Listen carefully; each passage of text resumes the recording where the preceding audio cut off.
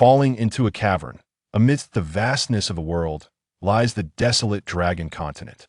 In the city of Zhongzhou, humans and demons coexist, where the practitioners of this realm engage in a relentless struggle against the fiends, viewing the extermination of demons as their sacred duty. Am I truly still alive? The young man exclaimed in astonishment. The youth, named Qian, awoke in pain, surveying his surroundings and exhaling a sigh of relief. He had lost track of time. Qian had come to this place with his beloved Qian to participate in a family trial. But due to a moment of carelessness, he had been dragged into the waters of the Baibo Lake by a monstrous beast. Rather than offering assistance, those beloved Qian had mocked Qian for his helplessness. Perhaps it was this animosity that transformed his misfortune into a stroke of fortune. Alone, Qian ventured forth, enduring waves of excruciating pain.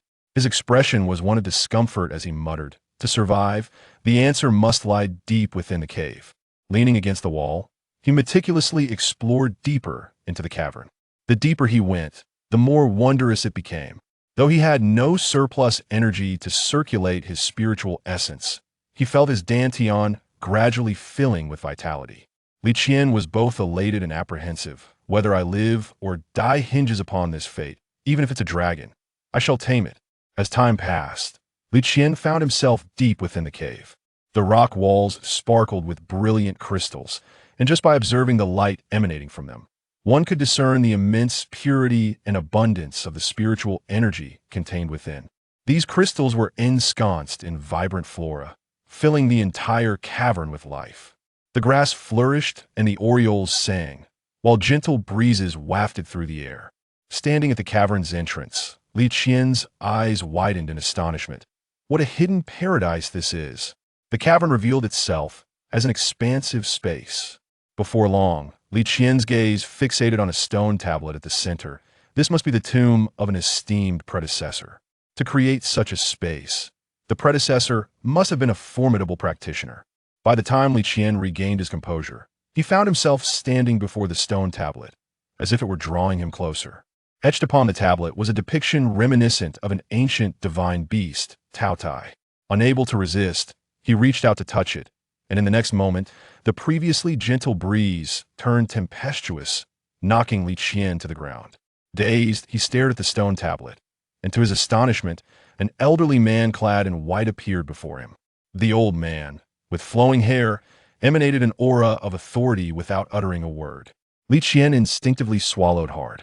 Oh no, in my foolishness, I have roused a spirit from the dead. Predecessor, please quell your anger. Our fates are intertwined. It is merely destiny. I did not mean to disturb your tranquility. I shall take my leave at once.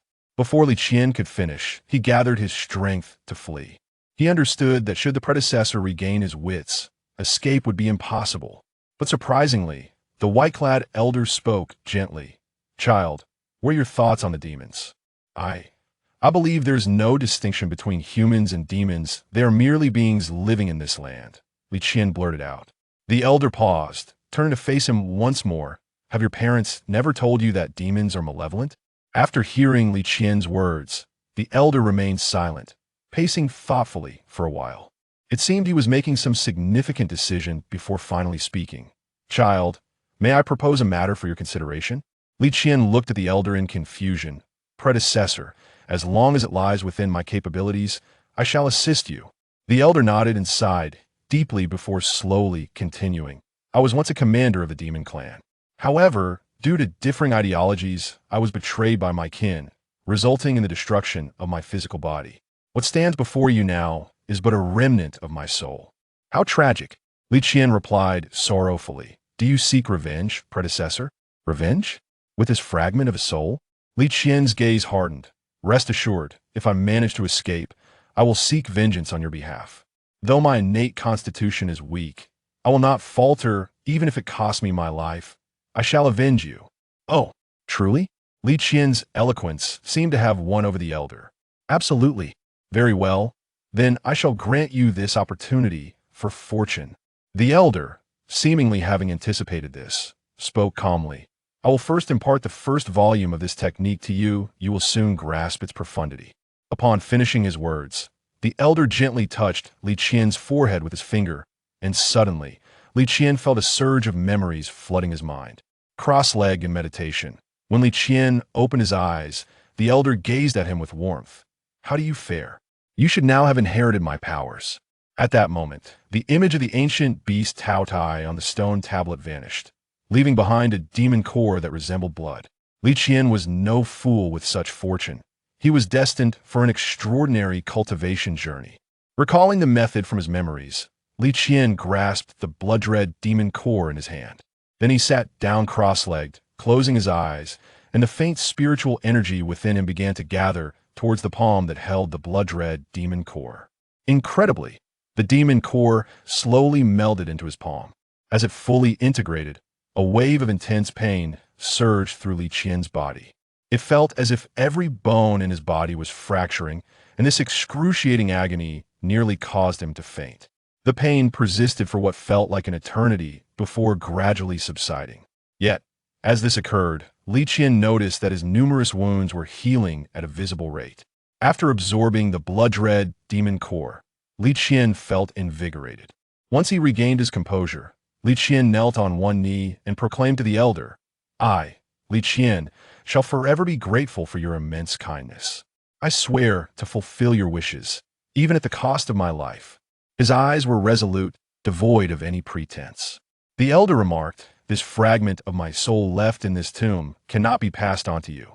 You must remember this technique and never grow complacent. Once you have mastered 100,000 punches and traversed 10,000 miles, no one in this world shall stand in your way. Moreover, this tomb shall also serve as a significant opportunity for you."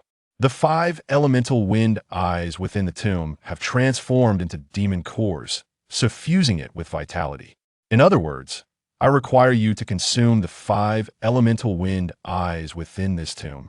Li Qian resolutely declined, though he felt an itch of temptation.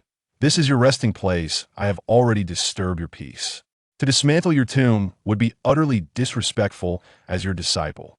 Though Li Qian resisted, the elder persisted, leaving Li Qian with no choice but to tearfully dismantle his master's tomb. Chapter 2. The clarity of spirit. Li Qian sat cross-legged upon the ground, channeling his vital energy, embracing the essence of all things. With the spirit of nature surrounding him, he refined the ethereal into elixirs. Seeking sustenance for himself, the elemental energy of wind surged into his mouth. The liver belonged to wood, the heart to fire, the spleen to earth, the lungs to metal, and the kidneys to water, as he absorbed the demon's essence. Gradually, waves of spiritual energy converged into his dantian, and Li Qian felt as though he might burst apart. "Hold on, Li Qian, are you not seeking vengeance for your master? You must endure," he cried out in desperation. Even the remnant soul of his master was drawn into his dantian. When Li Qian opened his eyes once more, several days had passed, and the entire tomb exuded no vitality in just a few days. Li Qian's cultivation had ascended to the minor completion of the spirit entry realm.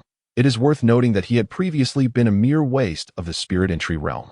After millennia of cultivation, the nuances of strength had long been meticulously categorized. From the lowest to the highest, the great realms were spirit entry, clarity of spirit, out of body, ocean exploration, mountain moving, golden body, unity, great ascension, and earthly immortal. Each of these great realms was further divided into 5 minor realms: entry, stability, minor completion, major completion, and perfection. Tears welled in his eyes as Li Qian knelt before the stone tablet, striking his head thrice against it. "Master, I swear as your disciple, I shall avenge you." His voice resonated powerfully, as if he had been reborn, shedding all traces of his former weakness. All he desired now was to pursue strength. Li Qian understood that his transformation was a testament to his master's final dignity. Mere minutes later, he emerged from the cave. With a thought, the spiritual energy within him erupted, and in just a few breaths, he had reached the shores of Baibo Lake. "Qianer, my Qianer," a deep voice reverberated through the heavens. This man was none other than Li Tian, the head of the Li family, since Li Qian's incident. Li Tian had visited this place numerous times, and as days passed, he almost lost hope in that conviction. Yet, his son had suddenly appeared, and moreover, he was safe. How could Li Tian contain his excitement? How could tears not stream down the face of this dignified man? "Father." Li Qian was embraced tightly in his father's arms. The other members of the family, witnessing this scene, felt somewhat deflated. They truly wished that the Li family's useless young master would not survive. With him around, the Li family had no future to speak of. Among the crowd, a tall and lean youth named Qian spoke up indignantly. How can this waste still be alive? A slightly plump youth beside him chimed in. Brother Qian, I suggest you temper your anger. You wouldn't want that elder to overhear. However, the youth named Qian shot a glare at the pudgy boy, who promptly closed his mouth and fell silent. Just then, an elder approached them, engaging in conversation. Qian and Qian made their way over. The elder before Qian whispered something to him. The young man ceased speaking. The elder standing before Qian hurried to Qian, frowning with concern as he inquired, Brother, how is Qian's condition? Is it serious? It is indeed our fault. Someone should have been secretly protecting these children. Qian, with a hint of curiosity, inquired of Qian, it is evident that you encountered a fierce creature this time, yet your team lacks the capability to confront such a beast. How is it that you were dragged into the lake and emerged unscathed? Father, fret not about me. I am fortunate and resilient. Simply await the comforts I shall provide for you in the future. Qian replied, scratching his head evasively. He could not possibly recount his extraordinary experience before such a multitude. Doing so would surely compel inquiries into the cultivation method he had developed upon the elevated platform within the Li family courtyard. Qian was announcing something significant. The recent family trial had yielded commendable results, with the elders having just completed the tally of demon cores. The first group had secured 5 green-grade demon cores and 10 white-grade demon cores. The members of this group were instructed to step aside for their rewards to be presented shortly. Qian continued to award the second and third places. He noticed the members of Qian's group wearing somber expressions. Realizing his oversight, he smacked his forehead and remarked, I nearly forgot a group. They had to summon the judges for assistance due to the peril faced by their companion. He proceeded to bestow the third-place rewards upon them. Li Yun, observing the young Qian nearby, decided to share half of the prizes with him. Brother Qian, this is all my fault. Had I been more vigilant, perhaps it could have been avoided. Nonetheless, you are fortunate and destined for greatness. Brother, why must we distribute so many prizes to him? He contributed little and is nothing but a waste. Qian retorted defiantly. Silence, Li Yun reprimanded. Though he felt a pang of guilt, Qian was indifferent to the fate of the so-called waste. His focus solely on the prizes that he approached Qian and turned to Qian, who had just come to his side. Patriarch, you cannot show such favoritism simply because he is your son. This was a perilous ordeal, and we all fought valiantly. Now, Li Yun wishes to allocate such rewards to him. What are we to do? Moreover, Qian would only squander them. Squander? Qian could not suppress a smile.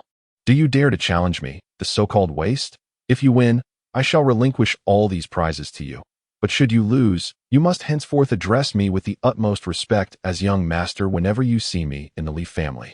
With a penetrating gaze and a smirk playing on his lips, he relished the moment, inciting Qian's ire. He is merely a waste. When did he become so audacious? Onlookers urged Qian to remain calm. With Qian expressing the greatest concern. Qianer, you have just faced a great calamity. You should rest for a few days and avoid confrontation. Your health is paramount. However, Qian shook his head resolutely and leaped onto the platform. His demeanor transformed. With you so-called dear friends and family, I find words ineffectual. Only fists can convey my message clearly. Not just you, Qian, but any of you younger ones who are dissatisfied may ascend this platform to settle the matter with me. Chapter 3. The duel. However, you must remember, I shall show no mercy. The youth named Qian suddenly leaped onto the elevated platform, standing face to face with another young man, with a mocking expression. Qian gazed at Qian and remarked, I won't bully you. I'll even allow you the use of one hand. Qian smiled and nodded, and in an instant, he vanished from the sight of the onlookers. When he reappeared, his hand was already pressed against Qian's throat. Yet, Qian was not to be outdone. He lifted his leg to strike at Qian's chest, only for Qian to effortlessly block the attack with his other hand. With a chuckle, Qian taunted, What's the matter? Are you still unconvinced? Qian, however, retorted defensively, I was distracted just now. It doesn't count. Qian nodded and asked, Are you ready now? At that moment, flames erupted around Qian, engulfing his body in a fiery embrace as he locked eyes with Qian and declared, Come on. Subsequently, he condensed a ball of flame in his hand and hurled it toward Qian's face. Li Qian merely tilted his head slightly, evading the fiery projectile with ease. Nonchalantly, he remarked, "You shouldn't let me off so easily. Look at this strike. Pathetically weak. Did you not rest well yesterday?" Enraged, Li Qian's flames surged even more fiercely as he charged at Li Qian. Just as he closed in, he suddenly felt a tremendous force strike his abdomen. Lowering his gaze, he saw Li Qian's fist in an instant. His vision blurred, and he collapsed unconscious. The crowd below the platform gasped in astonishment as Li Qian stood with his hands clasped behind his back. Addressing the spectators, "Who else dares to challenge me?" At that moment, a young man carrying a long sword slowly ascended the platform and stood before Li Qian. It was none other than Li Yun, the most gifted swordsman of their generation from the Li family. Upon recognizing Li Yun, Li Qian felt a jolt of surprise, but was eager to test the benefits of his recent fortuitous encounter.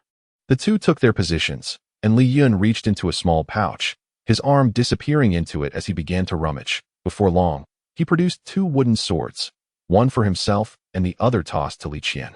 Catching the wooden sword, Li Qian remarked, "Brother Yun, you are already the foremost swordsman of our generation. Isn't this merely bullying me?" "Oh, how does Brother Qian propose we compete?" Li Yun inquired, holding his wooden sword. Without hesitation, Li Yun nodded and tossed his sword aside. The two stood in silence for a moment before Li Qian made the first move, launching a punch toward Li Yun's chest. Li Yun did not evade. Instead, he extended his palm, effortlessly absorbing the blow. Unexpectedly, Li Qian aimed another strike at his abdomen, prompting Li Yun to swiftly raise his leg, blocking the punch with his knee. Seeing his first ploy thwarted, Li Qian leaped back, regaining his stance as he declared, "Brother Yun, you are indeed formidable. However, I must now get serious." "Then I shall not hold back either," Li Yun replied, adopting a more earnest demeanor.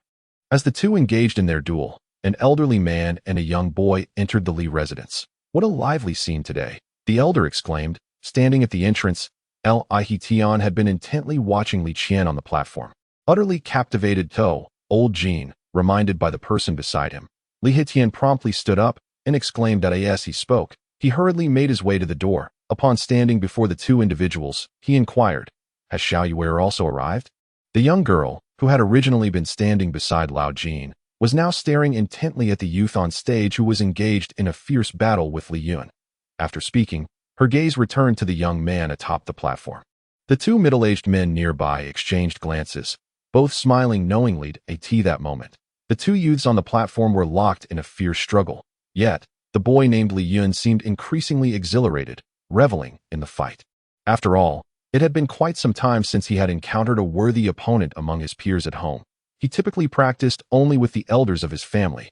However, at that moment, Li Qian suddenly bellowed, a flicker of crimson appearing in his eyes. Li Yun was momentarily taken aback, but in an instant, Li Qian's fist struck his face, sending him tumbling off the platform. Li Qian was momentarily stunned, as he felt an unsettling loss of control over his own body.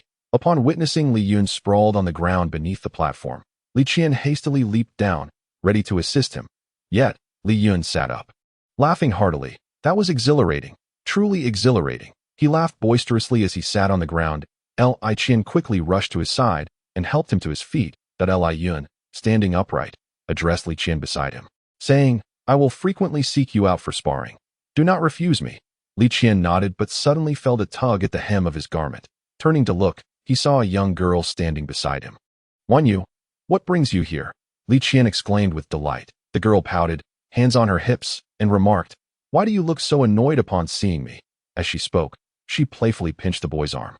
Well, Xiao Qian, it's only been a few days, and I must say, I truly have to reevaluate my opinion of you." The playful banter between the young man and woman continued, completely unaware that their fathers had vanished from the entrance. Li Qian and the others arrived at the discussion hall of the Li residence. "Brother Jean, why the urgency in bringing me here? What matters so pressing could there be?" Li Qian inquired, puzzled. The middle-aged man named Jean replied, "Do you recall the undercover agent you placed within the Liu family?" Li Qian nodded, "But he came to me saying he could not find you at home." Li Qian furrowed his brow, deep in thought. It turned out that the Li family was among the most powerful clans in Zhongzhou City. However, his father, the former head of the Li family, had gone to investigate an unknown secret realm alongside the clan elders. and their whereabouts remained a mystery that it was unclear who had leaked this information to the Liu family. For the past few months, the Liu family had been suppressing the Li family's business endeavors, leaving Li Hetian in a state of simmering frustration. Observing Li Hetian's furrowed brow, the middle-aged man named Jean spoke again. Brother, upon receiving this news, I consulted the elders of my family. Yet, not a single one was willing to take that risk. However, if they truly dare to provoke your Li family, I, Jean Meng, will stake my life to stand by you in this fight. The earlier moment of losing control on the platform left him in deep contemplation. Returning to his own courtyard, he was about to sit cross-legged and observe the meridians within his body for any abnormalities when he had just closed his eyes. In Chapter 4, as he was in a state of quiet contemplation. A knock at the door interrupted him. Qian rose and walked to the entrance, where he found a man clad in white robes standing there. The man did not engage in conversation with Li Qian.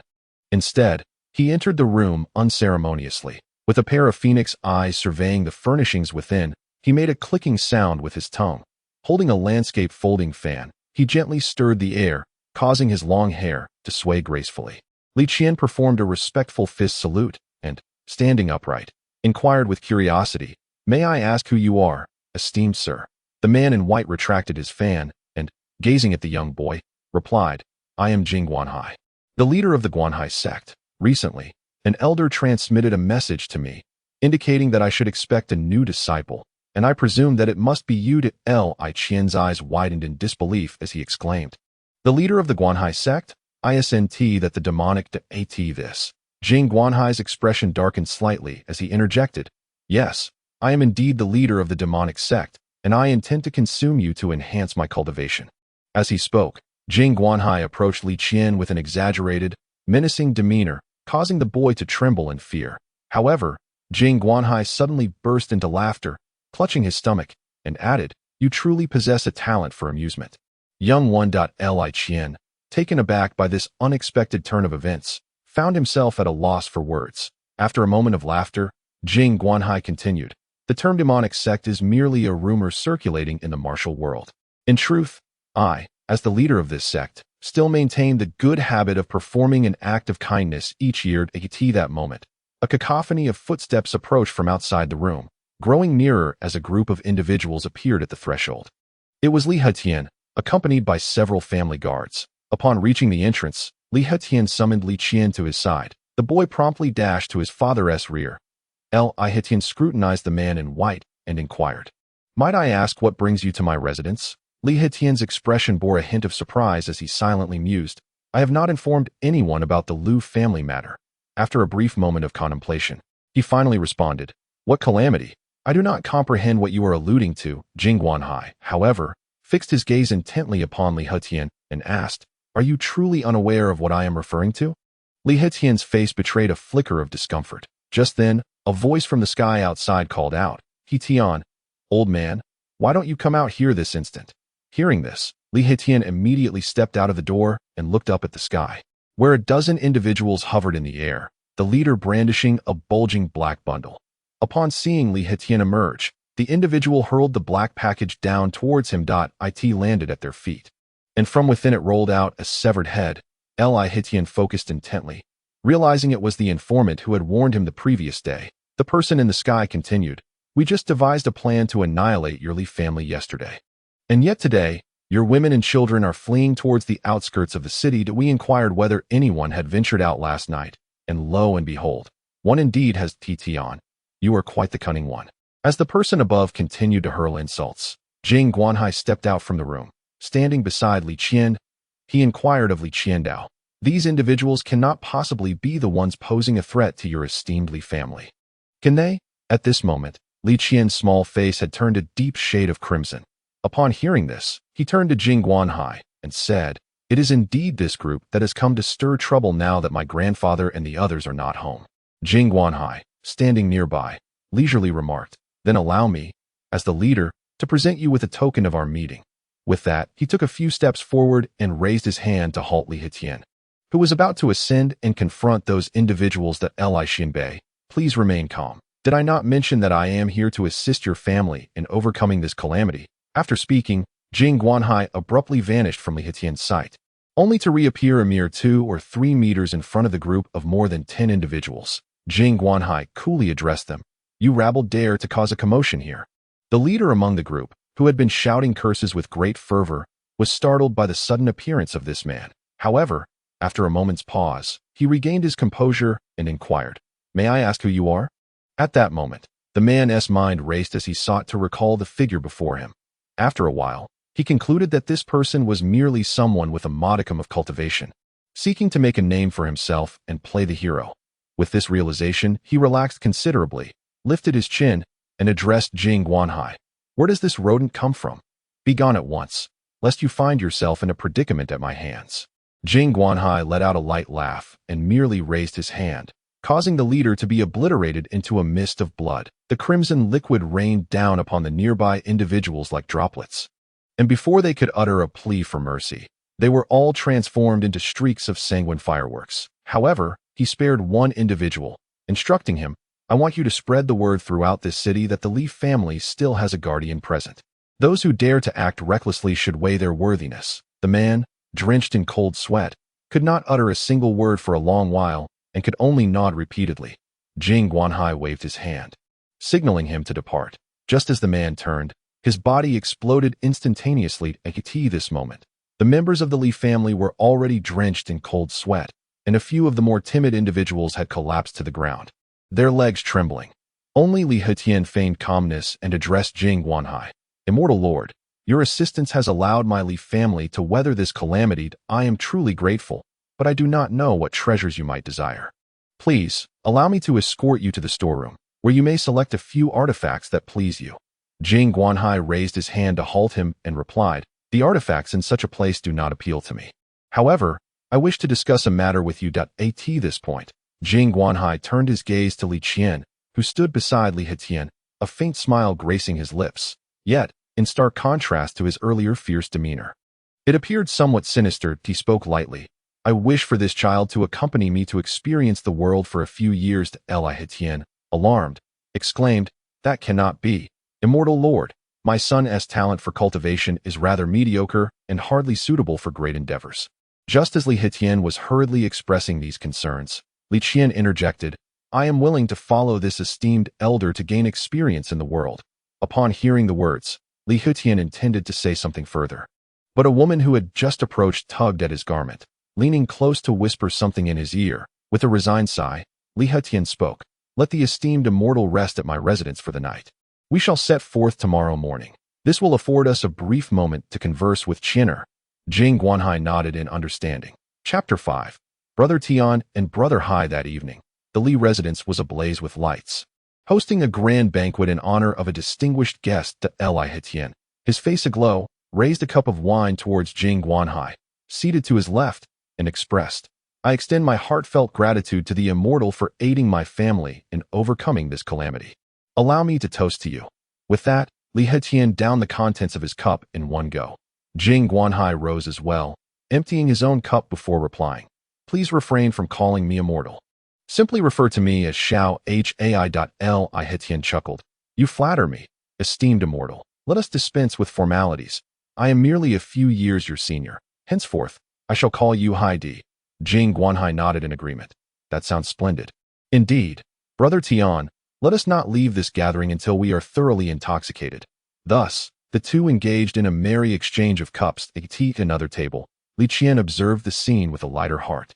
For his father had grown weary with worry over these tribulations. The young girl beside him tugged at his sleeve. Turning to face her, he recognized her as Jean Wanyue, the second daughter of the Jean family, with whom he had shared childhood antics. The two families enjoyed a close friendship, and since before their births, their union had been arranged by their elders. In light of the recent misfortunes, Li Qian had refrained from informing the Jean family, fearing it might embroil them in his troubles. However, with the tide turning for the better and his son preparing for an uncertain journey, he had invited the two children to share a meal together. Seeing Li Qian turn his gaze, the young girl appeared slightly flustered. What troubles you, Xiaoyu? He inquired. After a moment's contemplation, she finally spoke. Are you truly planning to venture out into the world with that person? Tears began to glisten in Jean Wanyue's eyes. Given her spirited nature, she would typically have reacted with a punch. Li Qian, taken aback, found himself at a loss, for he had never witnessed her cry. It was he who often shed tears in her presence. Jin Wanyue, however, stared at him through misty eyes and declared, "Who is crying? It is merely that the meal tonight is rather too spicy." With that, she promptly grabbed a cup of water, drank deeply, and as she lifted her head, a solitary tear slipped down her cheek. Jinya raised her hand, extending her pinky. "Let us make a pact." Li Qian mirrored her gesture, intertwining their pinkies. A pinky promise. 100 years of unchanging loyalty. The following morning, a loud knocking reverberated at the gates of the Li residence. One of the attendants peered through a small opening in the door, only to be met with a sword thrust into his eye, causing him to writhe in pain on the ground. The other attendants, paralyzed with fear at the sight, collapsed. The figure outside continued to knock silently. Meanwhile, a host of guards from the Li family assembled at the entrance, standing ready for whatever might unfold. Jing Guanhai, who had been meditating in Li Qian's courtyard, was alerted by the tumult outside. Rising to his feet, he strode towards the grand entrance. Upon reaching the threshold, amidst the vigilant guards of the Li family, he languidly uttered, "Please open the door. There is no cause for concern." The sentinels, at that moment, were devoid of any strength to rise and attend to his request, each one seated on the ground, beads of cold sweat cascading down their brows. Jing Guanhai, observing the scene, muttered to himself, "What a nuisance." As his words fell, he nonchalantly waved his hand, and the crimson door, which required the effort of 4 men to budge, swung open effortlessly. No sooner had the door creaked ajar than a figure darted in from outside, a sword poised at Jing Guanhai's throat in a strike imperceptible to the common eye. Remarkably, Jing Guanhai caught the blade's tip between 2 fingers. With a subtle exertion, he reduced the weapon to mere fragments. Realizing the gravity of the situation, the assailant attempted to flee, only to discover that his body had become immobile, unable to yield even the slightest movement despite his frantic efforts. Jing Guanhai, standing with his hands clasped behind his back, regarded the youth before him and inquired, "Let me ponder. Could you be the offspring of one of those individuals from yesterday?" The boy merely glared at the white-clad man with a fierce countenance.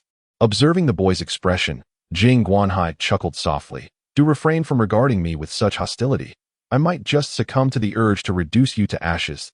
He maintained his smile from the previous day, though a crimson hue began to surface in his eyes. Despite the boy's inner fortitude, he had never encountered such a scene, and fear began to creep into his gaze. That moment, Li Hetian emerged hastily from the inner courtyard, his expression cooling slightly upon seeing the youth. Addressing Jing Guanhai, he remarked, "This boy is the eldest son of the Lu family patriarch." Jing Guanhai waved his hand dismissively, expressing his impatience. "Your family's grievances are of no interest to me.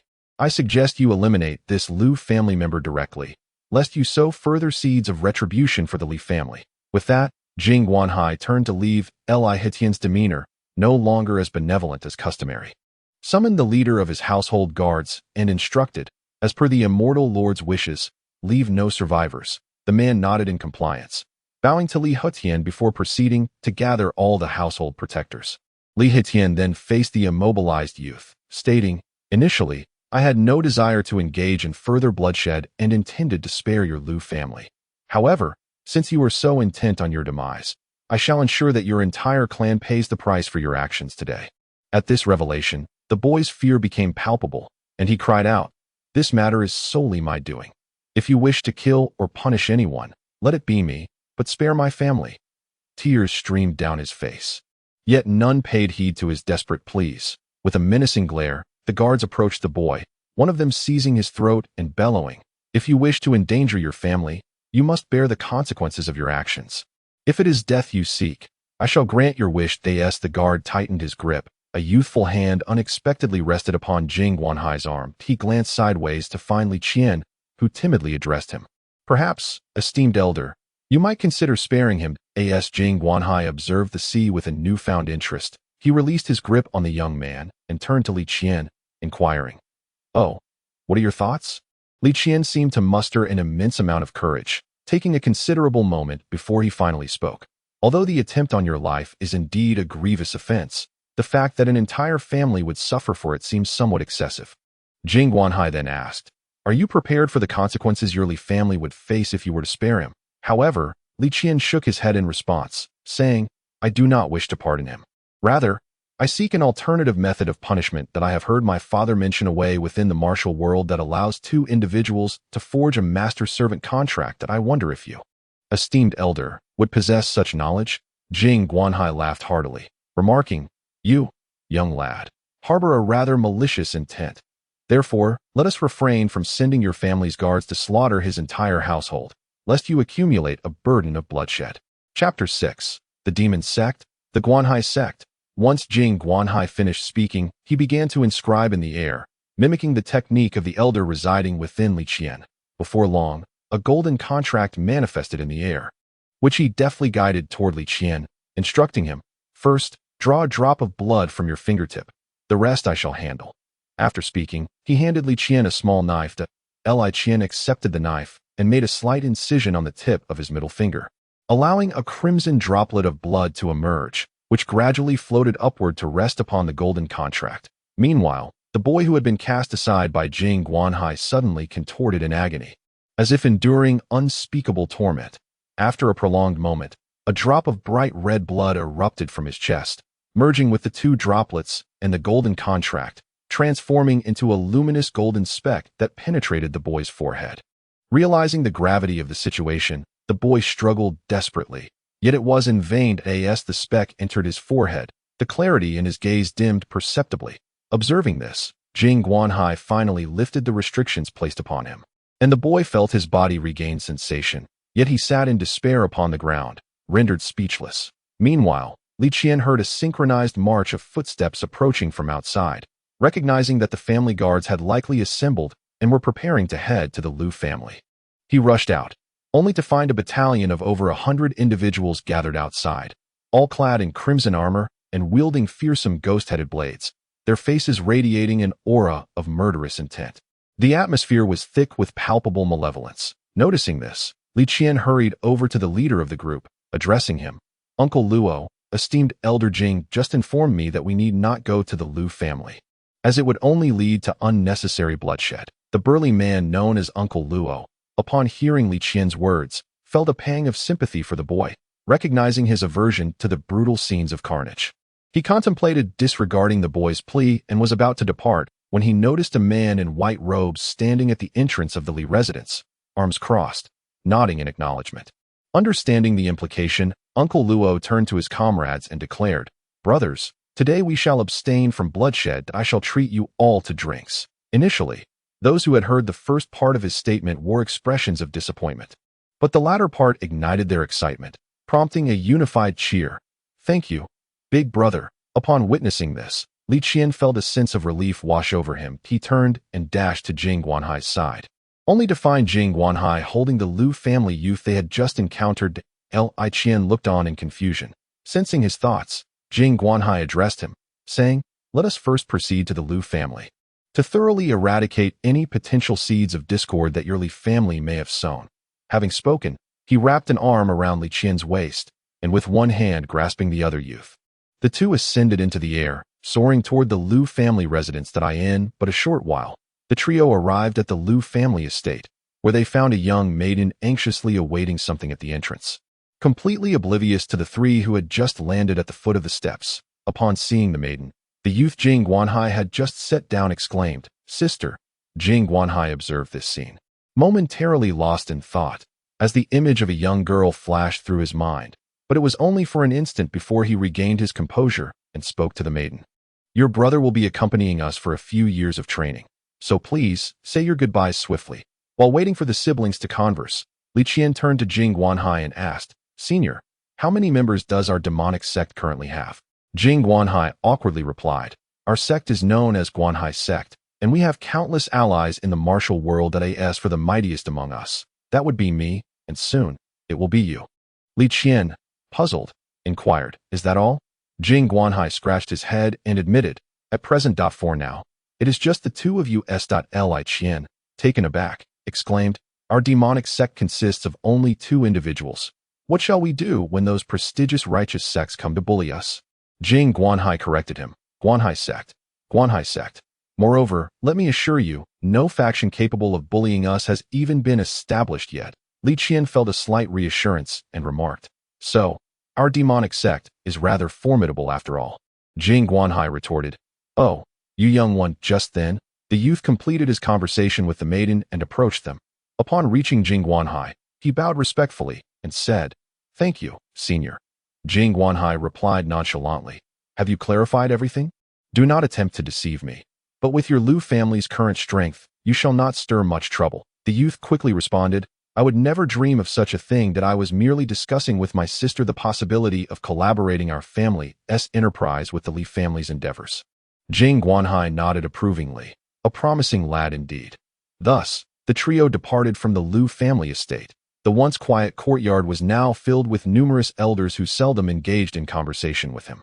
Each approached, affectionately ruffling his hair, offering various sentiments of, "As you traverse the martial world, take good care of yourself, strive for greatness, and do not forget your elders." Among the peers who entered the courtyard, there was but one, the second daughter of the Jin family, Jin Wanyue, who stood at the back of the gathering, holding a fragrant sachet in her hand. As Li Qian prepared to leave, he finally noticed her and immediately rushed over to stand before the young maiden.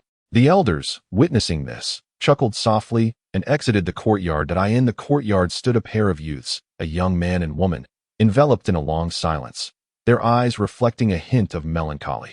After a considerable while, the young woman extended to him a sachet, meticulously crafted by her own hands, adorned with the embroidery of two plump mandarin ducks, which added a touch of whimsy to the somber scene.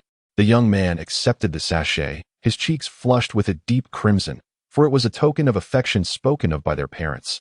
Observing his acceptance, the haze in the young woman's gaze lifted slightly as she raised her head and spoke, "From now on, you must not indulge in frivolous pursuits." The young man nodded in agreement, replying, "That is only natural." The trio departed.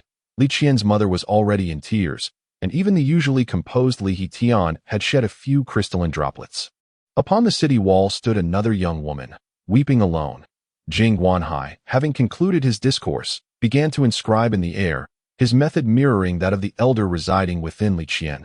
Before long, a golden contract materialized in the sky, which he deftly maneuvered to float before Li Qian, instructing him, "First, extract a drop of blood from your fingertip, and I shall take care of the rest." With that, he presented Li Qian with a small knife. Li Qian accepted the blade, and with a swift motion, he made a slight incision on his middle fingertip, crimson blood oozing forth, which gradually levitated and settled upon the golden contract. Suddenly, the boy discarded by Jing Guanhai contorted in agony, as if he were enduring unspeakable torment.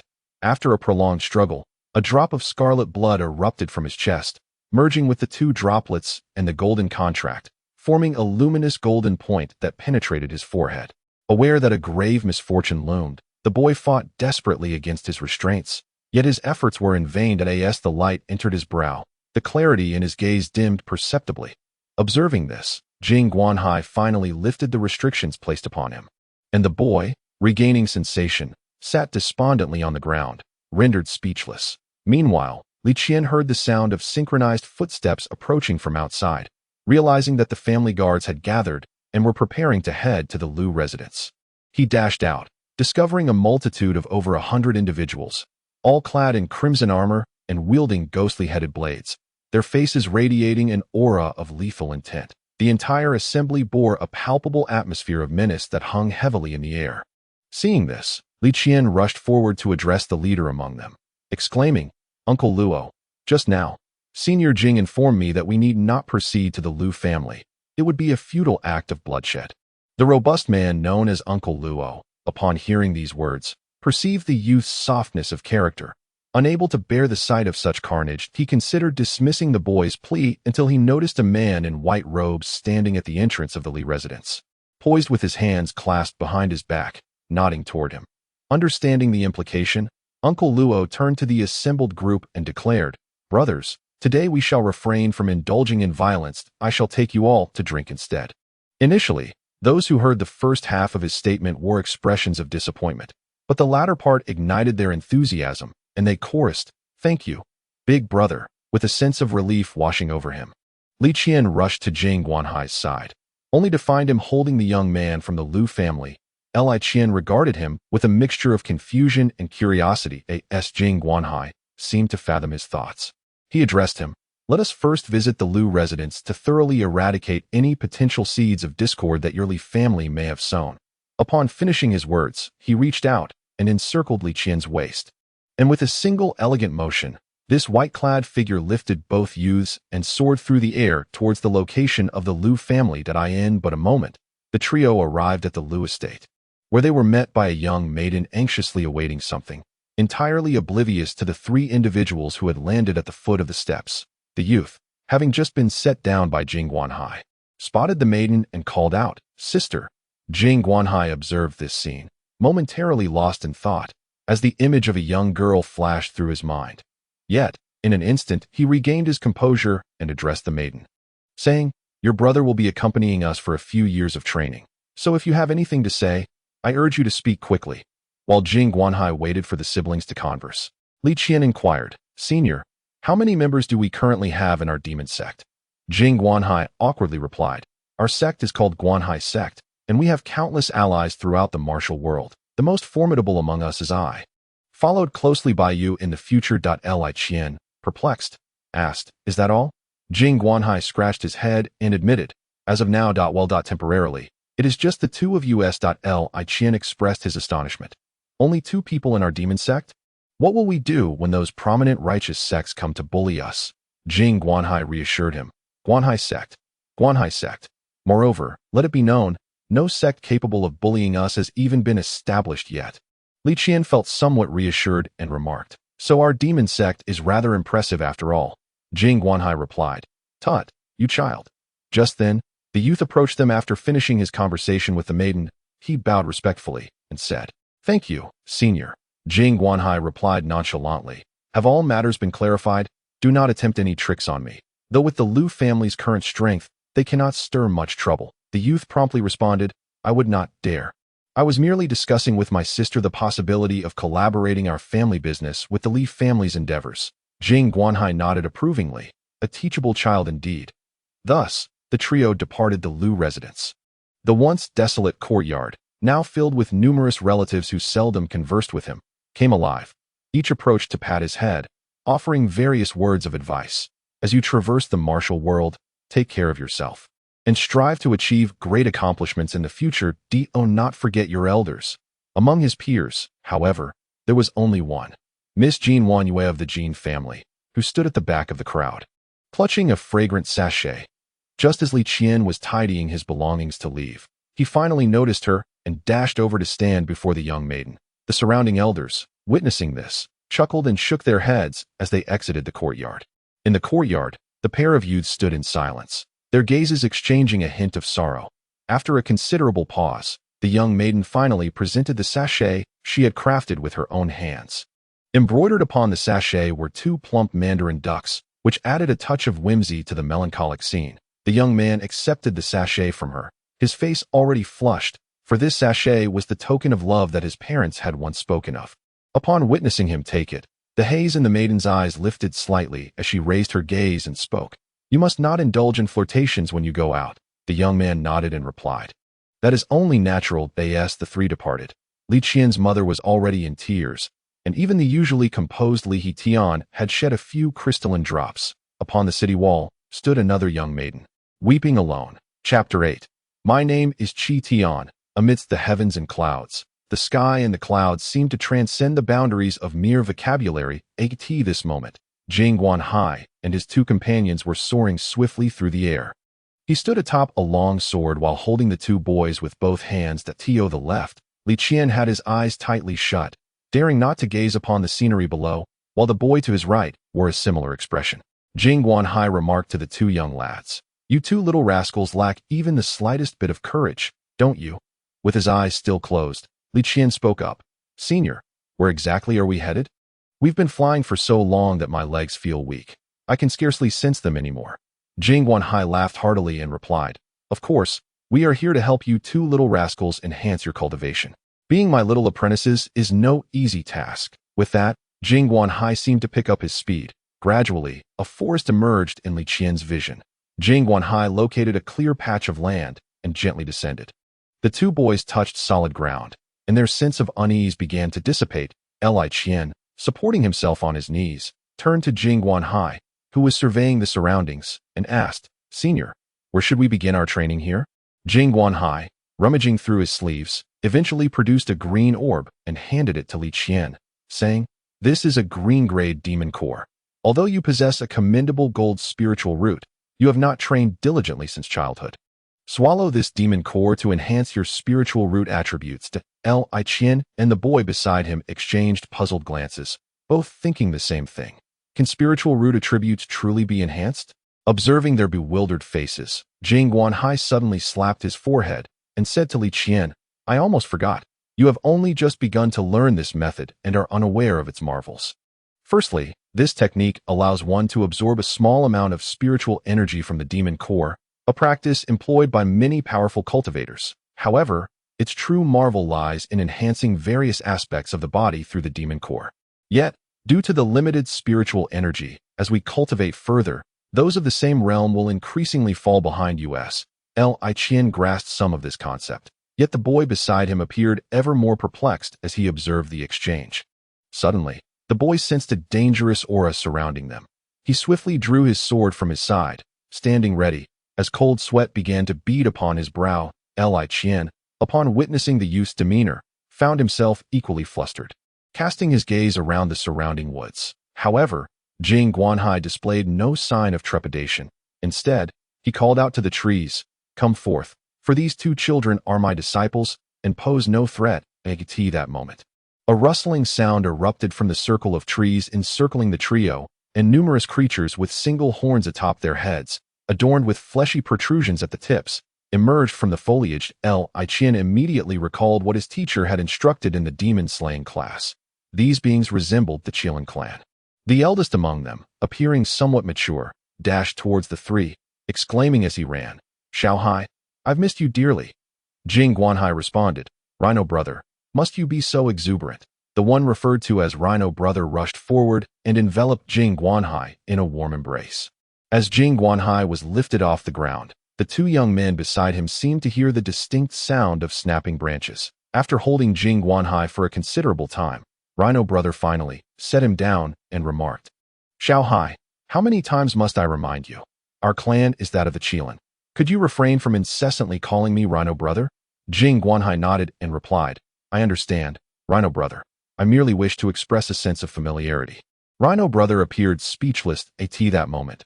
A young girl emerged from the crowd behind, bearing a striking resemblance to Rhino brother, though as she approached Jing Guanhai, her face flushed a deeper shade of crimson. Her voice grew fainter with each step, almost as if she were murmuring to herself. Jing Guanhai smiled at the girl, saying, "Xiaolinger, it has been quite some time. You have become even more beautiful." Upon hearing this, the girl smiled shyly and scurried away. Meanwhile, Rhino brother, observing her retreat, expressed his exasperation to Jing Guanhai. "This girl has been meticulously preparing herself each morning, knowing you would arrive, that I wonder if you have bewitched my sister in some manner. For even I, her handsome and charismatic elder brother, do not receive such treatment." Li Qian watched Rhino brother, whose rugged visage and muscular frame were hard to ignore. He struggled to suppress a laugh. Jing Guanhai, however, nudged Li Qian playfully and addressed Rhino brother, "This is one of my newly acquired disciples, Li Qian, and the other is Lu Songhai." Upon hearing this, Rhino brother scrutinized Li Qian, stroking his chin as he circled around him. Then did the same with Lu Songhai before stating to Jing Guanhai, "It seems many of my kin have longed to become your disciples, yet you have turned them away. Now, you accept these two little ones." Jing Guanhai then instructed Li Qian, "Retrieve the demon core you just acquired and consume it." Li Qian complied without hesitation, placing the demon core in the palm of his hand. Having previously devoured one, he found that this core quickly melded into his skin. However, this particular demon core was markedly different from the last. It seemed to navigate directly towards his dantian in his lower abdomen upon entering. Sensing this, he promptly seated himself cross-legged and closed his eyes. After a considerable duration, he felt a slight tremor emanating from his dantian. Upon witnessing the youth's method of cultivation before him, Rhino Gu stared in astonishment. As if he had encountered a ghost, he glanced at Jing Guanhai, who placed a finger to his lips, signaling him to remain silent. However, Rhino Gu could not conceal his shock, his gaze fixated on the young man before him. At that moment, Li Qian slowly opened his eyes, and Jing Guanhai spoke to him. Indeed, You have now stepped into the spirit realm. Li Qian, filled with excitement, looked at Jing Guanhai and inquired, "Does this mean, esteemed senior, that I am now a cultivator?" Jing Guanhai nodded slightly. The group of youths erupted in joy, bouncing with elation. Jing Guanhai nudged Rhino Gu, who was deep in thought, with his elbow, and remarked, "Did not Xiaolinger just say she would welcome me? Why do you stand idly by?" Chapter 9. The great Devouring Qian turned to Jing Guanhai and asked, "Esteemed senior, why do you share this with me?" Jing Guanhai gently wiped away the tears that continued to fall from his eyes and replied, "Perhaps I wish to convey the significance of strength. It may also be that seeing the sister of that Lu family youth, worried for her brother, evokes memories within me that it is difficult to articulate. Indeed, these feelings have been bottled up in my heart for far too long that in the past, I traversed this world alone. That my method of cultivation is neither human nor demon.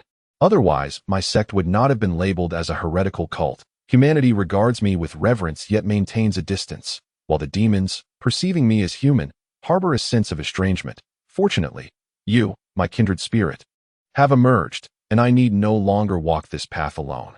Thus, cultivate diligently, and together we shall embark on a monumental endeavor, ensuring that all beings remember our names, remember our Guanhai sect." As he spoke with fervor, Jing Guanhai rose to his feet, pointing towards the heavens, his white robes billowing gracefully in the wind, exuding an air of freedom. Li Qian's eyes sparkled with wonder as he gazed at the man before him.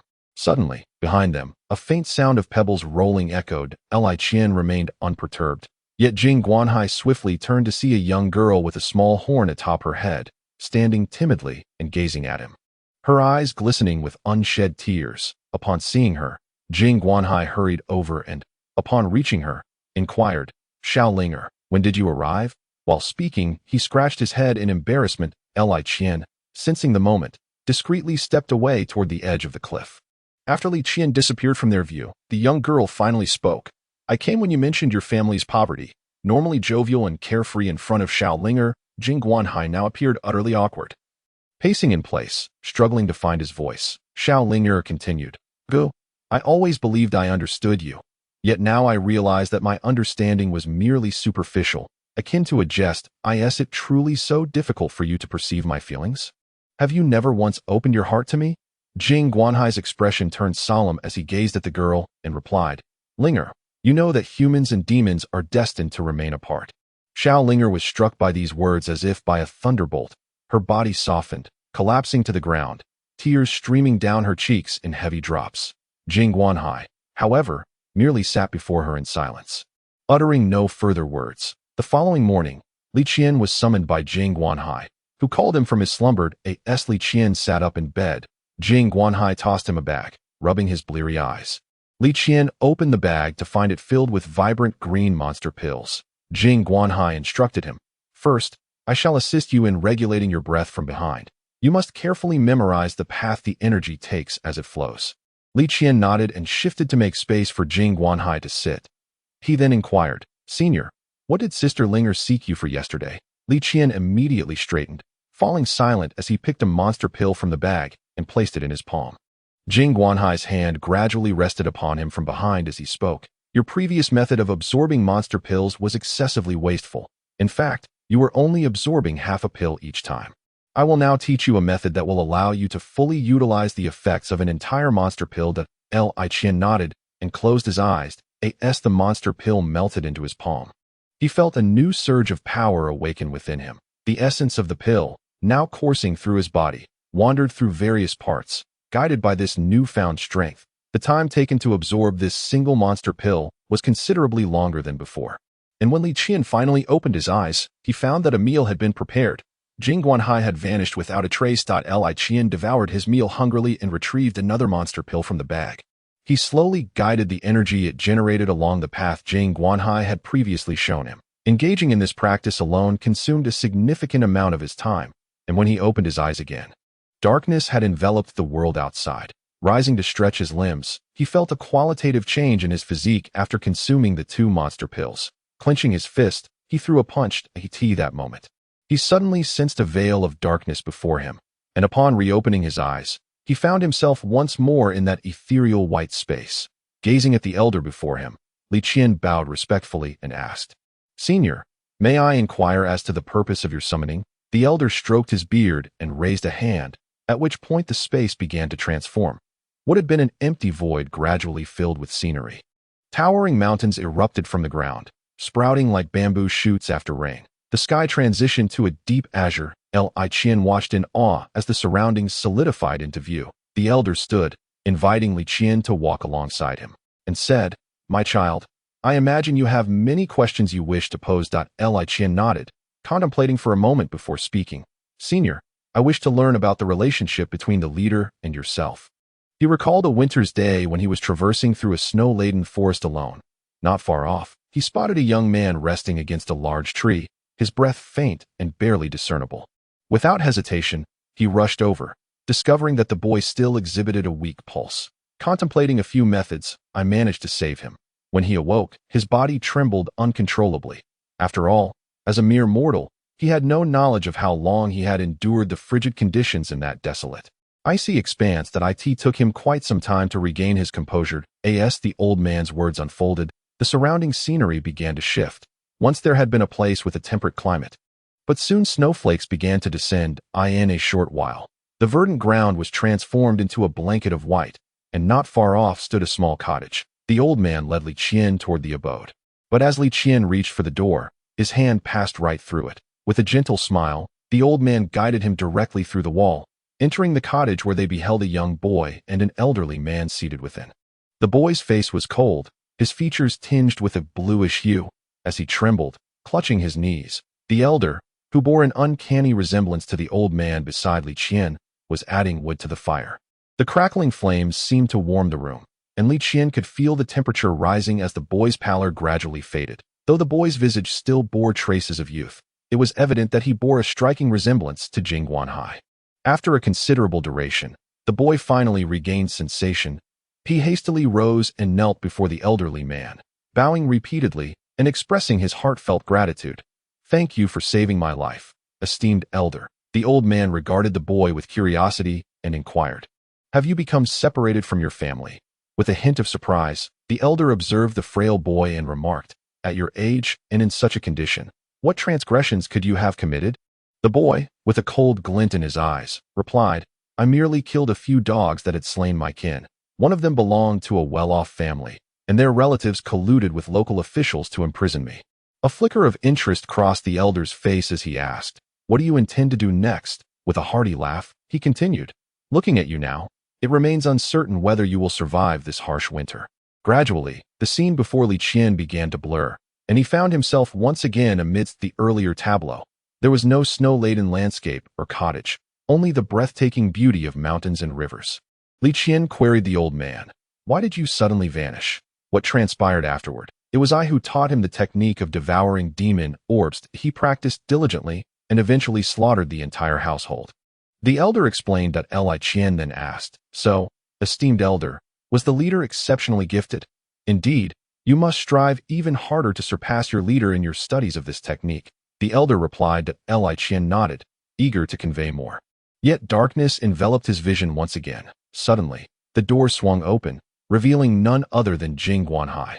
Upon entering, he glanced at the demon orbs in the bag before turning to Li Qian and stating, "You rascal, consuming only 2 demon orbs a day. Let me tell you, when I first began my cultivation, I devoured 5 a day."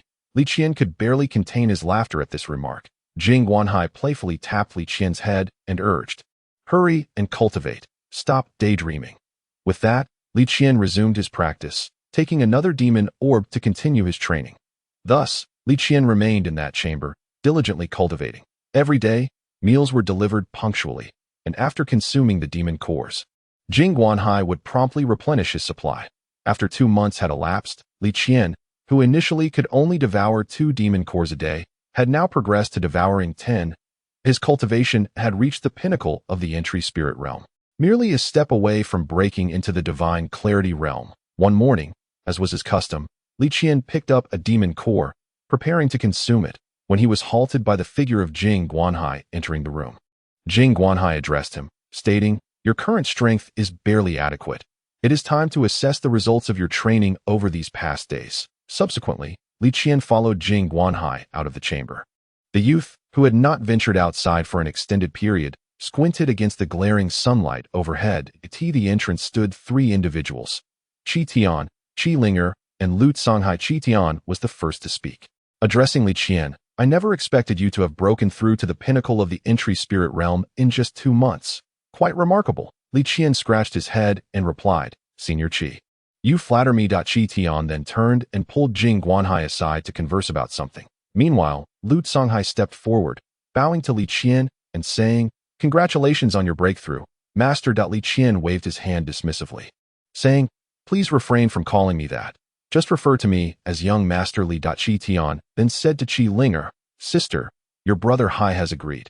You will accompany him this time, so hurry and prepare. Qi Linger, brimming with excitement, began to bounce in place. She nodded and exclaimed, I've been ready for ages. I can depart at any moment. Jing Guanhai turned to Qi Tian and said, Brother Xinyo, we should set off now. Qi Tian, somewhat reluctant, responded, Must we be in such a hurry? I had hoped we could sit down and share another drink. Jing Guanhai nodded, explaining, The secret realm is about to open, and I must take these 2 little ones for some training. I have no choice. Qi Tian waved his hand and said, Very well, very well. I shall not detain you. He then clasped his fists in a gesture of farewell. The 4 of them set off. With Qi Linger retrieving a small gourd from her pocket and tossing it into the air, the gourd swiftly enlarged, soon reaching the size of the house they had been residing in. The 4 of them hopped onto the gourd, and Qi Linger waved to Qi Tian, saying, Goodbye, brother. Qi Tian, resembling a concerned father, stood below, offering numerous reminders, to conceal the horn atop his head, to mask his aura, and to avoid straying too far from Jing Guanhai. Just as he was finishing his instructions, the gourd soared into the sky, leaving him standing alone on the ground. This time, while airborne, Li Qian felt considerably less fear than before, for at least he could sit. Moreover, it seemed there was a layer of translucent protection surrounding the gourd, allowing him to remain completely insulated from the gusty winds outside, that as they passed a certain location. Li Qian suddenly felt the hairs on his body bristled. He, perplexed, inquired of the nearby Jing Guanhai, Senior, why do I feel so strange when I pass through here? Jing Guanhai, however, burst into laughter and replied, During your recent retreat, I had already devised the formation that needs to be set up here. Beside them, Qi Ling could hardly contain her amusement, for what Jing Guanhai referred to as thinking was merely his brother and the clan elders deliberating on the arrangement of formations. Jing Guanhai had stormed in and given a thorough beating to those elders who insisted on setting up an illusionary array, continuing until they finally acquiesced to the establishment of a lethal formation. Chapter 11. The Princess of the Demon Clan. The quartet took 2 days to reach their destination, which, by a stroke of fate, was nestled within the territory of the Demon Clan. Upon their arrival at the entrance of the secret realm, they found numerous figures densely clustered, divided into 2 factions. The Human Clan stood on one side, while the Demon Clan occupied the other, both sides exuding an air of palpable tension. Observing this, Jing Guanhai leaped down from his floating gourd. Positioning himself between the 2 groups, he greeted both humans and demons alike. Many of the dignified individuals present hurried to engage him in conversation, yet those juniors lingering at the back regarded him with disdain. Qi Ling, controlling her gourd, gently descended to the ground, and as it landed, several individuals steadied themselves. Suddenly, from within the demon ranks, an elder wielding a massive axe soared forth, before his appearance could be discerned. The colossal axe was already bearing down on Jing Guanhai. In a remarkable display, Jing Guanhai caught the axe barehanded. The crowd that had gathered around him immediately scattered. Jing Guanhai drew a long sword from within his robe, gripping the hilt tightly as he aimed the blade at the elder's arm that wielded the axe. The 2 stood motionless for a moment, enveloped in silence, the atmosphere growing increasingly oppressive. Then, unexpectedly, the elder erupted into laughter. Shattering the tension that had settled over the gathering, he spoke. My dear Guanhai, it has been quite some time since we last crossed blades. Seeing you has stirred a long-buried itch. You wouldn't mind, would you? Ha! Jing Guanhai, however, responded with a pained expression. I thought I recognized you. It turns out to be Brother Zhong. That blow you dealt has left me quite sore. I suddenly feel a twinge of pain in my arm. Do be so kind as to procure some heavenly treasures to remedy my ailment. As he spoke, Jing Guanhai let his arm hang limply. The elder stepped forward and gave his hand a hearty slap, declaring, You rascal, with your physique, even if you were to use your head to receive my earth-shattering axe, I doubt you would even leave a mark. Jing Guanhai, still allowing his arm to droop, addressed the man known as Yong. If you want to fetch me those heavenly treasures for my recovery, how about this? Since you mentioned your hands itching, let us engage in a friendly contest, shall we? The elder hastily waved his hands in refusal. At that moment, an image of a figure standing atop a colossal mountain of corpses flashed in Jing Guanhai's mind. From the back of the demon ranks, a voice called out, "And Yongzhong, where are you? Where have you run off to?" Upon hearing this, and Yongzhong quickly retreated toward the source of the voice. As the myriad of demon clans stood on one side, a fissure gradually formed in their midst, causing the members of the demon race to kneel and collectively exclaim, "We welcome the princess." With the crowd parting, Qian beheld the figure emerging from the throng of demons, a young girl adorned in a pink dress.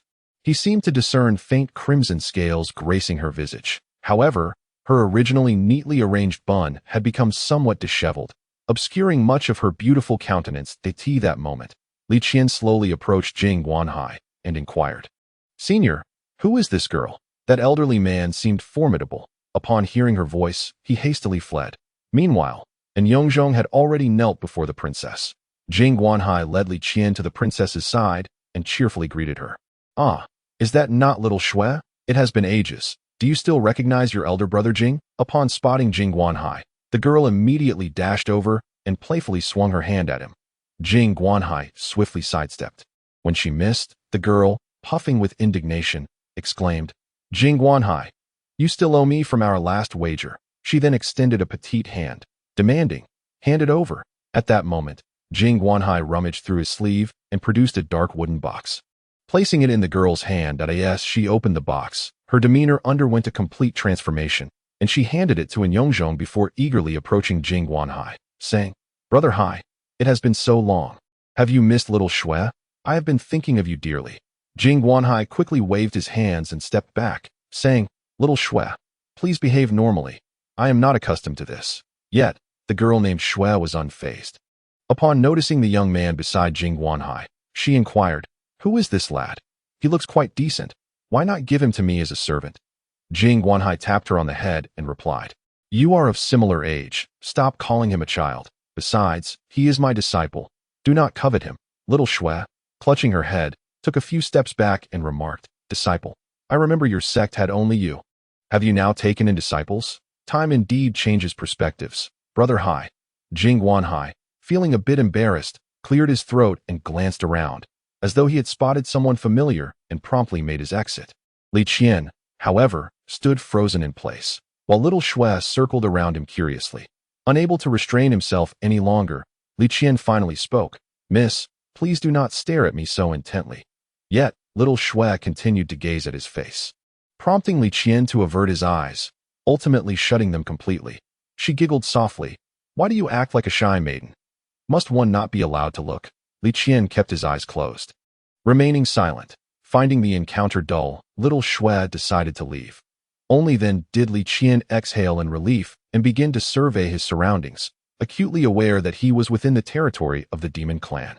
The sky above this place is still shrouded by a dense canopy of trees, allowing only a few scattered rays of sunlight to filter through, casting an air of dimness around. Qian is intently observing his surroundings when a glimmering object catches his eye.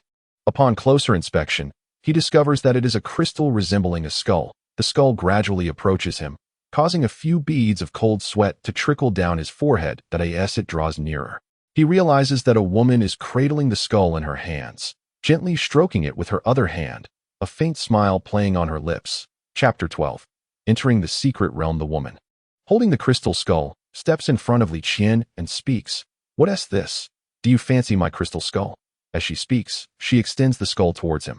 However, Qian instinctively takes a step back, refraining from reaching out for it. Suddenly, he feels the ground beneath him begin to tremble. Looking up, he sees a vast stone wall in the darkness, from which a ghostly blue ring gradually expands. It continues to grow until it occupies the entirety of the wall, at which point it ceases to expand.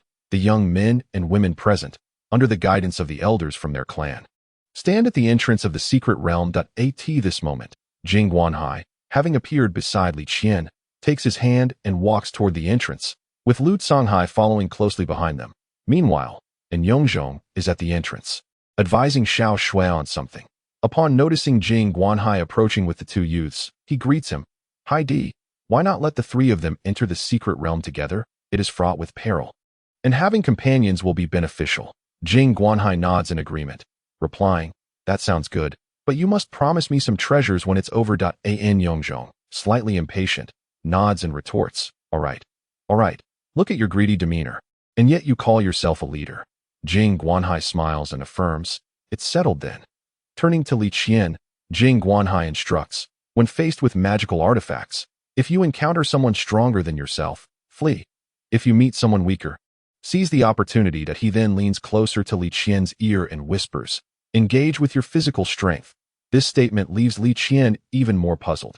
Yet before he can voice his confusion, the entrance to the secret realm stabilizes behind them.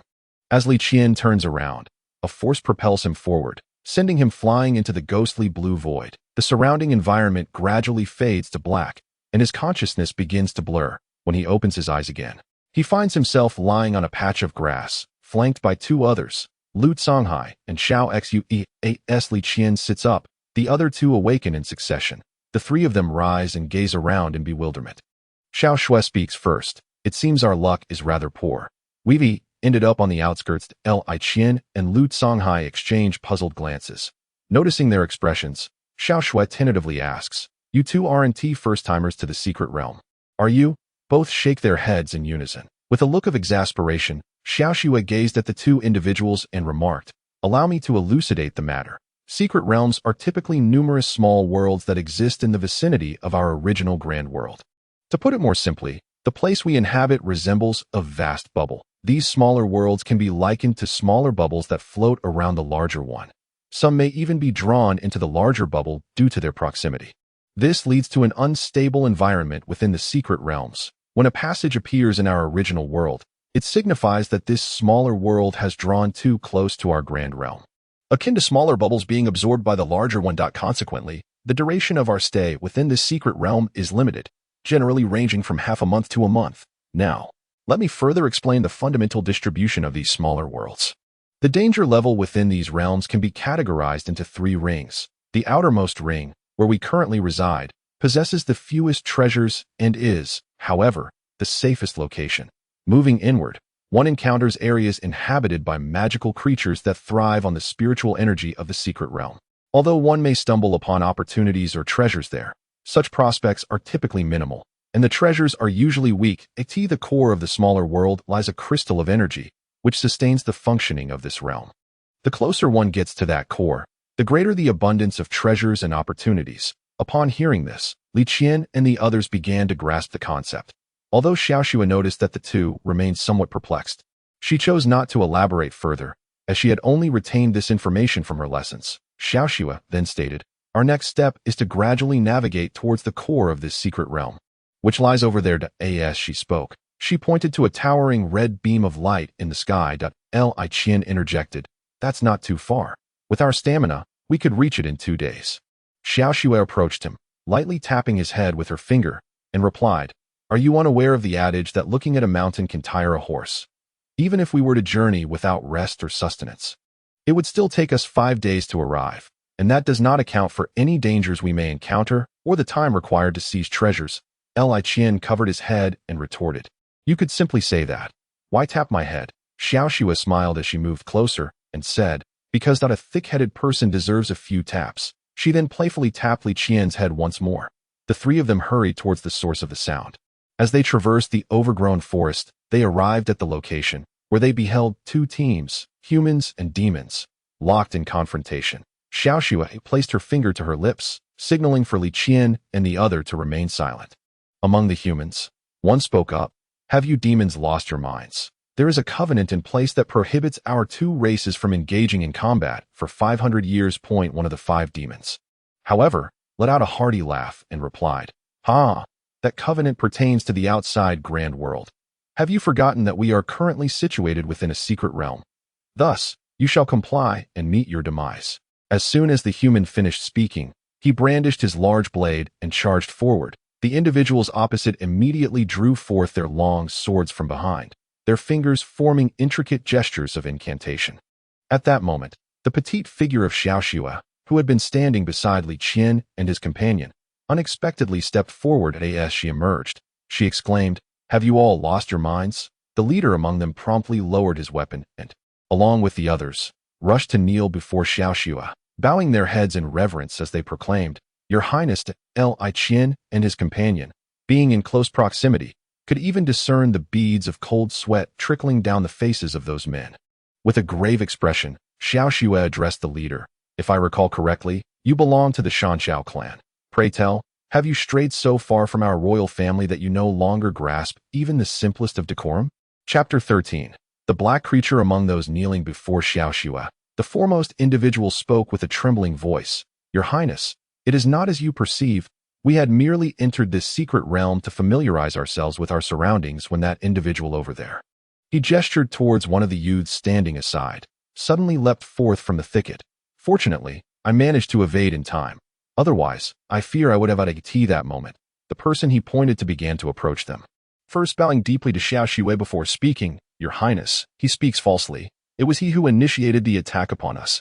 Yet, as he spoke, his body inched ever closer to Xiao Xue. Observing this, Li Qian and his companion, who had been concealed in the foliage, sprang forth. That Li Qian positioned himself between Xiao Xue and the advancing youth. Upon noticing the two newcomers, the youth subtly withdrew his hand into his sleeve. Lu Songhai, witnessing this scene, gradually tightened his grip around the hilt of the sword at his waist. Suddenly, the youth lunged forward towards Li Qian, a glimmering dagger aimed directly at him. Li Qian appeared momentarily bewildered by the sudden turn of events. He raised his arm, preparing to block with his forearm, tightly closing his eyes as he braced for the impending pain. After what felt like an eternity, he realized he had yet to feel the dagger pierce his flesh. Slowly, he opened his eyes to find a long sword before him, having intercepted the dagger's thrust. The sword's wielder was none other than Lu Songhai, whose expression remained as serene as a cloud, suggesting that the assailant's attack had lacked any real force. Li Qian then glanced at the youth, whose expression had contorted in frustration. Despite exerting all his strength, the dagger remained firmly stymied. Lu Songhai spoke calmly. "I advise you to relinquish the dagger. Perhaps my young master might yet spare your life." However, the assailant showed no signs of trepidation. Instead, he discarded the dagger and erupted into maniacal laughter, his countenance growing increasingly distorted. The companions who had initially intended to assist him hesitated, retreating in alarm at the sight. Gradually, the man's form began to swell, his garments tearing as they revealed a pitch-black body underneath.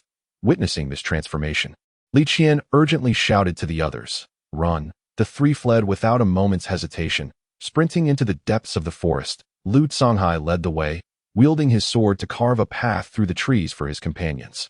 Li Qian found himself at the rear, turning his head to glance behind, where he beheld a colossal, pitch-black creature of humanoid form. The dense thicket obscured its visage, yet its pair of crimson eyes shone like beacons in the darkness. Alarmed, Li Qian swiftly pivoted and queried the young maiden before him. "Xiao Xue, what manner of being pursues us from behind?"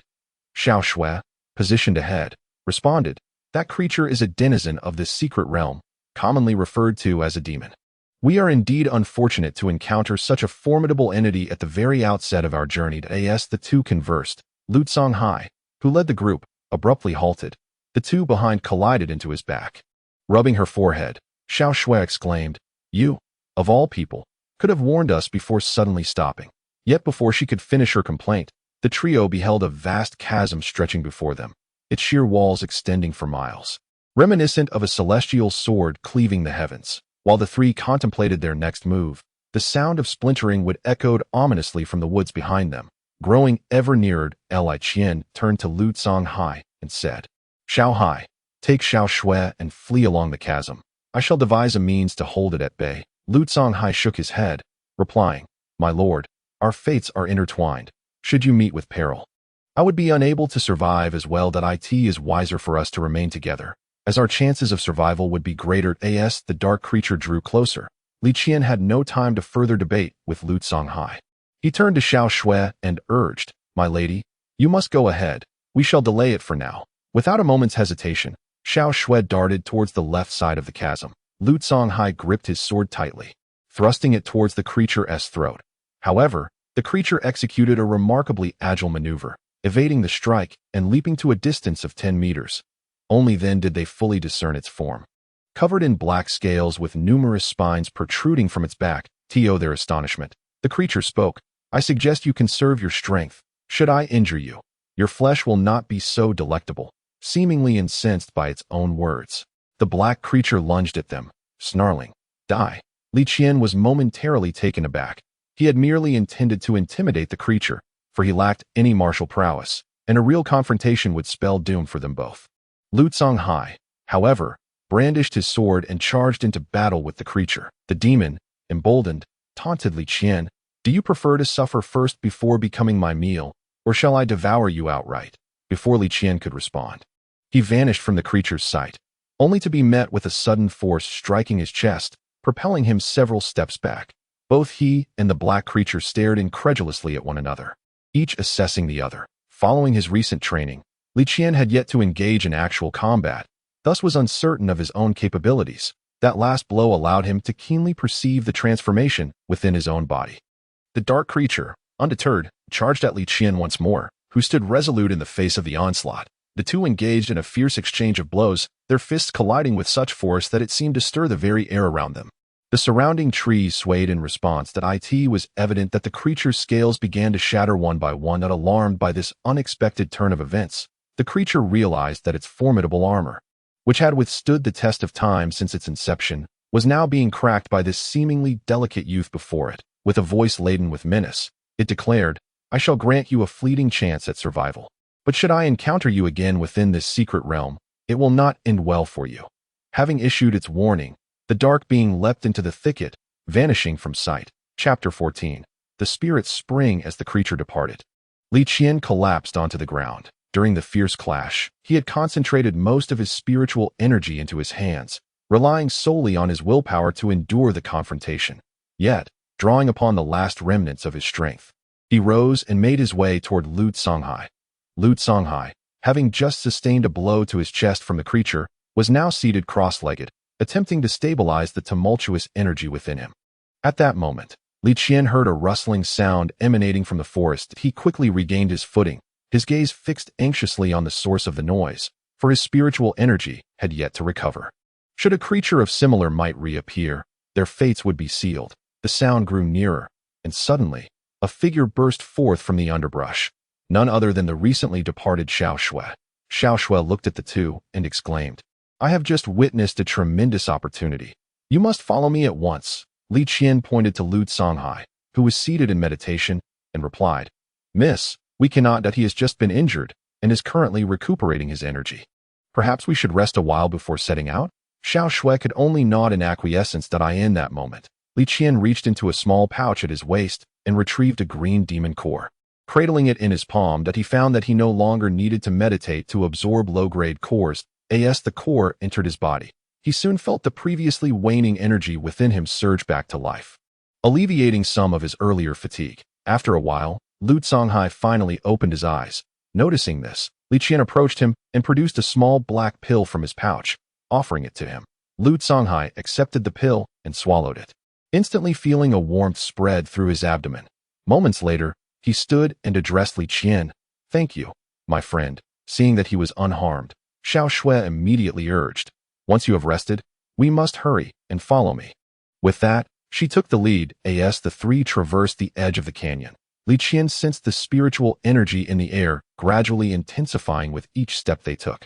Unable to contain his curiosity, he inquired, Miss Xiao Shui, does the waterfall you mentioned possess some extraordinary significance? Li Qian and the other two spoke in unison, inquiring, What is the spiritual spring? It could be described as a type of heavenly treasure or earthly gem. As they conversed, the trio approached the waterfall that Xiao Shui had just depicted. The cascade was tumultuous, crashing into the lake below, sending sprays of water soaring dozens of meters into the air. The mist on the lake's surface was thick, and when illuminated by the sunlight, it sparkled like a prism of vibrant colors. Li Qian and his companion were momentarily entranced by the scene. However, Xiao Shui interrupted their reverie, saying, Stop daydreaming. First, consider how we can descend from here. The two men felt their legs weaken at the thought. Noticing their state, Xiao Shui rolled her eyes. Li Qian scratched the back of his head and addressed Xiao Shui, saying, "If we jump from such a height, we might very well perish, right?" "We certainly will," Lu Songhai added nonchalantly from the side. Xiao Shui stepped closer to Li Qian and swiftly tapped her fingers against his forehead. "Shouldn't you listen more carefully to what you are saying?" she admonished, hands on her hips. Li Qian, rubbing his forehead and slightly irritated, responded, "Miss Xiao Shui, what do you suggest we do to get down? And could you refrain from incessantly tapping my head?" As Li Qian massaged his forehead, a sudden thought struck him as he gazed at Xiao Shui. Isn't there a type of magical artifact that allows for flight? As a princess of the demon clan, you must possess one, don't you? Xiao Shui's expression shifted awkwardly. She had been contemplating whether the two men had any flying artifacts. After all, such treasures were exceedingly rare. And even she, as a princess, only carried one. Pretending to slap her forehead, she exclaimed, "Oh dear, I almost forgot." Suddenly, an object materialized in her hand. "This was a gift from my father," she explained, "and in my haste, I overlooked it." Xiao Shui chuckled awkwardly and then tossed the object onto the ground. Murmuring a few incantations, the item began to enlarge, and Li Qian could finally discern its form, a lotus pedestal. "Ah, I neglected to mention, my artifact can only accommodate 2 people at a time," she informed them. Li Qian turned to Lu Songhai, who had already mastered the art of flying with the sword. Nodding, Li Qian advised him, "Please be cautious." Lu Songhai nodded in acknowledgement. He then threw his sword to the ground, but there was no sound of it hitting the earth. Upon closer inspection, Li Qian noticed the sword was levitating. Lu Songhai performed a respectful gesture towards Li Qian and said, "Then, my lord, we shall meet at the lake's edge." With that, he controlled his sword and soared into the AI arc. Li Qian turned to approach Xiao Shui, only to find that she had already seated herself on the magical artifact, leaving a rather confined space for him. He spoke up, "Miss Xiao Shui, could you possibly make a bit more room for me?" Xiao Shui shifted slightly, yet the space remained exceedingly cramped. Just as Li Qian was about to voice his concerns again, Xiao Shui interrupted, "Could you hurry up? You're a grown man, yet you're being so fidgety. If you dawdle any longer, I'll leave you behind. You can climb down the mountainside on your own." Faced with her insistence, Li Qian had no choice but to quickly take his seat on the artifact. This magical treasure can barely accommodate the two of them. They are almost pressed together, with Li Qian feeling an unusual discomfort as he tries to maintain some semblance of distance between himself and the girl.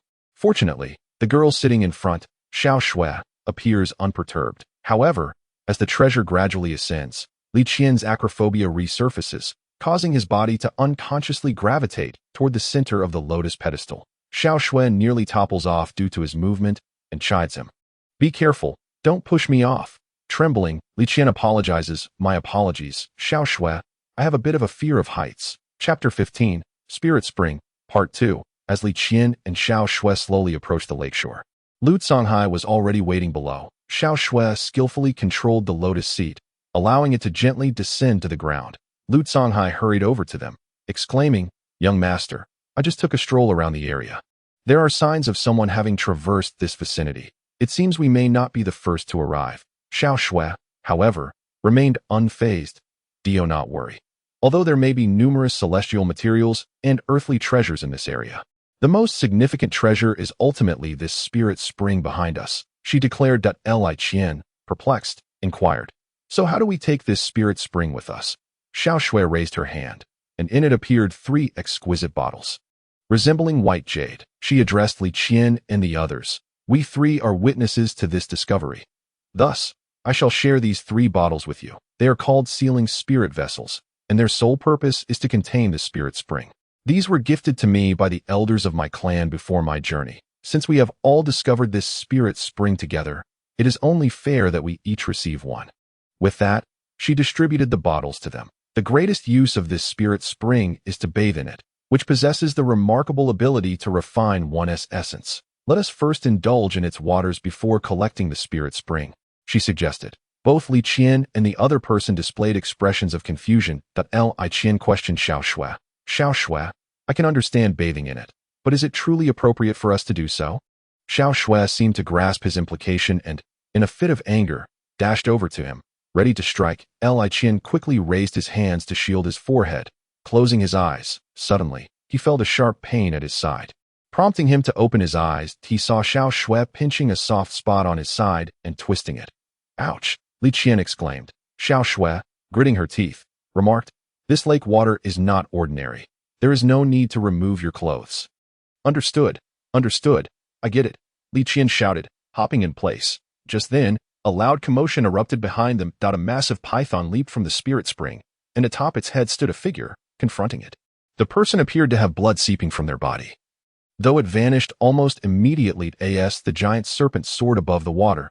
The figure was propelled into the AI. Li Qian's eyes widened in shock as he recognized the individual. It was the woman from outside the secret realm.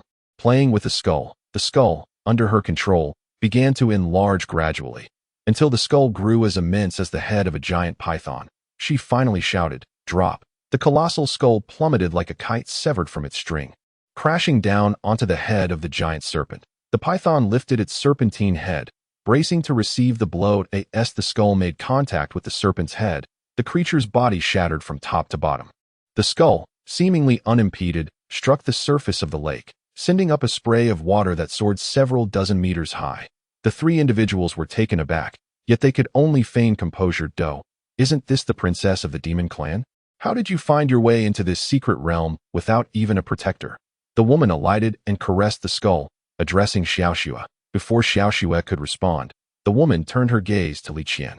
"What a coincidence! I haven't yet asked for your name." Li Qian clasped his fists in a respectful salute and replied, "I am Li Qian, a resident of Zhongzhou, here under the guidance of my master to undergo training in this secret realm." The woman let out a scoff and remarked, "Why the rush to bring up your background? I have no intentions of harming you." The girl waved her hand and said, all right, I won't tease you any longer. But tell me, what brings you here?" Xiao Shui interjected. "This spiritual spring has marvelous effects. What else could we be here for?" The girl merely shot her a glance and retorted, "It's clear you haven't studied the knowledge of secret realms properly. While the spiritual spring is indeed wondrous, its optimal purifying effect is only experienced upon the first immersion. Thereafter, its benefits diminish to that of ordinary spring water."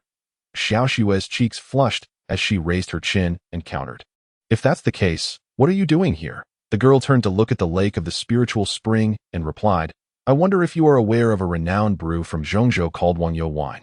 Our esteemed master of the Bliss clan is quite fond of this drink. However, due to the rarity of its ingredients, its price has always remained exorbitant. A single bottle could purchase an entire city. This wine is famously known for transforming joy into sorrow. That I am here on the master's orders to seek the spiritual spring." Li Qian interjected, "This sounds familiar to me." The girl turned her attention to Li Qian. "Oh, I didn't expect someone so young to have an appreciation for wine." Li Qian quickly waved his hand in denial. No, I merely meant that I've heard of this particular wine." Meanwhile, Lu Songhai chimed in from behind, "Young master, this wine is indeed a product of your family's business." Li Qian's eyes lit up as he nodded. "That's correct. I recall my father discussing this wine with others at home." The girl then bowed slightly and introduced herself. "I am Zhao Ganlin. If this wine truly belongs to your family, I would be willing to escort you until you exit this secret realm." Li Qian responded, "Under the condition that you provide us with a few casks of wine." Zhao Ganlin shook her head and replied, "I would like you to have your family produce all the ingredients for the Wanyu wine I take with me, without charging us a fee. What do you say?" Li Qian, having never engaged with the family business, was uncertain about how to respond. Seeing Li Qian hesitating, Zhao Ganlin spoke again. "Then I shall add another condition. All the treasures obtained from this secret realm shall be at your disposal to select first." Xiao Shui, standing nearby, brightened at this and whispered in Li Qian's ear, "You can agree to him. This deal is bound to be profitable for you." Li Qian had no choice but to nod, saying nothing further. Xiao Shui then addressed the group. "Let us not linger here. Such a grand opportunity lies before us, and it is not meant for idle conversation." With that, Xiao Shui was the first to plunge into the lake. Li Qian and the others quickly followed suit. Li Qian leapt into the water. An overwhelming surge of spiritual energy coursed through him, hinting at a possible breakthrough. Zhao Ganlin, noticing this, immediately jumped in to pull him out.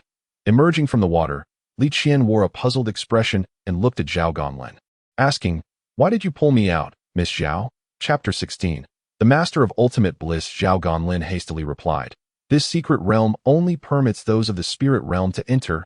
If you were to attempt to break through here, The very laws of this realm would reject you. The consequences could range from severe cultivation losses to the loss of your life. Hearing this, Qian broke into a cold sweat, quickly bowing in gratitude. Thank you for your warning. Mississippi Qian and Zhao Ganlin stood silently on the shore. Outside the secret realm, Jing Guanhai sat at the edge of a cliff, conversing with Qi Linger before him. Brother Hai, what made you decide to gather followers? She inquired. I recall you have always preferred to travel alone. Jing Guanhai shook his head and replied, Linger, you have lived within the clan and have not ventured into the martial world. So you may not be aware that a great war between the demon and human races is imminent, that I must strengthen the power behind me. Qi Linger widened her eyes in surprise. But haven't humans and demons coexisted peacefully for so many years? Why must a war erupt now? She asked, puzzled. Jing Guanhai sighed and began to explain. Our continent was originally inhabited solely by humans. However, 300 years ago, the demon race descended upon our land, prompting the other 5 continents to send their people here. Although later, humans and demons delineated territories, the living conditions of those originally here have been severely compressed. In recent years, both sides have been engaged in overt and covert struggles, encroaching upon each other's territories. But why can't humans and demons coexist peacefully on this continent? Qi Linger asked, still confused. Jing Guanhai gazed into the distance and replied softly. It is not so simple. Since ancient times, prejudices have existed even among humans, let alone between humans and demons. People categorize those with differing viewpoints as outsiders. Over the years, I have traveled far and wide, advocating for peaceful coexistence between humans and demons. Yet all I have earned is the title of a heretic. At this point, Jing Guanhai fell silent. Well said, a voice suddenly echoed from behind them. Turning around, they saw a man clad in red, holding a black folding fan. Though the figure before them appeared to be a man, his countenance bore the delicate features of a woman, almond-shaped eyes, a refined nose, and skin as smooth as cream. Jing Guanhai rose gracefully, clasping his fists in a gesture of respect, and spoke. I was wondering who it might be. It turns out to be none other than the leader of the blissful sect. Brother Qian. It has been but a short time since our last encounter, and yet, dear Guanhai, I see you have already found a companion. Before Jing Guanhai could respond, Qian hastily approached, leaning in to whisper in a conspiratorial tone. Though loud enough for both to hear, my brother, I happen to possess a superior dual cultivation technique. Alas, I do not have it on me at present. Otherwise, I would bestow it upon you right now. Another day, accompany me to my abode, and I shall present it to you. With that, he unfurled his fan, concealing his amused smile. Brother Qian, please refrain from jesting with me. This is my sister, Qilinger, from the Qi family. As he spoke, Jing Guanhai gestured towards Qilinger, whose cheeks were already flushed with embarrassment. Qian surveyed Qilinger and remarked, Ah, so you are the sister of that brutish ox. You are indeed far more comely than he. It is no wonder I did not recognize you. Qilinger seemed hesitant to respond. Qian then shifted the conversation back to Jing Guanhai, asking, Has the Emperor of Humanity made any contact with you recently? Jing Guanhai shook his head, a look of confusion on his face as he replied, As a member of a heretical sect, why would he wish to communicate with me? Qian stroked his chin thoughtfully and paced, saying, I too am curious. Just a few days ago, while conversing with several esteemed individuals in my own dwelling, a eunuch from the Emperor's side visited me and conveyed that the Emperor wished to engage me in a few casual discussions. Jing Guanhai inquired, And what did you say? Qian, with a dismissive gesture, replied, Oh, please, you, a cultivator of the unification realm, fear such trivial matters. Qian chuckled awkwardly, scratching his head as he admitted, The truth is, I had pressing matters at hand, making it quite inconvenient. Jing Guanhai then asked, Now that you mention it, I have yet to inquire about your purpose for being here. Qian licked his lips and stated, My dear brother, surely you are not unaware of my craving for that delightful forgetfulness wine. And what does that have to do with your visit? Qian pointed at Jing Guanhai, saying, Do not play the fool with me. You recently traveled to Zhongzhou City. I find it hard to believe you did not bring back a few jars of that exquisite wine. Hurry and produce it for me to taste, for I have brought along some delectable dishes to accompany it. As he spoke, Qian revealed a 3-tiered wooden food box. Jing Guanhai shook his head, replying, On this trip, others gifted me with various wines, and I did not purchase any additional ones. Shall we not make do with what we have? Though Qian felt a twinge of disappointment, he readily agreed. The three sat on the ground, Opening the food box, they combined 2 tiers to serve their dishes, with the remaining tier designated for their cups. Jing Guanhai opened a jar of wine, and the fragrant aroma wafted through the air. Li Qian's eyes sparkled with delight as he exclaimed, "You, my friend, have surprised me. Is this not the very forgetfulness wine?" Jing Guanhai, seemingly lost in thought, shook his head with a smile and remarked, "I had completely forgotten that our destination this time is the Li family of Zhongzhou." He poured the forgetting worry wine into 3 glasses, the liquid shimmering like stars fallen from the heavens into the cups. Beside him, Qi Linger waved her hand and said, "Brother Hai, I think I shall pass. I have never consumed alcohol before." Letian chuckled and replied, "Little girl, you may not be aware of the exquisite ingredients and methods involved in this wine's creation. The base of this wine comes from a rare spiritual spring found only in a select few secret realms. The Li family of Zhongzhou then infuses it with numerous heavenly materials and treasures to brew. It is truly wondrous. A single sip can elevate one's realm slightly."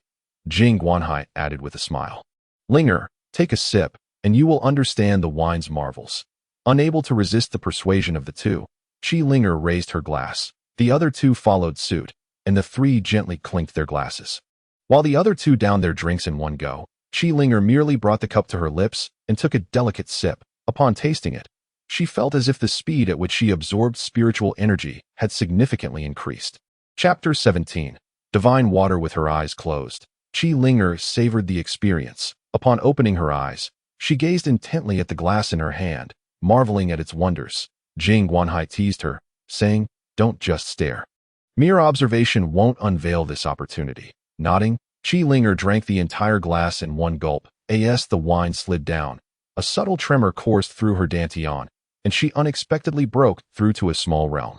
Jing Guanhai and Letian, who had been smiling, suddenly turned their attention toward a certain direction. There stood an elderly man, hunched over with a pale complexion. "Doe, it seems this fellow truly cannot withstand being mentioned." Letian remarked playfully, "Master Lu, you jest. This old servant is here specifically to seek out Master Jing," the old man said, shuffling closer to the trio. He bowed deeply to Jing Guanhai and introduced himself. "This old servant, Zhao Hongzhong, pays his respects to Master Jing. There's no need for such formalities. Lord Zhao, that we happen to be enjoying a drink. Why not join us?" Jing Guanhai gestured toward the dishes laid before them. However, Zhao Hongzhong shook his head with a smile, saying, "Master Jing, you honor me too much. I am merely here to convey a few words from His Majesty, and shall be leaving shortly." Jing Guanhai savored a morsel of food. He chewed thoughtfully and replied, "Well then, Lord Zhao, please do not hesitate to speak. His Majesty wishes for us to seek out the top 10 martial artists of the Jianghu for a meeting in the palace." Zhao Hongzhong stated with a smile. Letian, holding his wine cup, interjected, "If I recall correctly, aren't you also a notable name on that list, Lord Zhao? Why are you not by the Emperor's side offering protection, but instead have come seeking us so-called heretics?" "Master Lu, do not misunderstand. His Majesty has always held great esteem for you Jianghu heroes. Moreover, my meager skills are utterly insignificant in comparison to the 2 esteemed leaders before me." Zhao Hongzhong replied humbly. Jing Guanhai took a sip of his wine and said to Zhao Hongzhong, "Very well, you may inform us of the time, and we shall certainly arrive on the appointed day." At this, Zhao Hongzhong nodded repeatedly in agreement. Originally, he harbored concerns about the pride within Jing Guanhai and the others, which made them reluctant to enter the palace. However, this situation spared him considerable trouble. "If the 2 of you have no pressing matters in the recent days, then you may set off immediately. As for the others on the list, it is time for them to embark as well." Zhao Hongzhong bowed and withdrew. This moment, Qi Linger, filled with worry, spoke up. "Brother Hai, will there truly be no issues with your departure?" Jing Guanhai replied with a smile, "Since a confrontation between the human and demon clans seems inevitable, it is only a matter of time before they come seeking the skilled individuals among us on the continent. After all, during times of great conflict, our presence will be necessary to maintain order." Although Qi Linger was anxious in her heart, she chose to remain silent. Within the secret realm, Li Qian and his companions were taken aback as they gazed at the 2 individuals immersed in the spiritual spring. The sight of the 2 meditating in mid-air above the lake, surrounded by a gradually swirling mist that coalesced into a foggy sphere, left them astonished. As the 2 figures began to fade from view, Li Qian inquired, "If I were to take this spiritual spring with me, would its efficacy diminish?" His curiosity was piqued by the mysterious nature of the spring. Zhao Ganlin shook her head and replied, "Naturally, it would not diminish, but there is one thing you must consider. This spiritual spring cannot be contained in ordinary vessels. Only those with specific qualities can hold it." Upon hearing this, Li Qian reached to his waist and produced the white jade vial gifted to him by Xiao Shui. Zhao Ganlin's expression shifted slightly, revealing a hint of surprise as she remarked, "Isn't this sealing spirit liquid exclusive to the demon clan?" "Oh, did that young lady give it to you?" Li Qian nodded and responded, "I believe this should suffice for containing the spiritual spring." Zhao Ganlin thought to herself, "You are indeed extravagant, using sealing spirit liquid to hold the spiritual spring, but then again, it is an item carried by a princess of the demon clan." Just as they were pondering this matter, a thunderous roar erupted from a distant cliff, accompanied by the sight of two figures plummeting from above. Initially drawn by the roar, Li Qian then noticed the two rapidly descending shadows. However, after a brief moment, the figures began to float, ceasing their descent. They gradually glided toward Li Qian and his companions. As they drew near, Li Qian discerned that one was a young man clad in a blue robe, cradling a woman dressed in white. Both individuals bore numerous bloodstains on their garments. Observing the two airborne figures, the young man, with sword-like brows and a pallid complexion, appeared somewhat haggard, while the woman in his arms had succumbed to unconsciousness. The young man guided his flying sword to the ground and gently laid the girl down. From a small pouch at his waist, he retrieved a blue-white pill and administered it to her. Turning to Li Qian and the others, he clasped his fists in greeting and introduced himself. "I am Su Peng, a disciple of the Divine Water sect that we encountered danger earlier, but we will tend to our injuries and leave immediately. Thus disturbing you all. Li Qian nodded and replied, "Please, take your time to recuperate." Su Peng nodded thoughtfully, yet he did not immediately settle into a meditative posture. Instead, he remained seated nearby, awaiting the awakening of the woman in white. After a considerable time, the woman opened her eyes, abruptly sitting up with a look of terror as she surveyed her surroundings. Her gaze softened upon catching sight of Su Peng, granting her a measure of comfort. Without hesitation, she embraced the youth, tears streaming down her cheeks as she sobbed, "Senior brother, I thought I would never see you again. That I was so frightened just now." That Su Peng remained silent, gently patting her back. Observing this scene, Li Qian could only look skyward, retreating to a distance. Noticing their departure from the corner of his eye, Su Peng quietly addressed the woman in white, saying, "Junior sister, please guard me for a moment. The spiritual energy within me is in disarray." As he spoke, he gestured to wipe away the tears that had fallen from her eyes. The woman nodded in response, assuring him, "Senior brother, do not worry. Master has bestowed upon me a life-preserving talisman for this journey. I shall be safe." With that, the tension in Su Peng's furrowed brow began to ease. He settled into a cross-legged position, initiating an introspective examination of his condition. The two had recently entered the secret realm, exploring their surroundings when they were unexpectedly confronted by a dark creature that Li Qian had repelled in a desperate attempt to escape. Su Peng and his companion found themselves overmatched by the beast. Sustaining injuries as they retreated, the woman, his junior sister, had been struck in the chest during the encounter, rendering her unconscious. In a frantic bid for safety, Su Peng had carried her deeper into the forest, distracted by the need to fend off the pursuing creature, leading to their unfortunate fall from a cliff. Chapter 18. The marvel of the spiritual spring. As Su Peng introspected, he was astonished to discover that the previously injured meridians within him were beginning to mend on their own. While he closed his eyes to cultivate, the woman in white rose and approached Li Qian, who was still some distance away. She clasped her fists in greeting and introduced herself. "I am Chen Yanqian. It is an honor to meet you both. My senior brother and I had only just entered the secret realm, believing the periphery to be relatively safe. However, while we were conversing in the woods, a creature of the secret realm unexpectedly appeared. Although it bore wounds, we assumed, given its location, it would be manageable. To our surprise, despite its cracked scales, its defense proved formidable. My senior brother's swords left not a scratch upon it. During the battle, I was knocked unconscious, and what transpired afterward is beyond my recollection." Li Qian scratched his head, feeling an increasing sense of familiarity with the creature described by Mianqian. Just then, Su Peng, who had just settled into a meditative state, opened his eyes in astonishment, turning to gaze at the lake nearby. Could this be the legendary spiritual spring? He mused aloud. Upon hearing his words, the the three turned their attention toward him. Chen Mianxian hurried over, concern etched on her face as she inquired, "Senior brother, are you unscathed?" Su Peng shook his head and replied, "When I introspected just now, I discovered that some of my previously damaged meridians are beginning to heal of their own accord. I already feel considerably better. Let us speak no more of this. Junior sister, we have arrived at the spiritual spring that our master once mentioned to us." That Su Peng, brimming with excitement, pointed towards the adjacent lake. As if he had stumbled upon an extraordinary fortune, Zhao Ganlin, observing from the side, remarked languidly, "I did not expect the disciples of the Divine Water sect to possess such discernment." Li Qian, puzzled, turned to Zhao Ganlin and inquired, "Miss Zhao, why are they so exhilarated upon seeing this spiritual spring? Is it not merely useful for cleansing scriptures and brewing wine?"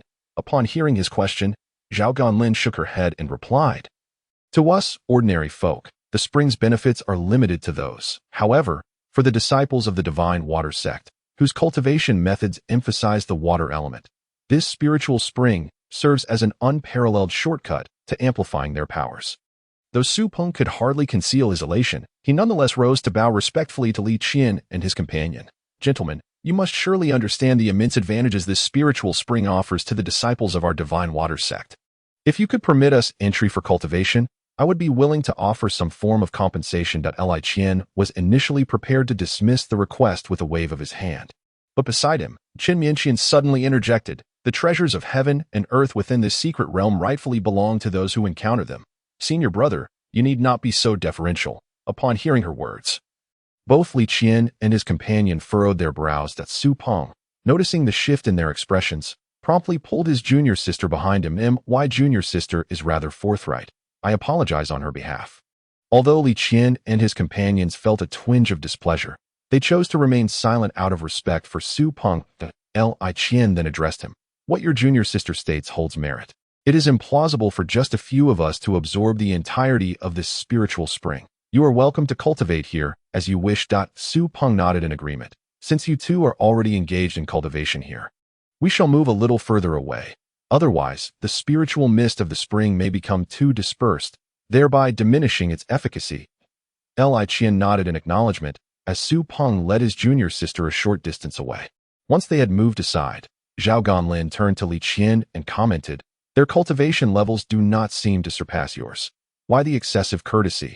Li Qian shook his head, replying, "Although we are uncertain about the conditions of this secret realm, it is always prudent to avoid unnecessary conflict and preserve one's strength." As Su Peng and his companion walked, Chen Mianxian expressed her frustration, "Senior brother, why are you being so submissive? We are merely two in number. Not only do they outnumber us, but the young man on the shore exudes an aura considerably stronger than mine. You must refrain from such recklessness. Otherwise, your temperament may bring us significant trouble in the future." Meanwhile, in the lake, Xiao Shui and her companion found the mist gradually dissipating around them. With their eyes that were once gently closed now wide open, Xiao Shui spread her arms and gazed at herself, her expression brimming with exhilaration. "I've broken through. I cannot believe that in such a brief moment, I have advanced 2 minor realms. This spiritual spring is indeed extraordinary." Xiao Shui exclaimed with delight. Lu Songhai smiled as he observed his own body. Clenching his fists in triumph, Li Qian indeed appeared somewhat melancholic. An opportunity lay before him, yet he must wait until he emerged from the secret realm to partake in its benefits. Beside him, Zhao Ganlin spoke up, suggesting, "Let us commence the gathering of the spring water at once." With that, she retrieved from the pocket at her waist an object resembling a golden bowl and began to chant incantations. The golden bowl gradually expanded until it reached the size of a person, at which point it transformed. The other three gazed at the bowl, or rather, it should be termed a vat, with wide eyes. This magical artifact of mine is called the Pishio Vat. It can consume all things in the world, so I shall not be modest, she declared, controlling the large vat to invert above the lake's surface. Instantly, the lake water began to be drawn into it. Observing this, the three lowered their gazes to the sealing vessels in their hands. That Li Qian remarked, "Indeed, without comparison, one cannot appreciate the difference." Xiaoxua, seemingly unconcerned, replied, "Though my bottle is small, the spring water I have gathered is sufficient for 3 to bathe." With that, she tossed the white jade bottle into the air, where it hovered and began to draw in the spring water. However, The water column it generated starkly contrasted with the Pishio vat beside it. Li Qian wished to say more, but was met with Xiaoshua's frosty gaze, prompting him to silence himself and mimic their method. Tossing his sealing vessel into the air. After completing this, Li Qian turned to Lu Songhai and inquired, "How do you feel after soaking in the spring water?" Lu Songhai clasped his fist in salute and responded, "Young master, the benefits bestowed upon me by this spring water are quite remarkable. I feel my innate qualities have significantly improved. Moreover, I have achieved great success in the spirit entry realm." Li Qian nodded and asked, "Do you not have any other sensations? Perhaps something physical?" Lu Songhai appeared somewhat puzzled and replied, "It feels rather warm. Does that count as a sensation?" Li Qian forced a smile and nodded as the spring water flowed into the magical artifact. After a while, the sealing vessels of the three were filled to the brim. However, they noticed that Zhao Ganlin's Pishio vat seemed like an endless abyss. Even after such a duration, it showed no signs of ceasing its intake. Observing this, Li Qian mused internally, "How many barrels of wine must this yield? Have I unwittingly created a dilemma for my father?" Ultimately, he made a decision and inquired of Zhao Ganlin, who stood by the shore. "Miss Zhao, just how much can this vat hold?" Zhao Ganlin extended a finger point 1 foot. Li Qian guessed. She shook her head and corrected, "No, no, no, it can keep filling endlessly." Li Qian quickly interjected, "But we must continue our treasure hunt within the secret realm. We cannot simply remain here watching you collect spring water." After a moment of contemplation, Zhao Ganlin replied, "Very well, this should suffice for the master. He has been drinking for quite some time. Let us depart." She then stowed the Pishio vat into the small pouch at her waist and declared, "Let us go." However, Li Qian pointed towards the 2 misty spheres on the surface of the lake and said, "Shall we not wait for those 2? Xiaoxue, upon his gesture, finally noticed the 2 misty spheres on the lake's surface. "Who might those 2 be?" she inquired. Zhao Ganlin waved his hand and spoke, "It would be best not to bring them along. They would likely prove to be a burden." Li Qian could only nod in agreement. Subsequently, Zhao Ganlin tossed the skull into the air, where it soared upward, expanding to a colossal size. Li Qian felt a surge of surprise in his heart at the sight. However, the anticipated event he had imagined did not transpire. Instead, Zhao Ganlin merely leaped to perch atop the enormous skull. Xiaoxue placed the lotus pedestal on the ground, and Li Qian hurriedly took a seat, claiming a bit more space for himself. Li Qian, "Can't you let me have some room?" she exclaimed. "This pedestal hardly has enough space as it is, and you're nearly taking up the entire thing." With that, she delivered a sharp tap to Li Qian's head. "Oh dear, stop the noise. How about you join me?" Li Qian, Zhao Ganlin, seated atop the skull with one leg crossed over the other and her delicate hand supporting her chin, gazed at the youth on the lotus pedestal who was cradling his head. Although Li Qian was aware that the skull was not a living entity, its form still sent a chill down his spine. "Thank you for your kind offer, Miss Zhao. We can certainly squeeze in together," he replied, shifting slightly to make room for the irate and pouting Xiaoxue beside him. Zhao Ganlin then turned to Lu Songhai, who stood nearby, and inquired, "Would you care to join us?" Lu Songhai simply shook his head and replied, "I can fly with my sword, so I will pass." With that, he placed his long sword on the ground, stepped onto it, and ascended slowly into the air. Xiaoxue also manipulated the lotus pedestal to rise at that moment. She suggested, "Shall we proceed into the inner circle of the secret realm?" The group nodded in agreement and collectively soared toward the crimson pillar of light. As the quartet flew through the air, they initially felt little sensation when descending from the cliff. However, after some time, Li Qian began to notice the peculiar experience of sitting behind the girl. His face was being relentlessly buffeted by Xiaoxue's hair, causing him to squint and shield his face. He could only extend his hand to grasp the strands that danced around his cheeks. Suddenly, the lotus pedestal came to an abrupt halt. Turning his gaze, he spotted a fiery orb hurtling toward them. Lu Songhai immediately positioned himself in front, cleaving the fireball in 2 with a single stroke of his sword. "Ha ha ha, splendid," came a voice from the trees below. As they looked down, they beheld a red-haired youth soaring through the air on 2 flames. The boy was robust, with his hands positioned before him. Zhao Ganlin remarked coolly, "By your appearance, you must be a disciple of the Red Fire sect. What are those 2 nostrils for, if not for breathing? Can you not see there is a princess of the demon clan here?" The young man laughed heartily and declared, "I have come specifically to slay this demon spawn. Associating with her makes you complicit in her wickedness. Today, I shall use my divine fire to incinerate you abominable beings." With that, the red-haired youth conjured 2 more fireballs in his hands and hurled them at the group. Lu Songhai remained steadfast in front, slicing through the incoming projectiles with his sword. Qian turned to Xiao Xue behind him and asked, "Can you discern his cultivation level?" Xiao Xue replied calmly from the rear. "He should be at the pinnacle of the spirit realm." Previously, with clenched fists, he spoke. "That makes things easier." Subsequently, Li Qian called out loudly from behind Xiao Xue, "The one playing with fire over there. How about we go down and have a little competition?" The red-haired man, astonished, retorted, "Who is speaking? Is it some sort of sorcery?" Left with no choice, Xiao Xue adjusted the lotus pedestal. Swapping their positions, though, "I initially thought there were only 3 of us. It turns out there's another hiding here." Li Qian rubbed his forehead, chuckling awkwardly, and said, "Just say you're going down to fight." "Do you dare?" The red-haired man, glaring with a hint of anger, replied, "I, Wang Yin, have never feared a duel. If we are to fight, then let it be. All right, you go down to warm up first, and I will discuss matters with them here." Wang Yin smirked slightly but said nothing more, descending below. Li Qian then addressed the others beside him. "What are you all waiting for? Let us go." The group was momentarily taken aback, but soon understood his intent, swiftly controlling their magical artifacts to leave the area. Meanwhile, Wang Yin was still below, engrossed in his warm-up, completely unaware that the sky above him, obscured by the trees, was now deserted.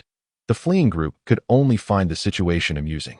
Xiao Xue laughed and remarked to Li Qian, "I never expected that beneath your seemingly honest demeanor, you possessed such cunning." Li Qian scratched his head, chuckling awkwardly, and replied, "I also didn't anticipate that fellow would be so single-minded as to agree with me." This remark only served to elicit further laughter from the group. "Are you all ready? Stop dawdling up there and come down to meet your fate," Wang Yin shouted at the empty sky, shrouded by trees. After finishing his warm-up, Chapter 20, blazing flames. The group flew for quite some time, and as night gradually descended, Xiao Xue and the others controlled their magical artifacts, slowly descending towards the ground. "What's wrong? Is someone looking for trouble again?" Li Qian inquired curiously from behind Xiao Xue. "Once we enter there, our flying artifacts will become ineffective to prevent us from unexpectedly crashing down from above. We shall proceed on foot from this point on." Li Qian nodded and suggested, "Since it's already dark, why don't we take a moment to rest here?" The others agreed. "Then let us first find something to eat and gather some firewood," Li Qian proposed. However, Xiao Xue smiled and shook her head, saying, "No need." As she spoke, a food box appeared in her hand, and with a gesture towards the ground, a pile of firewood materialized. Li Qian was left astonished, gazing in disbelief. "Miss Xiao Xue, what kind of divine ability is this? It doesn't seem like a magical artifact. How can you just stretch out your hand and have whatever you desire appear?" Soon, the fire was lit, and the 4 of them sat around it, enjoying their meal. Xiao Xue and Lu Songhai were relatively unaffected by hunger due to their training in the spiritual spring. But Li Qian, having not eaten all day, devoured his food ravenously. He consumed nearly half of the meal Xiao Xue had brought out, then leaned back against a large stone, rubbing his belly. "It is quite unbearable. I have never felt so satiated in my entire life." Zhao Ganlin gazed at the nearly depleted dishes before him, which had been ravaged by Li Qian, and turned to the side to address the young lady. "Xiao Xue, I am unsure if there is any food remaining, for I have brought nothing but provisions on this journey. Compared to your delectable meals, mine are rather challenging to consume." Xiao Xue chuckled and nodded in agreement, responding, "On this expedition into the secret realm, I have brought an abundance of food, enough to sustain us for an entire year without exhausting it." With that, she conjured a food box seemingly from thin air. Zhao Ganlin eagerly retrieved the dishes from the box, his hunger from the day's exertions prompting him to eat rather hastily. However, in comparison to Li Qian's manner of eating, his approach appeared significantly more refined. Nevertheless, in the end, the food was swiftly devoured by her. He wiped his lips with a handkerchief before inquiring, "How did your kind come to harbor animosity towards the Qihua sect?" Xiao Xue shook her head in resignation and replied, "I cannot recall when such enmity began. Yet given the history between humans and our kind, it is not surprising that they would seek any justification to slaughter us. Moreover, as a princess of the demon race, I have overheard my guards mention that my demon core has been placed under a staggering bounty by the human race, that it seems they wish to eliminate me for the reward." At this, Xiao Xue could only smile wryly. Zhao Ganlin could only pat her shoulder in sympathy. Suddenly, a fireball surged towards them from behind, prompting Zhao Ganlin to swiftly retreat several paces while shielding Xiao Shui.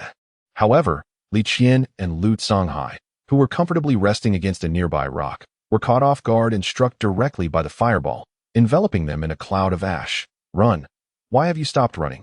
In the darkness, illuminated by the two crimson fireballs in his hands, the red-haired youth, Wang Yan, slowly approached them as the dust settled. It revealed Li Qian merely brushing off the dust from his clothes, showing no signs of injury. While patting himself down, Li Qian addressed Wang Yan, saying, I must ask, can't you make your entrances a little more gentle? The youth pointed at Li Qian and retorted, You demon, you have kept us waiting for so long. Prepare to face my wrath. Li Qian, playfully tilting his neck, responded with a grin, I just finished my meal.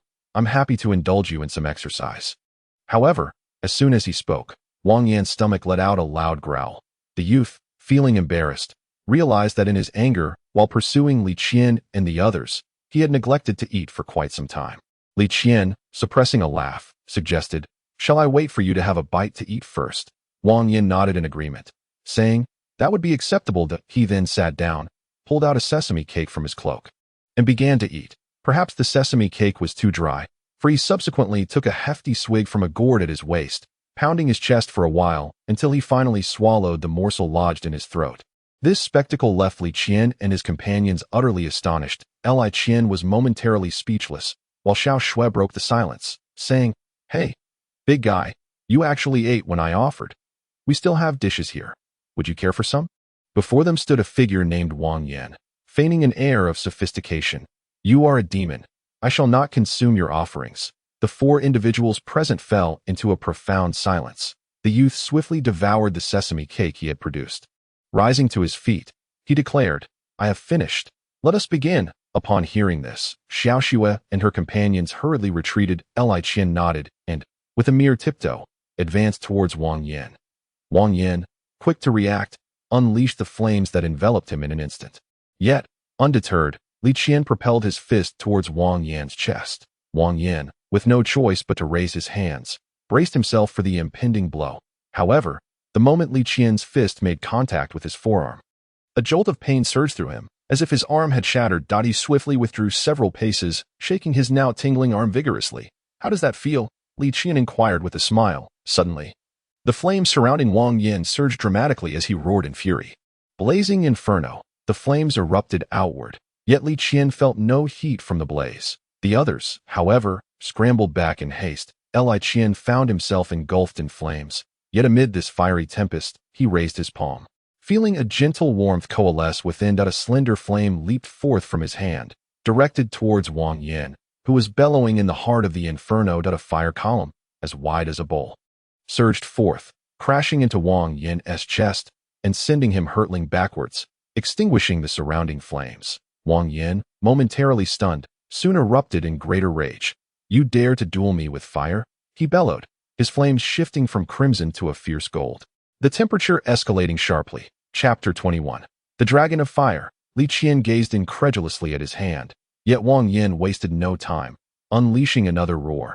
Dragon of Fire. Li Qian, cupping his ears, remarked, This battle is truly deafening. He began to channel all his spiritual energy, gathering it once more in his palm, but this time what emerged was not the previous fire column, but a colossal wall of water. At that moment, a formidable fire dragon surged towards Li Qian. The dragon collided violently with the water wall before him, sending a vast mist rising into the air. Li Qian, compelled to reinforce the water wall with additional energy, found that despite his inexperience with the water element, Wang Yan was still unable to gain the upper hand due to their disparity in cultivation levels. The two remained locked in a stalemate for an extended period. Gradually, the fire dragon began to extinguish, clearly indicating that Wang Yan's inner energy was nearing depletion. In contrast, Li Qian appeared rather composed. Wang Yan, gasping for breath as he sat on the ground, waved his hand and said, No more fighting. Your demonic techniques truly baffle me. Li Qian approached him, arms crossed, and replied, You seem quite adept at calling me a demon. Are you not concerned that I might take advantage of your current exhaustion and end you? Li Qian observed as Wang Yan's expression began to darken ominously. With a dismissive wave of his hand, Wang Yan spoke, I concede my inferiority. Do as you wish, whether to kill or to maim. Having uttered this, he reclined on the ground. Li Qian, initially believing he had succumbed to unconsciousness, approached closer and was surprised to hear the soft sounds of snoring emanating from him. That moment, Xiao Shui and her companions approached. Xiao Shui stepped forward, her brow furrowed in confusion, and queried, "Is this giant not quite right in the head?" Zhao Ganlin, standing nearby, remarked languidly, "He is likely a prodigy nurtured by the Qihua sect since childhood, rarely venturing beyond their gates, which might explain his somewhat foolish demeanor. Nonetheless, his prowess is undeniably formidable. The two techniques he employed earlier seem to be advanced secrets of the Qihua sect. One moment, he conjures fire. The next, water." Zhao Ganlin merely smiled, raising a hand. From her palm, a small flame flickered to life, followed by droplets of clear water cascading from her fingers. Such feats are common among practitioners before reaching the divine clarity realm. However, your situation is indeed rare. I observed that the fire techniques you executed were merely of a lower tier. You may need to consult your master upon your return. Li Qian nodded in acknowledgement. Refraining from further comment, the group rekindled the campfire and spent the night resting beside it. That on the following morning, Li Qian was awakened by the sounds of vigorous training. Ha! HNGH! Ha! Wang Yin, engrossed in his routine, remained oblivious to Li Qian, who had approached him with arms crossed. The fiery-haired youth continued to punch the air with abandon. It was only after a considerable time that he ceased, finally noticing Li Qian, who had been standing beside him for quite a while. "Why are you up so early? Planning to strike me when I'm vulnerable? Or have you come here to practice your punches?" Li Qian initiated the conversation. Wang Yin scratched his head and replied, "My master always told me that morning practice is indispensable. He said the day is determined by the morning and the year by spring. Besides, taking advantage of others is not my style." He then tilted his head back proudly, seeing no malice in the young man before him. Li Qian engaged him in conversation. "By the way, my brother, what did you think of the fire technique I used yesterday?" Wang Yin chuckled lightly, shaking his head. "Mediocre, quite mediocre. I mastered that fire pillar technique when I was 8. It was merely my oversight that allowed you to land a hit." Li Qian moved a little closer, prompting Wang Yin to step back cautiously and exclaim, "What are you trying to do? Just so you know, I won't go easy on you." Li Qian sighed in exasperation. "I merely wish for you to teach me how to control this fire energy." Wang Yin circled around Li Qian, scrutinizing him from all angles. After a moment, he shook his head and said, "Your body possesses a metal attribute spiritual root. Thus, studying metal-based techniques would be far more advantageous for you than fire-based ones." Li Qian, puzzled, inquired further. Wang Yin scratched his head, pondering for a while before declaring, "I can't wrap my head around it. Never mind, if you wish to practice this fire technique, I will teach you." Li Qian nodded enthusiastically. "However," Wang Yin added, "but I have one condition. If you agree, I will teach you." "What is the condition?" "I will do my utmost to fulfill it," Li Qian responded. Wang Yin, however, began to fidget, his previously resounding voice now sounding somewhat fragile. "It's just the meal you provided yesterday. I wish to indulge in it for as long as I remain in this secret realm." Li Qian was momentarily taken aback, then burst into hearty laughter as he replied, "Did you not say yesterday that the food of the demon race is inedible?" Wang Yin indeed turned to leave, stating, "If you do not agree, then I shall take my leave." Yet, Li Qian hurriedly ran over and grasped his arm. Hey, where are you going? I was merely jesting." Wang Yin, however, was in a stubborn mood and forcefully shook off Li Qian's hand. That moment, a voice called out from behind them. "Li Qian, come over here and eat these buns and pickles first. Then we can chat." This was Zhao Ganlin speaking from beside the fire. Upon hearing this, Wang Yan's forward momentum came to an abrupt halt. Li Qian, stifling his laughter, remarked, "What's the matter, Brother Wang? The food is right there. If you choose not to partake, I shall not persuade you." With that, he turned and strolled back to the spot where he had just been resting. Hearing footsteps approaching from behind, Li Qian quickened his pace slightly.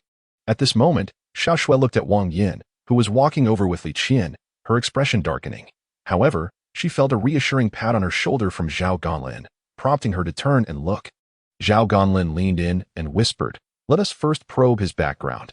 After all, he cannot overpower Li Qian, and we need not fear a confrontation." Xiao Shui could only nod in agreement, her demeanor returning to normal. As Li Qian approached where Xiao Shui and the others were, he feigned surprise and exclaimed, "Ah, Brother Wang, I see you haven't left. Would you care to join us for a meal?" At that moment, Wang Yan's gaze fixated intently on the neatly arranged meat buns and the steaming meat soup. Swallowing hard, he immediately stepped forward and sat down opposite Xiao Shui and the others. However, he did not hastily shove the buns into his mouth. Instead, he waited for Li Qian and the others to sit down and begin eating before he started to partake. In Chapter 22. Gentlemanly Grace. Li Qian looked at his hands in disbelief. Yet Wang Yan did not grant him a moment's respite. Suddenly bellowing, "Fire Dragon Strike!" Li Qian rubbed his ears and remarked, "Fighting with you is truly deafening." He then began to channel his spiritual energy, gathering it once more in his palm. However, this time what emerged was not the fiery column from before, but a colossal wall of water. At this moment, Wang Yan unleashed a massive fire dragon that charged towards Li Qian. The fire dragon collided violently with the water wall before Li Qian, creating a tremendous cloud of mist that rose several meters into the air. Li Qian had no choice but to reinforce the water wall with his spiritual energy, due to the disparity in their realms. Even though Li Qian was still somewhat inexperienced in manipulating the water element, Wang Yan found himself unable to gain the upper hand. The two remained locked in a stalemate for a considerable time. Gradually, Wang Yan's fire dragon began to extinguish, clearly indicating that his spiritual energy was nearing depletion, but in contrast, Li Qian appeared somewhat relaxed. Wang Yan, seated on the ground and gasping for breath, waved his hand and said, "No more fighting, no more fighting. Your demonic arts are truly beyond my comprehension." Li Qian approached him with his arms crossed and spoke, "You certainly call out demon with great ease. Are you not afraid that I may take advantage of your current state of depleted energy and eliminate you?" As he spoke, his expression began to darken ominously. Wang Yan waved his hand dismissively and replied, "I am outmatched. Do as you wish, whether to kill or to maim." With that, he reclined on the ground. And Li Qian, initially thinking he had fainted, drew closer only to hear the sound of his snores drifting towards him. At that moment, Xiao Shui and the others approached. Xiao Shui stepped forward, puzzled, and remarked, "Is this big fellow not quite right in the head?" Zhao Ganlin, standing nearby, mused, "He is likely a prodigy nurtured by the Qihua sect since childhood, seldom having ventured beyond the sect's gates. Hence, he appears rather simple-minded. Nevertheless, his prowess is indeed formidable." The two moves he just executed seemed to be high-level secret techniques of the Qihua sect, alternating between fire and water. Zhao Ganlin merely chuckled and raised a hand. From her palm, a small flame sprang forth, followed by droplets of clear water falling from her hand. Such feats are commonplace for any cultivator before reaching the spirit clarity realm. However, your situation is quite rare. I observed that the fire techniques you employed were of a relatively lower tier. You might need to consult your master directly upon your return. Li Qian could only nod in acknowledgement.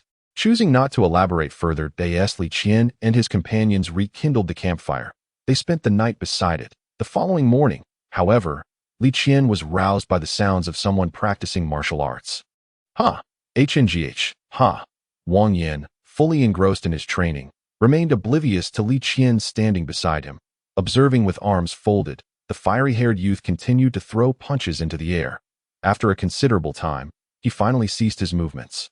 Noticing Li Qian, who had been standing there for quite a while, "Why are you up so early?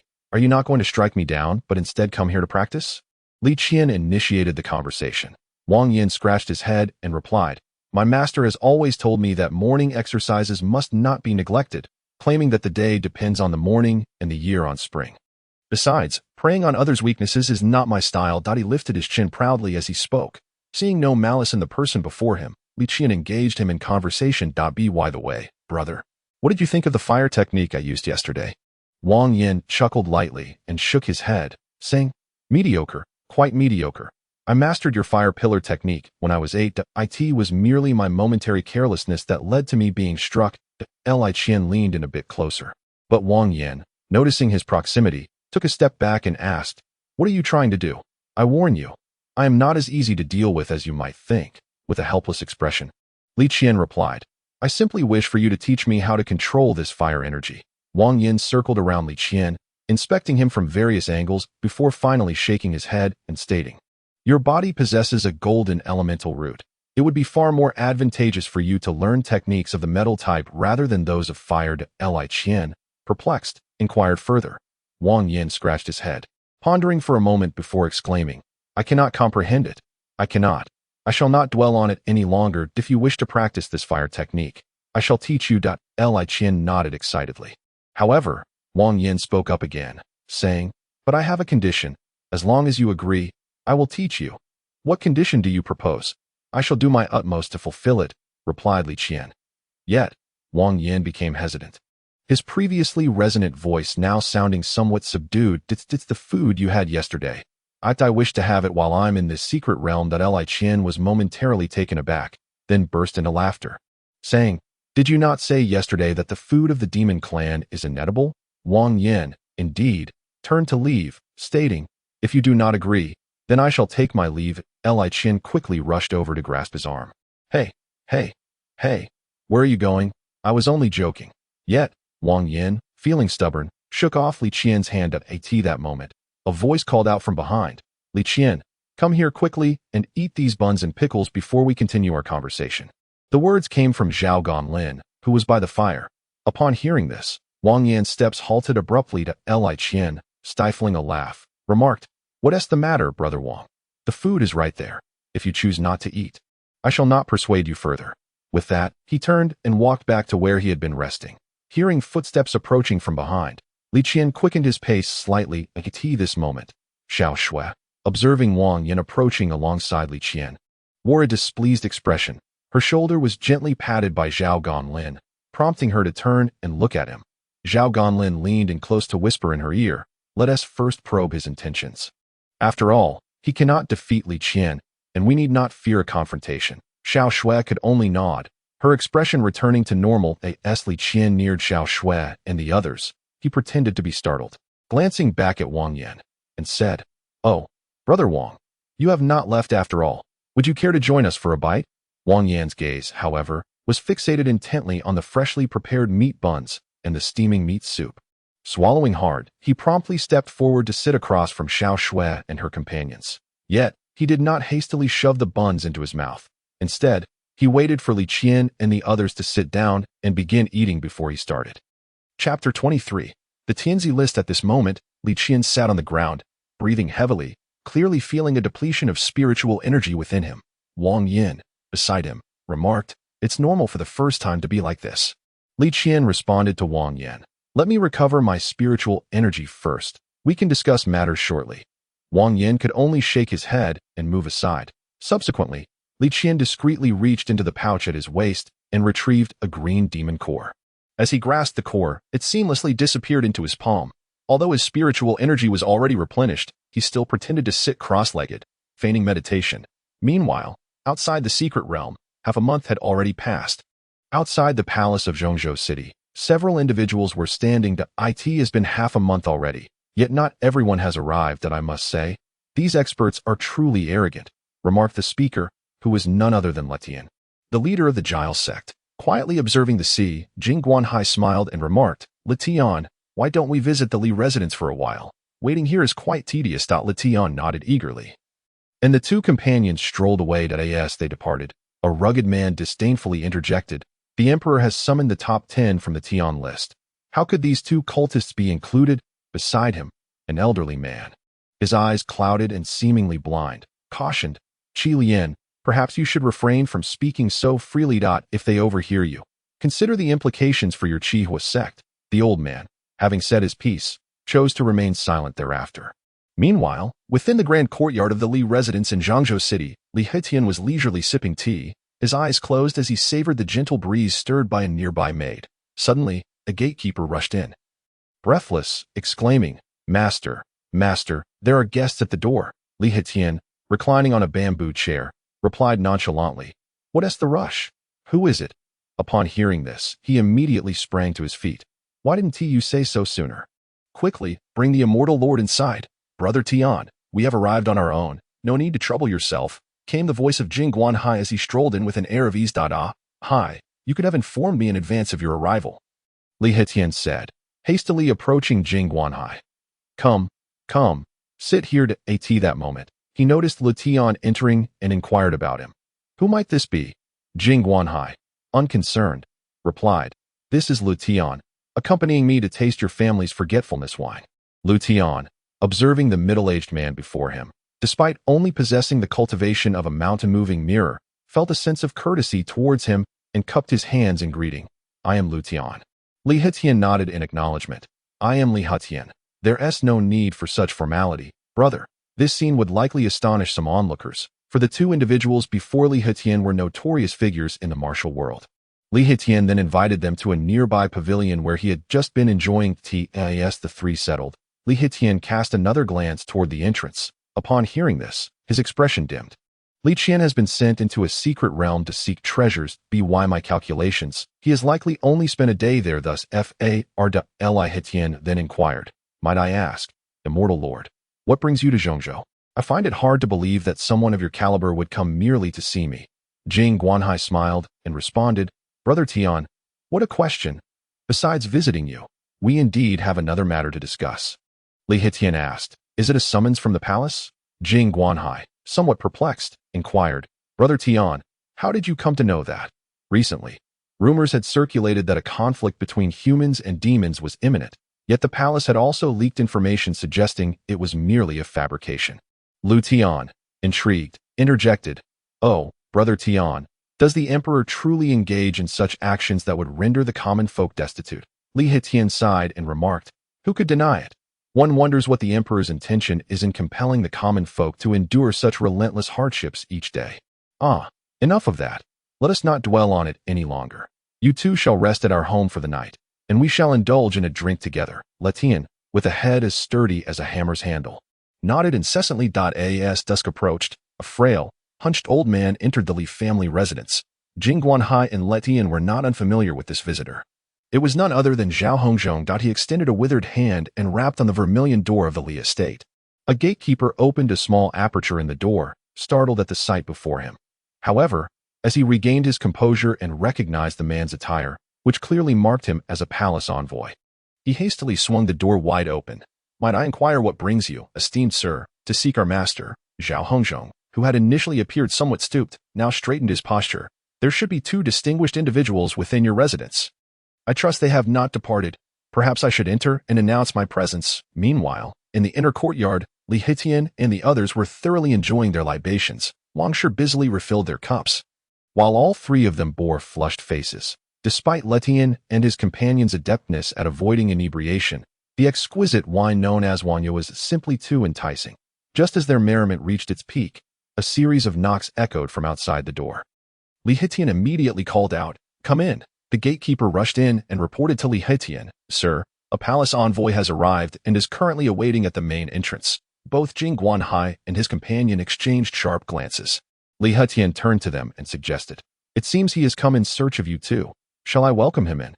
Jing Guanhai, seemingly indifferent, replied, Brother Tian, feel free to summon him without concern for us.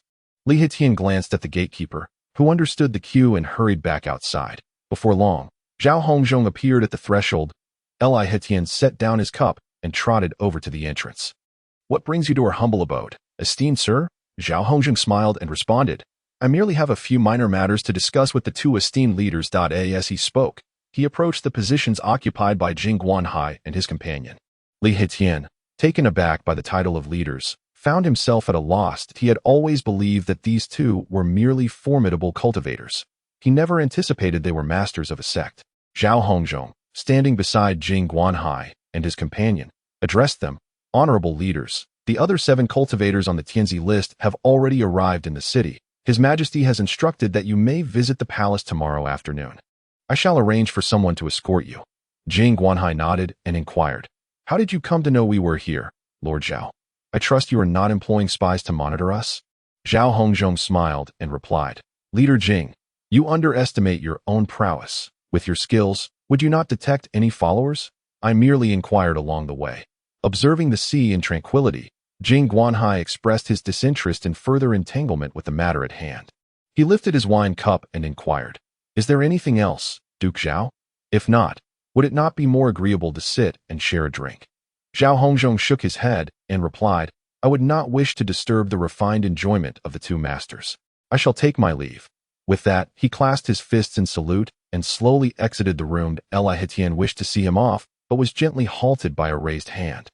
The following day, the heavens were unkind. The morning was shrouded in dense clouds. It seemed that one's mood was often swayed by the scenery. At that moment, in a secluded pavilion chosen for them at the Li residence, Letian, with a hint of concern, asked Jing Guanhai, Heidi, do you not feel that today is particularly prone to mishaps?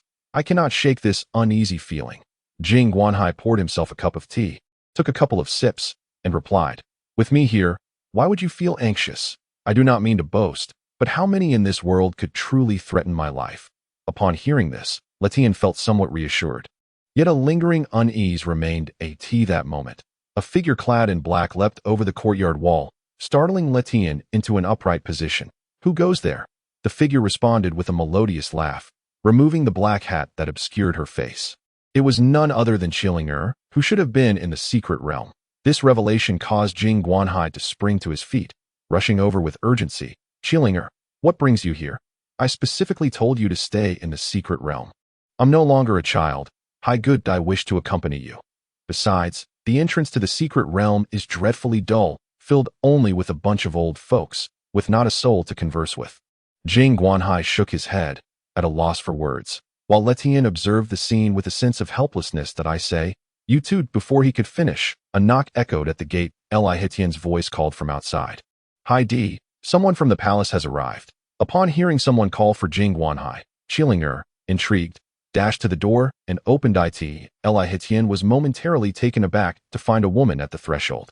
Just then, Jing Guanhai hurried over and said, Tiange, this is the younger sister of a friend of mine who has come along with us. She was resting elsewhere yesterday and has just arrived. However, we must trouble you to keep an eye on her while we are at the palace. Qilinger, pouting in annoyance, retorted, Haigu has said I am no longer a child.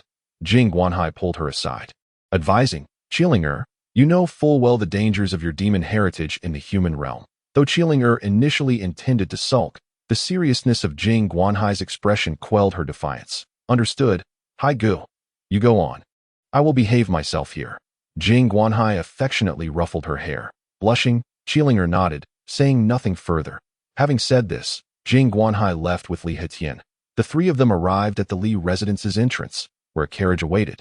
Accompanied by several eunuchs, Jing Guanhai and his companion boarded the carriage, which soon set off under the guidance of the coachman. Within the carriage, Letian nudged Jing Guanhai with his elbow.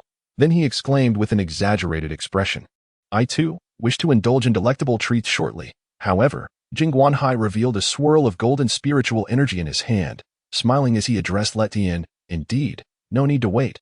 I shall treat you to delightful dishes right now. Letian immediately panicked and sidestepped, exclaiming, Hey, hey, hey. A gentleman uses words, not of violence. Thus, the two playfully tussled within the carriage for a considerable time. That moment, the once jostling carriage became steady, indicating they had arrived at the imperial palace. They promptly sat upright.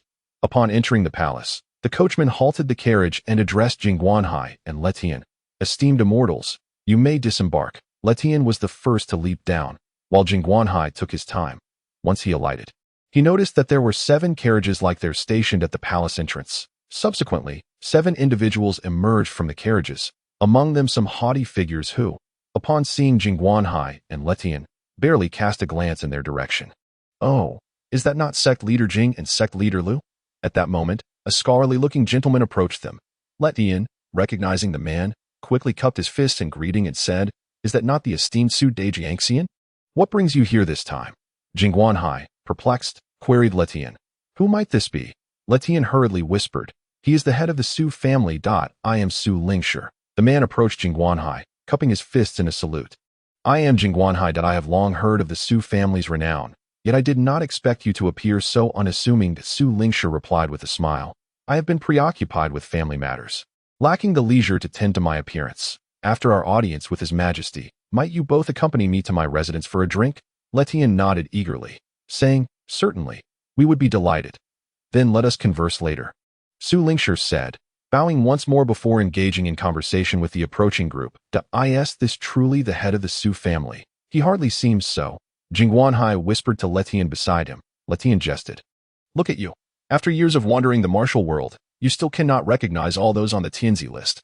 Why should I know them? Their beliefs differ from mine, and they cannot aid me.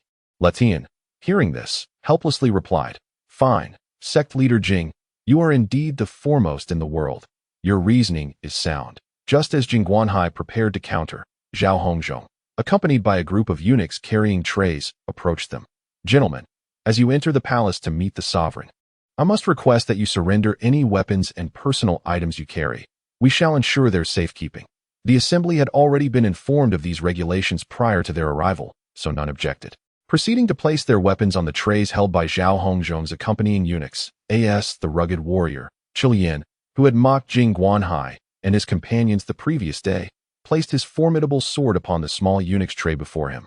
He remarked, "You should have a few more individuals assist you with this sword. I fear you may struggle to hold it alone." Hearing this, the eunuch glanced at Zhao Hongzhong, who immediately addressed the nearby guards, saying, "What are you all standing around for? Hurry and lend a hand." The 4 guards hastily approached to take the sword, yet what had seemed weightless in Qian's grasp now appeared laborious for the 5 of them. "Steady now, do not let my sword fall," Qian said with a hint of mockery. Once everyone had placed their weapons and personal belongings aside, Zhao Hongzhong finally smiled and said, "Gentlemen, please follow me." A group of them followed in his wake toward the central hall. At this moment, the front of the hall was filled with thousands of soldiers, each donning a look of utmost vigilance. Letian, observing this grand display, jested, "Master Zhao, do you truly lack confidence in us, Master Lu?" "You exaggerate," Zhao responded. "After all, you are all renowned figures in the Jiangku. A degree of caution is only prudent." Though the crowd sensed something amiss, no one lingered on it. Upon entering the grand hall, they beheld a man clad in a black dragon robe seated upon the central throne. His visage resembled that of a jade crown, yet his eagle-like eyes scanned the assembled guests with intensity. Once all were inside, he rose and spoke. "Esteemed warriors, your efforts are commendable. Please, take your seats." Despite the vast emptiness of the hall, the man's voice resonated with an invisible authority that enveloped everyone present. As they settled into their designated places, it became apparent that Jing Guanhai, who should have occupied the foremost seat, had been relegated to the last. Once all were seated, the man continued, "This time, I have summoned you to the palace to discuss matters of significance. I trust you have heard some rumors that I shall not prolong my words. I merely seek your stance. Once the war between humans and demons begins, which side will you support?" In that moment, Su Lingshi, seated at the front, immediately rose, clasped his fists, and bowed. "Your Majesty, as we are all born of humanity, it is only natural that we stand with the human race." The man on the dragon throne clapped the armrest beside him, exclaiming, "Excellent. Head of the Su family, you are indeed the pride of my Zhongzhou nation. With your affirmation, I am at ease." The rest of the assembly stood in unison, expressing their loyalty to humanity. Yet, Jing Guanhai and his companion remained composed, seated without haste to declare their allegiance. Observing this, the man on the throne addressed them. Esteemed leaders, what is your stance?" Jing Guanhai rose, clasped his fists, and spoke. "Your Majesty, after years of wandering through the Jianghu, I trust you are familiar with my long-held belief. There is little difference between humans and demons. Why can we not coexist upon this land?" Upon hearing these words, the crowd fell into a brief silence, only to be followed by a chorus of incredulous laughter. The man seated upon the dragon throne, visibly irate, struck the dragon-headed armrest beside him. "Jing Guanhai, I have granted you this audience out of respect. Do not presume that I am powerless against you. Are you not merely a cultist, pretending to be noble in my presence? Have I not already lost enough subjects to the demon race?" Jing Guanhai, however, showed no signs of retreat, responding, "As far as I am aware, the number of citizens slain by the demon race pales in comparison to those who have perished from starvation." The man upon the throne narrowed his eyes, but quickly regained his composure, speaking once more. "I have heard rumors of a demon girl secretly infiltrating Zhongzhou City. I wonder, Master Jing, do you happen to know her?"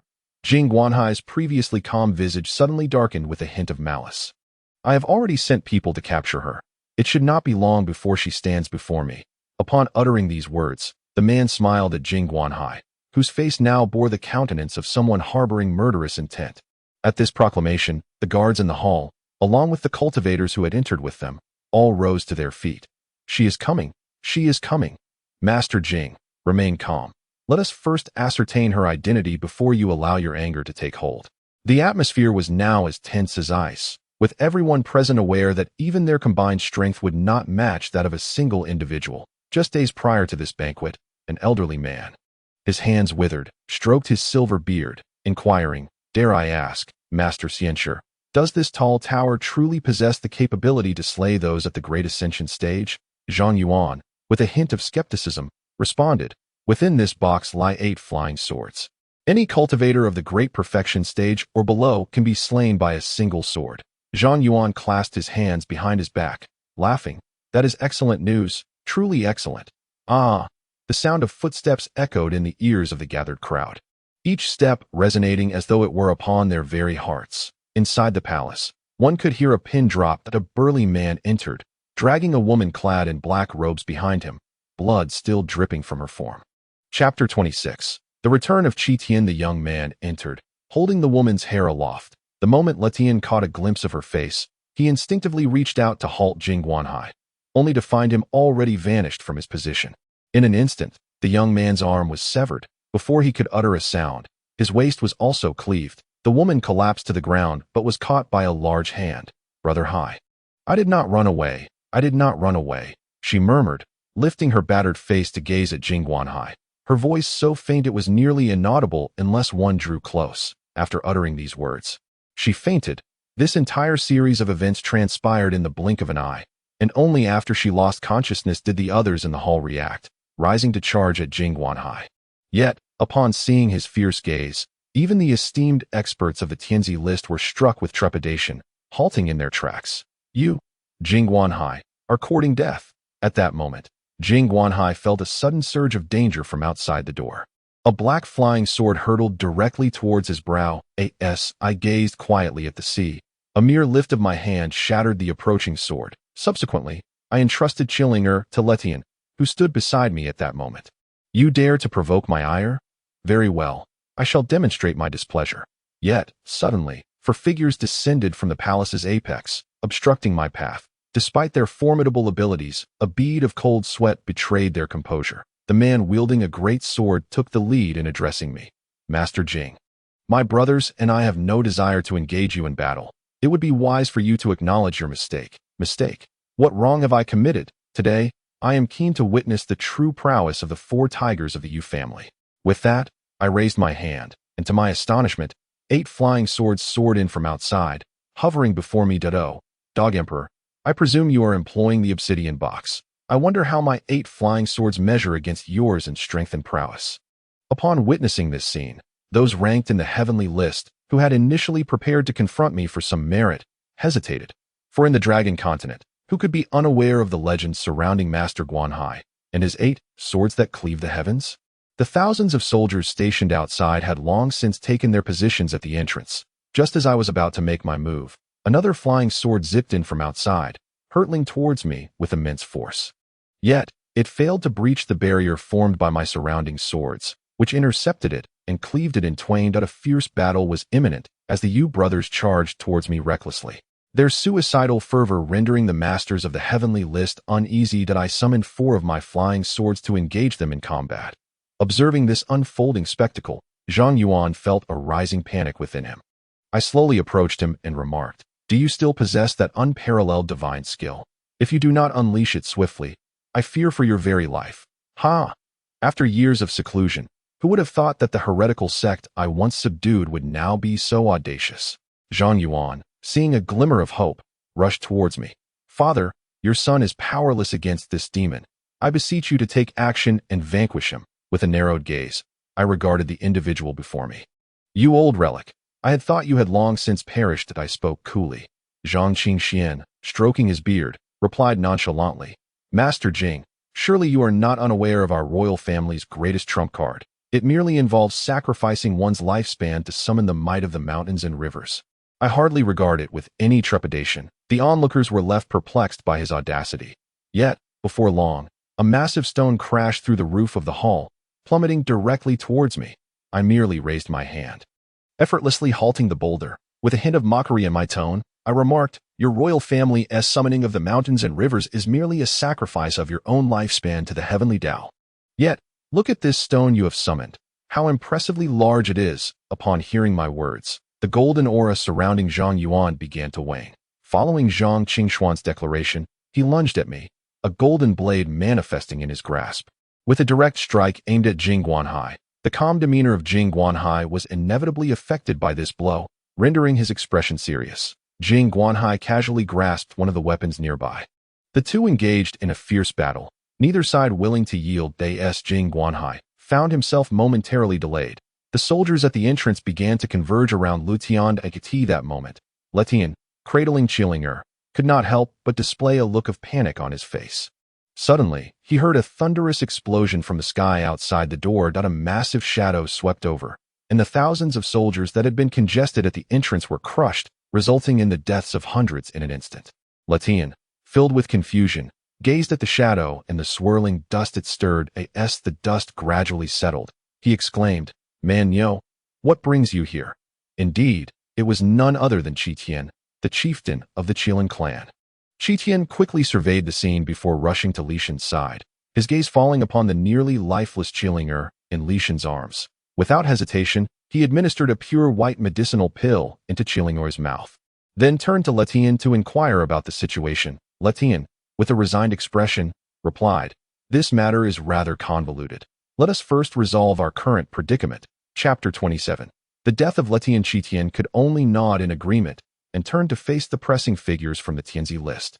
"Ah, even Qian has arrived. This gathering is becoming increasingly intriguing," remarked an elderly blind man among the Tianzi list members, his voice languid. "Isn this Chen Xianlen. I believe I have already subdued you once. Have I not? Care to give it another try?" At that moment, Qian clenched his fists, directing a fierce gaze toward the elderly man. The elder, however, quickly waved his hands, revealing a grin that was more pitiable than a cry, and said, "Chieftain Qian, do not misunderstand. I am merely here at the invitation of others. My involvement in your sister's injury is non-existent." Qian nodded and replied, "It would be best if it has nothing to do with you.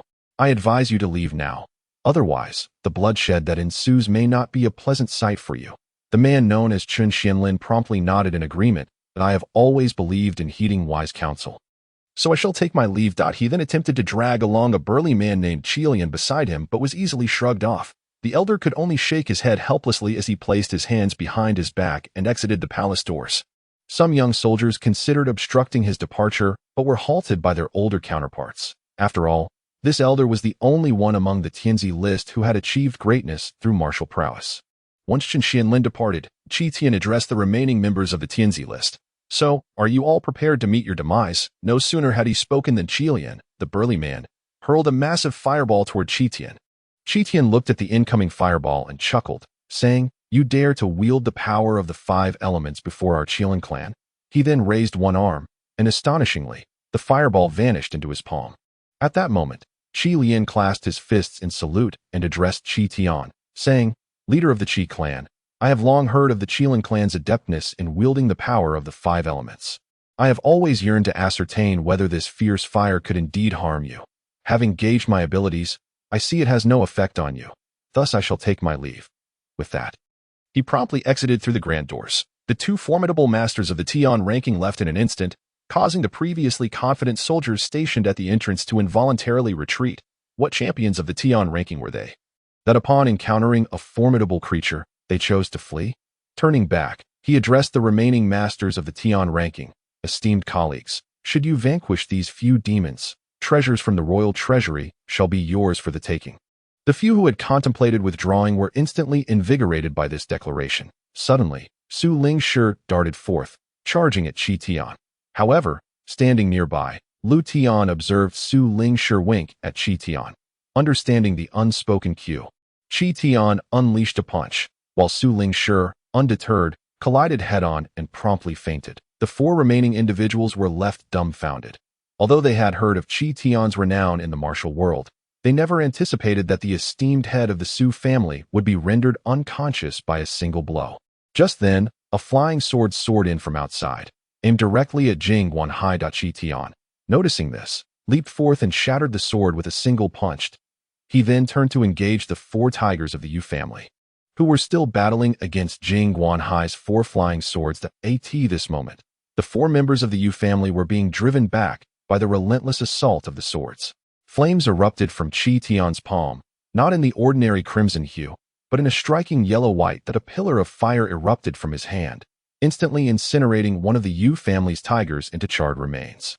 The remaining three, bereft of time for sorrow, found themselves facing the formidable Yu Songhai, who could only contend with 2 flying swords alone. He bellowed, "Qian, I once respected you as a man, but I never anticipated you would resort to such underhanded tactics. Yu Songhai, vow that as long as I draw breath, I shall pursue you to the ends of the earth." Qian, incensed by his words, felt a surge of anger. Jing Guanhai, with a smile, nodded in agreement and remarked, "Very well." His body began to accumulate wounds to that moment. Zhang Qingxian roared, his form illuminated by a golden radiance. Accompanied by the resounding roar of dragons, Jing Guanhai, who had previously held a relaxed demeanor, now appeared tense, gritting his teeth as he inquired, "Do you truly intend to burn your source of power and engage me in a battle to the death?" Zhang Qingxian, blood trickling from the corner of his mouth, clenched his teeth and uttered, "Why not?" Zhang Yuan then shouted in fury, "Master Qian, what are you waiting for?" As his words echoed, a series of piercing sounds resonated from outside the hall, followed by the rapid entrance of 5 flying swords. With an unstoppable force, they surged towards Lu Tian, who was cradling Qi Ling at that moment. Both Jing Guanhai and Qi Tian silently lamented the impending disaster. Lu Tian hastily turned, prepared to shield Qi Ling from the 5 swords, having steeled himself for certain death at this moment. Jing Guanhai and Qi Tian hurriedly rushed towards that direction. However, the long sword had already made contact with Li Shan's back. Even if the 2 of them possessed extraordinary abilities, they could not avert this scene. 5 long swords pierced through Li Shan's body. Fortunately, at the very last moment, he managed to throw Qi Ling away. Yet, the 5 long swords continued their unyielding momentum, hurtling towards Jing Guanhai, who was now approaching. Jing Guanhai's eyes were a crimson red, and the 5 flying swords that were directed at him had merged into one. This was undeniably the most formidable strike in the Zhongzhou kingdom and even the entire Huanglong continent. Jing Guanhai unleashed 8 flying swords, ultimately managing to block this unparalleled strike with the sacrifice of 6 of his swords. The father and son, Zhang Qingxian, gazed at this scene, their eyes wide with disbelief. Unable to comprehend the spectacle before them at this juncture, Jing Guanhai did not hasten to retaliate. Instead, he swiftly ran to Li Shan's side and helped him up. Letian, at this moment, bore a massive gaping wound, his complexion pale as death, blood continually spilling from his mouth, rendering his words incomprehensible. Jing Guanhai could only vaguely discern the phrase, "In the next life, let us drink away our sorrows." After uttering these words, Letian ceased to show any further response. Chapter 28. The cloud wall within the secret realm. Li Qian and the others had already prepared their belongings and set off on their journey. They had been traversing through the dense forest for quite some time. The deeper they ventured, the dimmer the surrounding environment became. Numerous trees loomed around them, and the ground was already entangled with roots, making an already arduous path even more treacherous. At this moment, Zhao Ganlin suddenly gazed in a particular direction, her brow furrowing unconsciously. Li Qian sensed that Zhao Ganlin had halted her steps, and, puzzled, inquired, "Miss Zhao, what is the matter?" Zhao Ganlin, however, remained fixated on that direction, her brow knitted as she replied, "I suddenly have an unsettling feeling in my heart." The group immediately became vigilant, scanning their surroundings and preparing for action. After a considerable time had passed, aside from the occasional bird call, no other sounds emerged. Finally, Zhao Ganlin lowered her head and said, "Perhaps I was mistaken. Everyone need not pay it any mind." The group then resumed their journey. "Miss Zhao, what kind of person is your lord of the blissful sect?" Seeing that the group had resumed their conversation, Li Qian thought to break the silence with a topic. As for the lord, he may be somewhat loquacious at times, but he has always treated us subordinates well, especially in terms of the rewards he bestows upon us for our tasks. They are consistently substantial. Moreover, whenever we encounter difficulties, he is always willing to lend a helping hand. At this point, a smile involuntarily graced Zhao Ganlin's lips. "I seem to recall hearing the Lord mention that he shares a very cordial relationship with your Jing sect leader. However, judging by your demeanor, it appears you have not heard your Lord speak of him." Li Qian nodded in agreement. Zhao Ganlin, however, began to inquire further, "I have often heard the Lord speak of your sect leader, yet I have never had the pleasure of meeting him in person. What kind of person is your sect leader? We have not been part of the Guanhai sect for long." However, during one heartfelt conversation with the Lord, I learned that his early life was fraught with hardship. Moreover, the master possesses exceptional strength. I was fortunate enough to witness him engage in combat on one occasion. Li Qian spoke. Lu Songhai, who had been leading the way, furrowed his brow momentarily. Though he quickly returned to his usual demeanor, Li Qian intended to continue speaking, but suddenly appeared to recall something. Falling silent thereafter, the group once again lapsed into silence. After a while of trekking, a stone wall unexpectedly emerged before them. Standing beneath this formidable barrier, they gazed upward, astonished. The wall seemed to reach an unfathomable height, piercing the clouds above, while Li Qian and Lu Songhai were still perplexed by the sight before them. The other three could hardly contain their excitement and promptly began to climb. Li Qian, bewildered, inquired, "What is the purpose of climbing this? Surely, there must be another route." Xiaoxua, while scaling the wall, replied, "Indeed, this is the sole means to reach the central area. Stop dawdling and hurry up."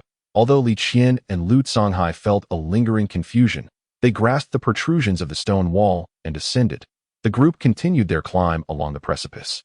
At this moment, Li Qian's gaze was fixated on the heights above, his legs instinctively finding footholds in the crevices of the wall that he knew that if he dared to look down, his legs would surely weaken, causing him to tumble. They climbed for what felt like an eternity before finally reaching a platform on the cliff. By this time, the group began to feel a pang of hunger, prompting them to pause for a brief rest.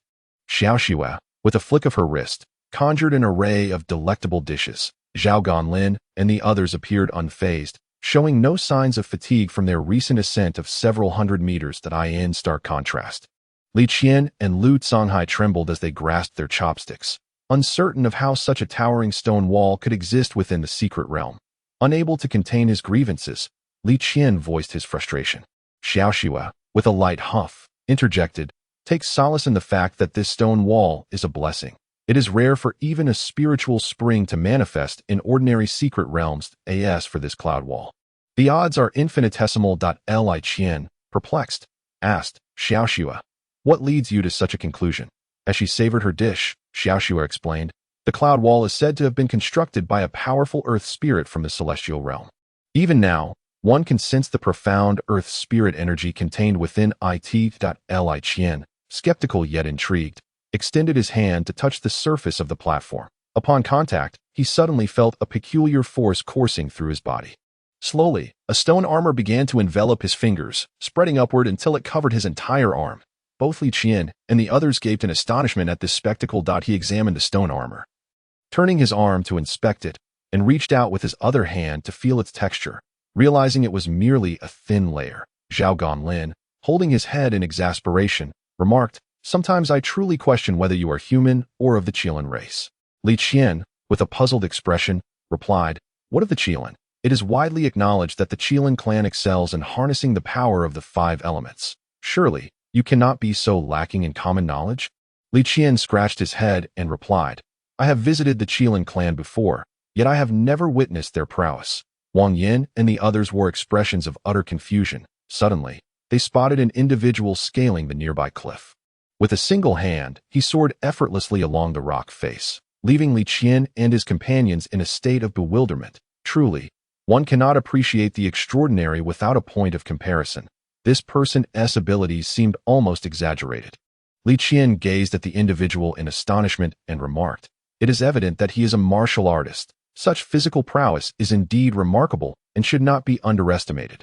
Zhao Ganlin continued to eat his meal, seemingly indifferent to the spectacle. The young man took a brief respite on the cliff, turned his head, and greeted Li Qian and the others from a distance. After finishing their meal and resting momentarily, the group resumed their ascent up the cliff. The higher they climbed, the colder the stone wall became, and the temperature around them began to drop gradually. Eventually, after climbing approximately 600 meters, they came upon a platform once more. Li Qian quickly exclaimed, "No more, no more. Let us take a break." Wang Yin, who had been leading the climb, reluctantly replied, "Then let us rest for the night on that platform. It seems we shall not reach the top today." Upon reaching the platform, they discovered a cave. However, as they arrived, the fierce, biting wind caused them to shiver uncontrollably, prompting them to hastily retreat into the cave. Chapter 29. The Earth Spirit sect. Though the cave entrance was barely large enough for one person, the interior space was surprisingly ample.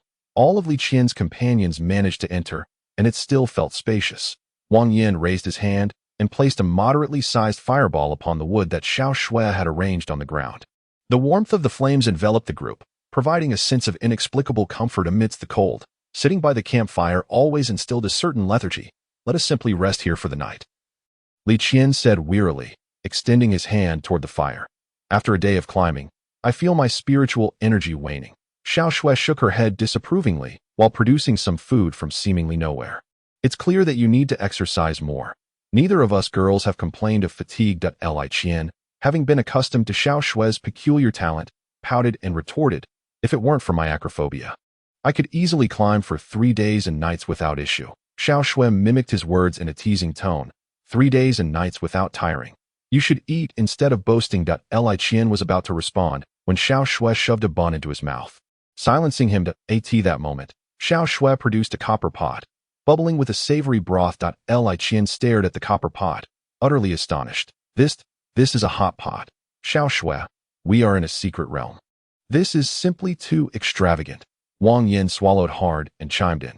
Xiao Shui disregarded his inquiry, simply placing the copper pot on the ground before turning to Wang Yin and saying, do not linger there. Come over and throw some fire inside. Wang Yin responded with a few quick ohs and hurried over. The copper pot rested on the ground, featuring a small opening at the bottom. With a flick of his wrist, Wang Yin conjured a small flame and tossed it through the opening. To his astonishment, although there was no firewood, the little fire did not extinguish. How miraculous this flame is! How can it possibly remain alight? Li Qian leaned in for a closer look. The broth within the copper pot had initially cooled somewhat, but upon the introduction of the flame, it began to boil once again. Xiao Shui then brought forth several small dishes and arranged them around the copper pot. As Wang Yin gazed at the bubbling copper pot, memories of his past flashed before his eyes. Scenes of gnawing on the cold, hard sesame cakes within the secret realm. He ate 3 large bowls, tears welling in his eyes. Once everyone had finished their meal and were resting on the ground, a sudden noise emanated from the entrance of the cave. The group immediately rose to their feet. Readying themselves for battle point, 2 figures gradually emerged from the now dark entrance. It was none other than Su Peng and his companion from the Divine Water sect, whom Li Qian had encountered by the spiritual spring. Li Qian promptly clasped his fists in greeting and spoke. Brother Su, I did not expect you to emerge from the spiritual spring so swiftly. I wonder what fortuitous events have befallen you. With a smile, Li Qian added, congratulations indeed. Li, why did you leave so hastily without waiting for us? Chen Yinxian, standing beside Su Peng, pointed at Li Qian as she spoke. Li Qian shrugged and replied, why should we wait for you? We entered the secret realm in search of opportunities, not to wait for others. Chen Yinxian frowned and stamped her foot on the ground. However, at that moment, Su Peng did not intervene, his gaze filled with surprise as he regarded Wang Yin. The celestial beauty of the Red Fire sect, Wang Yin. Wang Yin looked at Su Peng in confusion and asked, what? You know me. We from the Divine Fire sect often hold grand competitions for the celestial beauties. I once saw you during one of the events. Wang Yin, however, retorted with annoyance, since you belong to the Divine Water sect, there is no need to feign politeness with me. I have no interest in your flowery words. Wang Yin's blatant disregard for decorum did not surprise Su Peng and his companion, as it was well known that water and fire are traditionally incompatible, and the Red Fire and Divine Water sects have always had an adversarial relationship compared to other sects. Seeing the atmosphere grow awkward, Li Qian attempted to mediate, but just then, another noise emanated from the cave entrance. A chubby figure emerged from the darkness, drenched in sweat, standing there panting heavily for several moments before recovering slightly.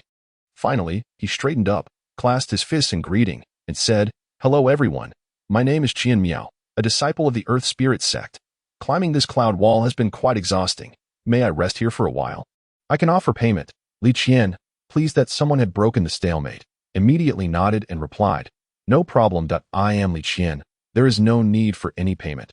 There is still room here. The chubby lad named Qian Miao chuckled upon hearing those words, his already small eyes narrowing into mere slits. The two of them, with arms entwined, made their way over, and he approached with a brisk trot, sniffing the air within the cave. His squinted eyes widened immediately as he fixed his gaze upon Li Qian and inquired, might I ask, esteemed sir, have you recently enjoyed a hot pot here? Li Qian, perplexed, nodded in affirmation and replied, yes. Why do you ask? Qian Miao's smile broadened, and drawing closer, he exclaimed, "Good sir, could you possibly allow me to partake in a meal as well? I am willing to pay." He then produced a few gleaming gold coins from a small pouch at his waist. Upon seeing the sparkling coins, Li Qian cast a hesitant glance at the side, where Xiao Shui stood. After all, the hot pot was her creation, and he felt it inappropriate to make a decision on her behalf. However, Qian Miao misinterpreted Li Qian's hesitation and reached into his pouch again, producing more coins. If that is insufficient, I have more here. Li Qian quickly waved his hand and turned to Xiao Shui, asking, "Xiao Shui, do you have any more?" When she nodded, he turned back to the chubby Qian Miao and said, "This hot pot was made by her. You should inquire with her directly." Qian Miao eagerly approached Xiao Shui, brandishing his coins, and implored, Sister, I would pay any amount for just one meal of hot pot." Yet Xiao Shui, seemingly unfazed, replied, "It's merely an ordinary hot pot. If you wish to eat, I can easily conjure one for you. Your coins hold little value to me." The chubby lad did not dwell on her words, nodding enthusiastically instead. "Sister, you are truly kind. My father was right. Beautiful maidens possess kind hearts." This flattery brought a smile to Xiao Shui's face as she covered her mouth with a gentle laugh. Then, raising her hand, she waved over the ground, and another steaming hot pot materialized, accompanied by an array of dishes akin to the previous spread. In a flash, Qian Miao's small eyes sparkled with delight as he dashed over, seizing chopsticks to drop the arranged lamb into the pot. Yet, before long, the broth began to cool. He quickly turned to Wang Yin and asked, "Might you be a disciple of the Red Fire sect?" Understanding the implication, Wang Yin stood and approached, tossing a fresh flame into the pot's opening. As the broth resumed its vigorous boil, Qian Miao beamed at Wang Yin, saying, "Thank you, esteemed sir, for your assistance." With that, he resumed devouring the ingredients he had just added. At that moment, a gurgling sound emerged from behind the group. Li Qian turned to see Su Peng and his companion approaching. "Su, you are welcome to join us. It's no trouble at all." He then glanced at Xiao Shui and reiterated, "Is that all right?" Xiao Shui merely nodded in silence. Subsequently, she waved her hand again, conjuring additional dishes near Qian Miao's hot pot, along with 2 pairs of chopsticks and 2 bowls. Su Peng immediately clasped his fists in gratitude and remarked, "Thank you, brotherly. Thank you, Mississippi." Subsequently, he took his junior sister and sat beside Qian Miao. As the 3 of them engaged in their spirited conversation, Li Qian felt a sudden swelling sensation in his dantian. It was evident that the cultivation he had suppressed was beginning to stir restlessly. He promptly seated himself and began to regulate his breathing, attempting to subdue the excess spiritual energy. As he closed his eyes, he found himself once again in the space inhabited by the elder. At this moment, he stood upon a shimmering surface of water, gazing around at the boundless expanse surrounding him. Yet, before him lay a small island, where the elder reclined beneath a peach blossom tree. Upon noticing Li Qian's arrival, he immediately approached him, his hands gripping Li Qian's shoulders with a hint of surprise as he remarked, "Disciple, have you encountered a young lady outside?" Li Qian, somewhat perplexed, nodded and replied, "Yes, what of it?" The elder's smile widened, brimming with excitement as he exclaimed, "From the moment you entered this secret realm, I sensed a familiar aura. That young lady is the princess of our demon clan, whom I have watched grow since childhood. Therefore, I implore you to promise me that no matter what occurs, you will protect her at all costs. Can you do that?" Li Qian nodded affirmatively, stating, "Before our departure, the leader's friend, who is also the princess's guardian, entrusted me with this task, so master need not worry." The elder stroked his beard, chuckling, Good disciple, good disciple. Now, let us begin your instruction on the 2nd volume of this technique." Li Qian, confused, inquired, "Absorb? Absorb what?" The elder was momentarily taken aback by this question. "Absorb others' cultivation. Is this method not too malevolent?" Li Qian's expression showed concern. The elder shook his head and explained, "The reason this technique is deemed sinister is precisely due to this 2nd volume." Li Qian argued, "Such a technique is naturally intolerable by the world." The elder, however, squinted and smiled, saying, "But that is of no consequence." Li Qian hastily asked, "But master, have you considered an alternative 2nd volume?" "Not at all. Since you have already learned the 1st volume, you find yourself in a predicament. There is no turning back. Moreover, this technique is not easily compatible with other internal cultivation methods. Thus, do not entertain the notion of practicing other internal techniques in the future." Li Qian, rubbing his forehead in resignation, could only nod in agreement. The elder, seeing his acquiescence, did not elaborate further but reached out to tap his forehead gently. Another strand of golden thread slowly entered his brow. As he closed his eyes, absorbing these memories, he marveled at the profound intricacies of this technique. At this moment, Qian Miao and the others had finished their meal. The chubby boy leaned against the rocky wall of the cave. Rubbing his belly with an expression of pure contentment, Li Qian stood up and approached Xiao Shui, inquiring, "Miss Xiao Shui, do you still recall having an elder who commanded troops?" Xiao Shui nodded, for throughout her life, she had been deeply cherished by her elders, many of whom held military authority. Seeing her nod, Li Qian felt further reassured of his master's identity. Subsequently, he resolved within himself to diligently fulfill the task entrusted to him by the elder. The night passed in silence. As the first rays of dawn filtered into the cave, the group gradually awoke from their slumber. Wang Yin had long been up, practicing his morning exercises, while Li Qian observed him intently as he executed his martial forms. Once Wang Yin finished his practice, Li Qian eagerly approached him, requesting instruction on the art of controlling fire energy. Wang Yin, without hesitation, agreed and placed his hand on Li Qian's back, following the method from the previous day. This time, Li Qian sensed a warm energy gathering in his hands, though it lacked the ferocity of the day before. Before he could ponder further, Wang Yin shouted, "Release!" Instantly, Li Qian complied, and a fireball erupted from his palm. Shooting forth from the cave entrance, filled with delight, Li Qian watched the fireball soar into the air. Eventually, Wang Yin withdrew his hand, encouraging Li Qian to try on his OW, and Li Qian began to channel his energy. Yet the warmth he felt was slower to coalesce than before. When he felt ready, he released another fireball, but it appeared considerably smaller than the first. At that moment, the three young women, including Xiao Shui and Qian Miao, had already prepared their morning meal and beckoned Li Qian and the others to join them. While they were still eating, Xiao Shui outlined the day's itinerary. I estimate we are about halfway up Yunbi. We should aim to reach the summit today. This way, our pace will be relatively swift. However, Qian Miao and the two from Shun Shui's sect, once we reach the top, we shall part ways. After all, everyone has entered seeking their own fortunes, and having too many companions could complicate matters. That Su Peng and the others nodded in agreement. But the rotund Qian Miao shook his head persistently, exclaiming, "Sister, I don't want to leave." Xiao Shui replied with a hint of exasperation, "You have companions here. Seek them out. Are you not afraid we might turn against you in pursuit of treasures?" Qian Miao lowered his head and replied, "Only I remain from our Tu Ling sect." That Li Qian, puzzled, inquired, "Did your companions already suffer casualties at the outermost periphery?" The chubby boy nodded. Chapter 31. Peril. Originally, the outermost region was not supposed to harbor danger. However, while our group traversed the forest, we encountered a dark creature. In an instant, two of my senior brothers were slain. One other brother and I fled, but in his attempt to protect me, he drew the creature away and has since gone missing. His fate uncertain. As he recounted this, tears began to well in Qian Miao's eyes. Xiao Shui could only shake her head in resignation, saying, "Then you may accompany us, should a magical artifact appear, and you attempt to seize it. Do not blame us for being ruthless." The chubby boy hurriedly waved his hands, stating, "The Tu Ling sect has always been rich in magical artifacts.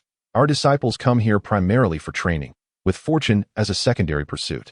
Moreover, my family hails from the Qian clan of Jiangnan, my father being the clan's head, so you need not worry about me resorting to theft." The chubby boy continued to speak at length. Eager to express more. Li Qian hurriedly approached him, covering his mouth and saying, all right, no need to say more, just follow us." Only then did the chubby boy cease his chatter. The group took a brief moment to regroup before resuming their ascent of the cloud wall. However, Qian Miao suddenly burrowed into the stone face. This spectacle left Li Qian utterly astonished. The chubby boy poked his head out once more and exclaimed, "Then I'll wait for you up here. You all do your best." Li Qian was so taken aback that he could hardly articulate a response. Wang Yin patted him on the shoulder and said with a leisurely tone, "There is no need for astonishment. This is the earth-traversing technique of the Earth Spirit sect." Li Qian immediately felt invigorated and began to climb upward, having just agreed to let Qian Miao accompany them.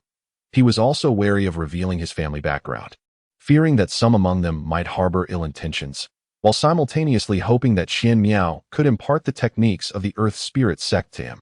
After all, such an opportunity was exceedingly rare in the martial world. The group resumed their journey. After climbing for quite some time, the sky began to darken to IT this moment. Tiny ice crystals adorned the rock face, yet the others appeared largely unfazed. However, Li Qian's hands had begun to feel somewhat numb from the cold. Glancing upward, he could see the summit of the cloud wall, only about 300 to 400 meters away. Just as he was observing the peak, he lost his grip and felt a surge of cold sweat as panic washed over him. The icy breeze that followed chilled him to the bone. "Let us take a break. Let us take a break." Li Qian quickly called out to the others who had climbed ahead at the forefront. Wang Yin and Su Peng had already reached the top, while Chun Minqian lagged slightly behind them. Only Lu Songhai remained with him. Xiao Xue and Zhao Ganlin were not far off, noticing the dimming light. Xiao Xue agreed to pause. However, as they turned to scan their surroundings, they found no visible platform. Despair washed over Li Qian's face. Suddenly, an idea struck him, and he shouted, "Qian Miao, where are you?" As his voice echoed, a round face slowly emerged from the stone. "Did you call for me, bro?" This startled Li Qian, nearly causing him to lose his grip again. "I just wanted to ask if you could bring us up or create a platform for us to rest on." After a moment of contemplation, Qian Miao nodded and replied, "It would be too cumbersome to bring you all up one by one. I'll just create a platform for you." With that, a protruding platform began to materialize beneath Li Qian and the others. They relaxed their arms and stood upon it, shaking off the numbness that had settled in their limbs. It took quite a while for them to regain feeling. Xiao Xue and the others were gradually making their way down to the platform when suddenly, a massive pillar of fire erupted from the top of the cloud wall, accompanied by Wang Yin's thunderous shout, "Fire Dragon Strike!" Realizing that Wang Yin and Su Peng might be engaged in a confrontation, Li Qian hastily gripped the cloud wall with his somewhat revived arms and began to climb upward. The crowd had no time to rest and could only hasten their ascent. They all understood that if a conflict arose among those above, it would be fortunate if Wang Yin emerged victorious. However, if he were to lose, Su Peng would undoubtedly seize the opportunity to deal with everyone. Due to their accelerated pace, it wasn't long before they reached the summit. At that moment, Wang Yin and Su Peng confronted each other. Noticing that Li Qian and the others had arrived, Su Peng chose not to linger any longer. He clasped his fists in greeting to Li Qian and said, "Brotherly, until we meet again." Subsequently, they led their junior sister into the frosty woods atop the elevated ground. Li Qian hurried to Wang Yin's side, asking, "Are you unscathed?" Wang Yin shook his head, his expression still tinged with lingering excitement as he replied, "They were merely outer disciples of the divine water sect. I wouldn't bat an eye if a few more came along." Observing that Wang Yin was unharmed, Li Qian inquired further, "How did the conflict arise?" Wang Yin's expression began to darken. "That treacherous individual, as we were climbing, suggested that we eliminate you all, thereby ensuring no one would contest us for the treasures. I have always detested such insidious and cunning individuals, which is why I engaged him." Hearing this, Li Qian and the others broke into a cold sweat. It was fortunate that Wang Yin was formidable. Had he faltered against those two, they could scarcely imagine the consequences. Li Qian quickly bowed in gratitude, saying, "Thank you, Brother Wang." Wang Yin waved his hand dismissively, replying, "There's no need for thanks. I merely cannot tolerate their behavior." Xiao Xue, trembling slightly, interjected, "Let us cease this conversation and find a sheltered spot. It is exceedingly cold here." The warmth that had enveloped Li Qian dissipated, and he too began to shiver. That moment, Qian Miao approached, patting his chest as he declared, "What are we searching for? Leave it to me." He then stomped his foot on the ground, causing the surrounding stones to grow like trees, gradually enveloping everyone within. Li Qian's eyes widened at this spectacle, contemplating that if he could master the earth element's cultivation methods, he would never again worry about finding shelter. With this thought, he couldn't help but smile. Inside the stone dwelling, the group felt the ferocious winds howl, but once shielded, they began to feel considerably more at ease. Subsequently, a flicker of flame ignited in Wang Yan's hand, slowly ascending to illuminate the top of the stone house, allowing those cloaked in darkness to see one another, though the light remained dim. As Li Qian surveyed the surroundings, he noticed a figure crouched in the corner. Chapter 32. The young martial artist startled. Li Qian jumped. The others turned to look, and upon closer inspection, it was evidently a silhouette. Li Qian conjured a small flame to hover in his hand, providing a faint glow, which emboldened him to approach cautiously. The figure crouched there turned out to be a young boy, somewhat familiar. After a moment of contemplation, Li Qian recalled that this was indeed the lad who had greeted them the previous day while scaling the cliff with one hand. The boy stood up and smiled, saying, I didn't expect you to discover me so quickly. Li Qian, puzzled, inquired, Who are you? I am Chun Kuanpeng, a disciple of Chun Xianlin. Upon observing the remarkable prowess of this brother, I felt compelled to propose a collaboration with everyone. As the youth spoke, he gestured towards Wang Yan, who stood beside Li Qian. However, Li Qian, perplexed, inquired, Collaboration? What sort of collaboration? Why? It is only natural to join forces, for one must ensure their safety before seizing opportunities. After all, I am but a humble martial artist, and this secret realm is fraught with peril. As Chen Kuanping spoke, a look of helplessness inadvertently crossed his face. Li Qian wished to agree promptly, yet was nudged by Xiao Shui behind him.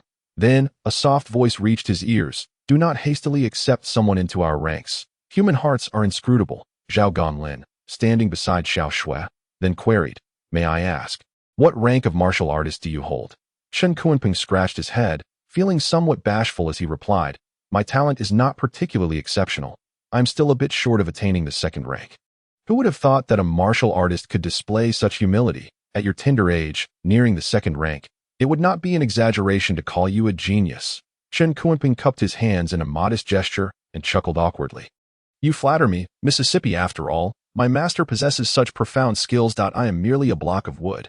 While I may not be able to carve exquisite designs, I can still wield a sturdy club. Thus, my achievements are hardly surprising. Zhao Ganlin nodded in agreement and leaned closer to Li Qian, whispering, We should take him along. A peak first-rank martial artist at such a young age is a rarity indeed. Li Qian, still somewhat apprehensive, asked, But are you not concerned that I may not be able to contend with them? Not to worry. We are many.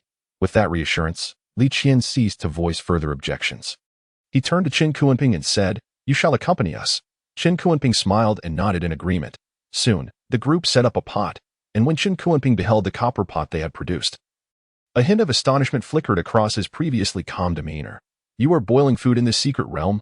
However, apart from him, the others appeared entirely unfazed. It was not until the steam from the boiling pot caressed Chen Kuanping's face that he could hardly believe the scene before him.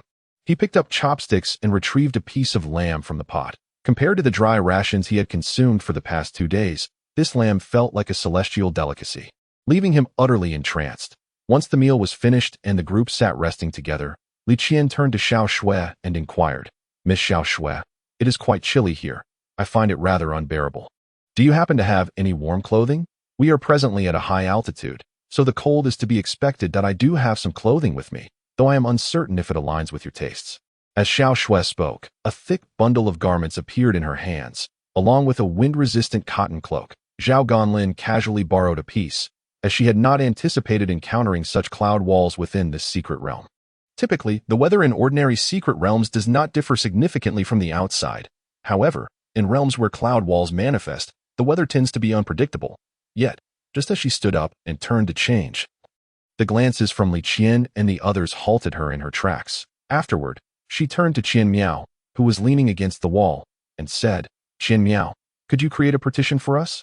We need to change our clothes. Upon hearing this, Qian Miao quickly stood up, nodded, and replied, Sure. He then stamped his foot, and a wall rose between Zhao Ganlin and a few others, including Li Qian.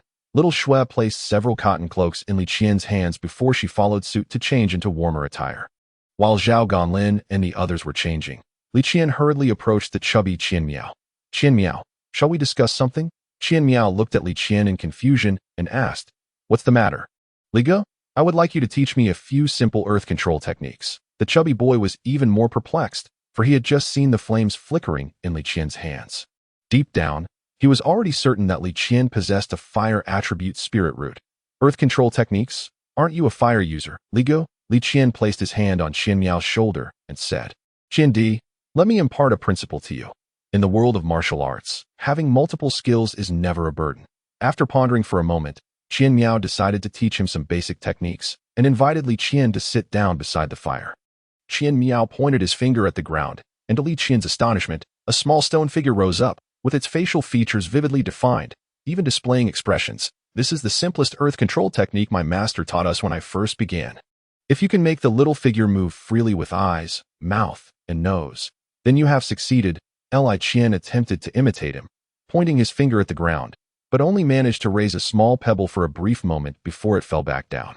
Initially, he thought Qian Miao's actions appeared simple, but when he tried it himself, he found it rather challenging. With diligent practice, you'll improve. There's no need to rush. This is a method for Earth practitioners to refine their control over their own power. Qian Miao said leisurely. Li Qian then tried another technique he learned in the cave.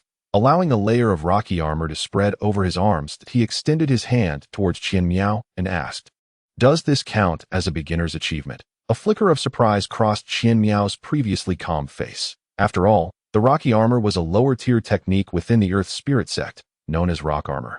And it was something only inner disciples could cultivate. Qian Miao coughed twice and remarked, "Li Gu, do you happen to know any elders from our Earth Spirit sect?" Li Qian shook his head in confusion. Meanwhile, Wang Yin interjected with a casual tone, "Qian Miao, don't treat him like a normal person. It could wear you out." Li Qian simply scratched his head, still unsure why his comprehension of the 5 elements felt so effortless. Initially, he had intended to inquire further upon entering the old man's domain, but unexpectedly, before he could voice his questions, he had already exited.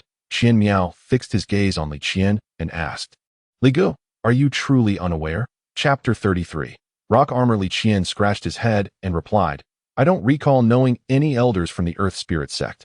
Qian Miao extended his hand to gently graze the rocky armor enveloping his arm. Fortunately, it retained a semblance of softness. Otherwise, he might have truly begun to question the very essence of his existence. Li Gu, why not touch the ground once more with that same hand, and see if you can thicken it further? Li Qian complied with his suggestion, placing his palm against the ground once again. This time, there was no extension of the armor upwards. Rather, the rocky plating already adorning his arm began to gradually thicken. Qian Miao watched in wide-eyed astonishment as Li Qian executed this maneuver. Once the rocky armor on his arm had formed a substantial layer, Li Qian finally ceased his efforts. The armor transformed from a grayish-white to an inky black, undeniably becoming far more resilient than before. As Qian Miao touched the hardened armor on Li Qian's hand, he found himself reflecting on the course of his own life. Previously, within the Earth Spirit sect, he had been recognized as a prodigious talent, and he had always taken pride in his abilities. However, upon encountering the formidable Li Qian, doubts began to seep into his mind. Li Gu, with your Earth-based techniques, given our current location in the secret realm, you possess more than enough power. Should you wish to learn other skills, I would need to consult the elders of our clan before I could instruct you. For now, focus on practicing that little technique I just mentioned. Qian Miao advised. Li Qian merely nodded, his thoughts seemingly elsewhere.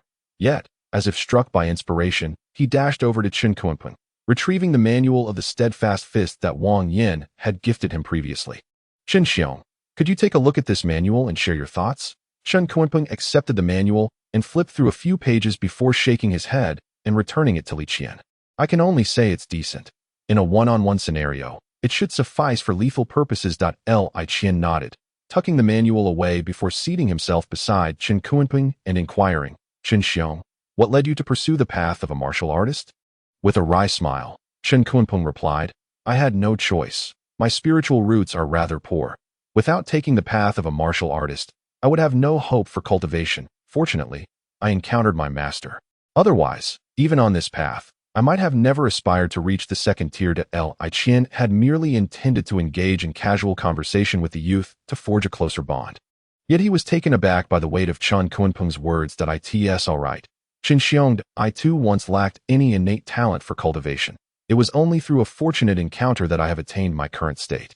Believe me, your own fortuitous moment may lie just ahead." Li Qian reassured him while patting Chen Kunpeng on the shoulder. Chen Kunpeng smiled and nodded in appreciation. "Rest well, and we shall set out again tomorrow." Before Li Qian could finish his sentence, he caught sight of Xiao Shui emerging, now clad in a fresh outfit. Initially, due to the warm weather, Zhao Ganlin's sheer garment had failed to conceal her graceful form, leading Li Qian and the others to mistakenly perceive her as a mature woman. However, with the addition of warmer clothing, combined with her still somewhat youthful visage, her girlish charm became unmistakably apparent. The group of young men stared in awe. "So, what do you all think? Please do share your opinions," Xiao Shui inquired, twirling gracefully as she lifted her skirt. Originally, Xiao Shui possessed a naturally adorable charm, resembling a girl who had yet to fully blossom. When she stood alongside Zhao Ganlin, the onlookers found themselves at a loss for words. Noticing the silence, Xiaoxua pouted and placed her hands on her hips, declaring, "Are we all mute? Then for our next meal." At her words, the crowd promptly rose to their feet. Qian Miao was the first to speak, saying, "Lady Xiaoxua, your beauty is akin to that of a celestial maiden descended to earth. We are simply at a loss for words." Having been in the midst of choosing our phrases, upon hearing this, the others eagerly nodded in agreement, and Xiaoxua felt her spirits lift somewhat. She then waved her hand, causing several blankets to appear on the ground. The crowd was instantly overwhelmed with gratitude, as they had initially prepared to sleep on the cold ground like the previous nights, but now they could finally enjoy a warm slumber.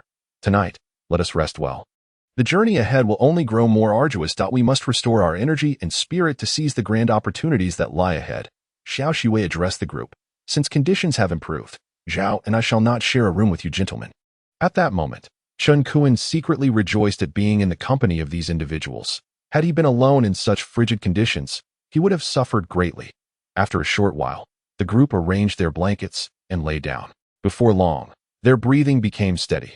Outside their stone abode, the fierce winds howled relentlessly across the land. Meanwhile, Su Peng and his companion, who had recently departed, were now red-faced from the cold. Although they had constructed an ice house using their water-based abilities to shield themselves from the howling winds, their fire-starting stones proved utterly ineffective without dry kindling. "Brother, do you think we will freeze to death here?" Chun Mianxian, already trembling, inquired. The two had huddled closely together. Despite their robust physiques, the temperature posed no mortal threat. However, Su Peng found it challenging to resist Chen Mianxian's insistence on cuddling for warmth, as she claimed her hands and feet felt icy. Su Peng had always regarded Chen Mianxian as a younger sister, so he felt no discomfort with their seemingly intimate posture. "Fear not, junior sister. Your elder brother is here." He tightened his embrace around her as the night passed. A small opening created by Qian Miao in the stone house revealed a glimmer of light. Wang Yin naturally awoke, for his fire affinity allowed him to radiate considerable warmth even in such frigid conditions, ensuring that Li Qian and the others had slept close to him throughout the night.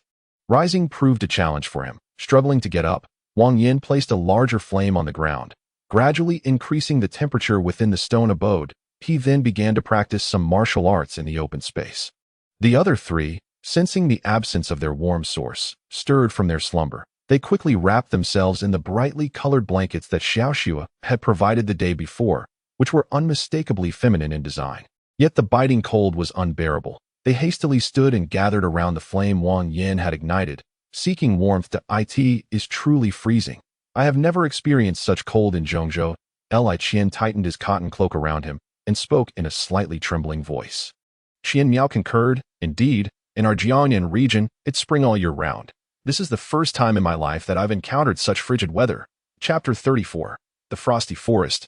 After finishing his punches, Wang Yin turned to the group gathered around the fire he had just set down and remarked. The others were shivering.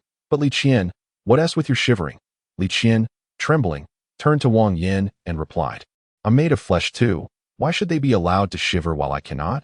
Wang Yin slapped his forehead and said, "Oh right, I almost forgot. As practitioners of fire affinity, we can circulate the fire energy within our bodies. It doesn't require much spiritual power to keep warm." Li Qian began to circulate the fire attribute's spiritual energy within his body, and gradually warmth enveloped him, allowing him to comfortably loosen his cotton cloak. "Brother Wang, you should have mentioned that sooner. I just shivered for no reason for a while." The two companions beside Li Qian cast envious glances his way. At this moment, Xiaoxua and her companion emerged from their compartment. Rubbing her sleepy eyes and yawning, Xiaoxua said, "I haven't slept so soundly in ages. What are you all making such a racket about? Isn't it time for you to get up, Princess Xue?"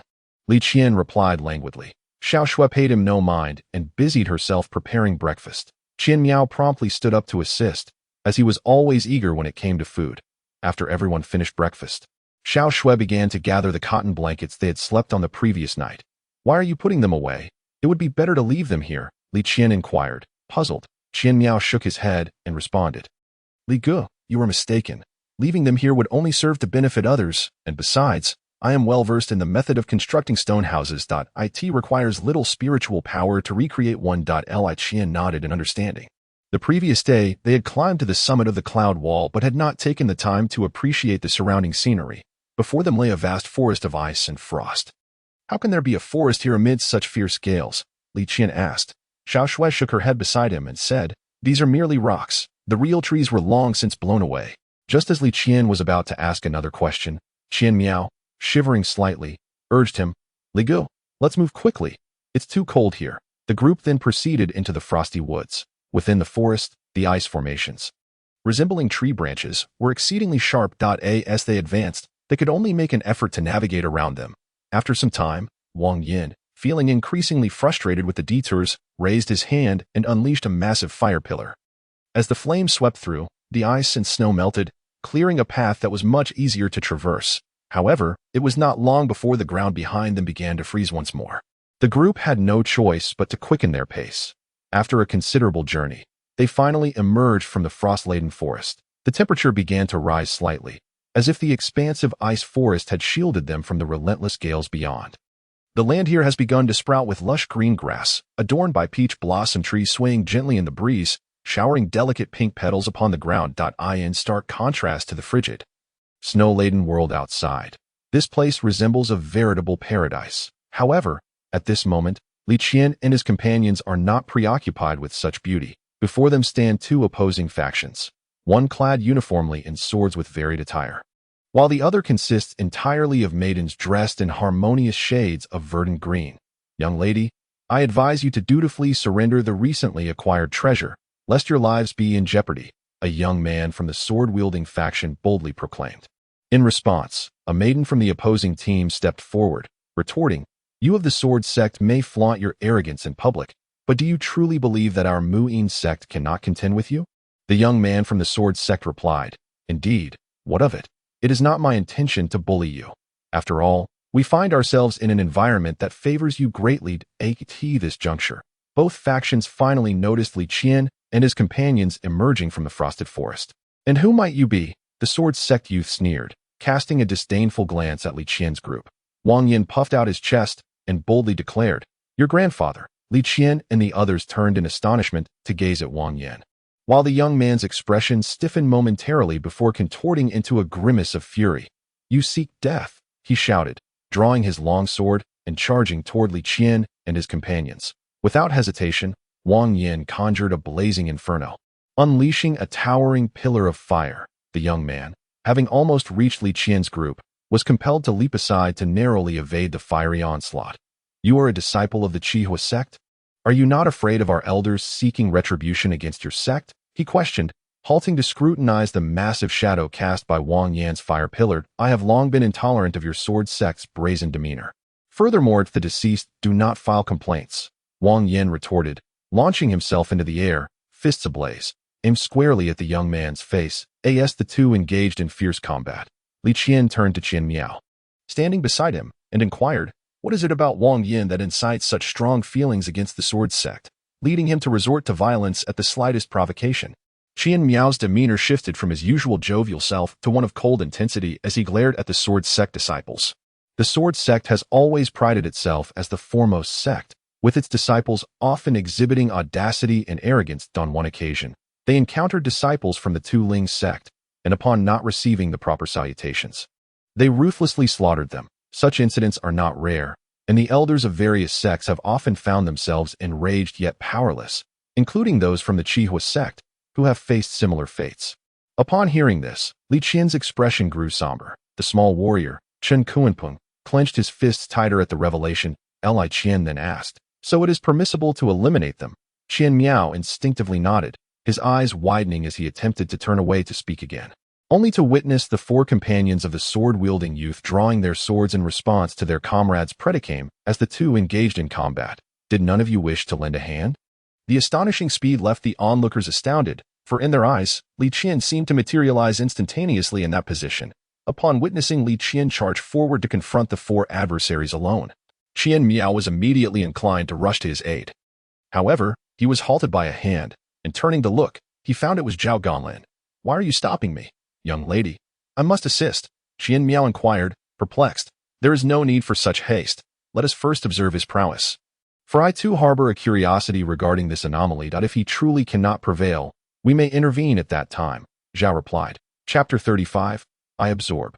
Qian Miao suppressed the urge to rush forward.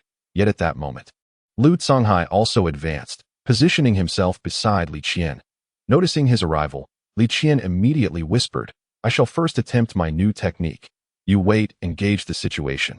Lu Songhai nodded nonchalantly, remaining silent. Subsequently, Li Qian turned to the four adversaries before him and declared, "Why do you linger? Are you not going to fight?" In the next moment, a young man clad in blue robes brandished his sword and charged at Li Qian. However, to his astonishment, Li Qian's form vanished as if a specter. While he was still in a daze, he suddenly perceived an enveloping darkness, followed by a chilling sensation that instant. Li Qian pressed his palm against the young man's face, invoking the technique imparted to him by the elder in the realm. Channeling his energy, the once robust physique of the youth began to wither gradually. The surrounding spectators gaped in disbelief at the spectacle. Even Wang Yin and his opponent paused their conflict, captivated by the unfolding scene.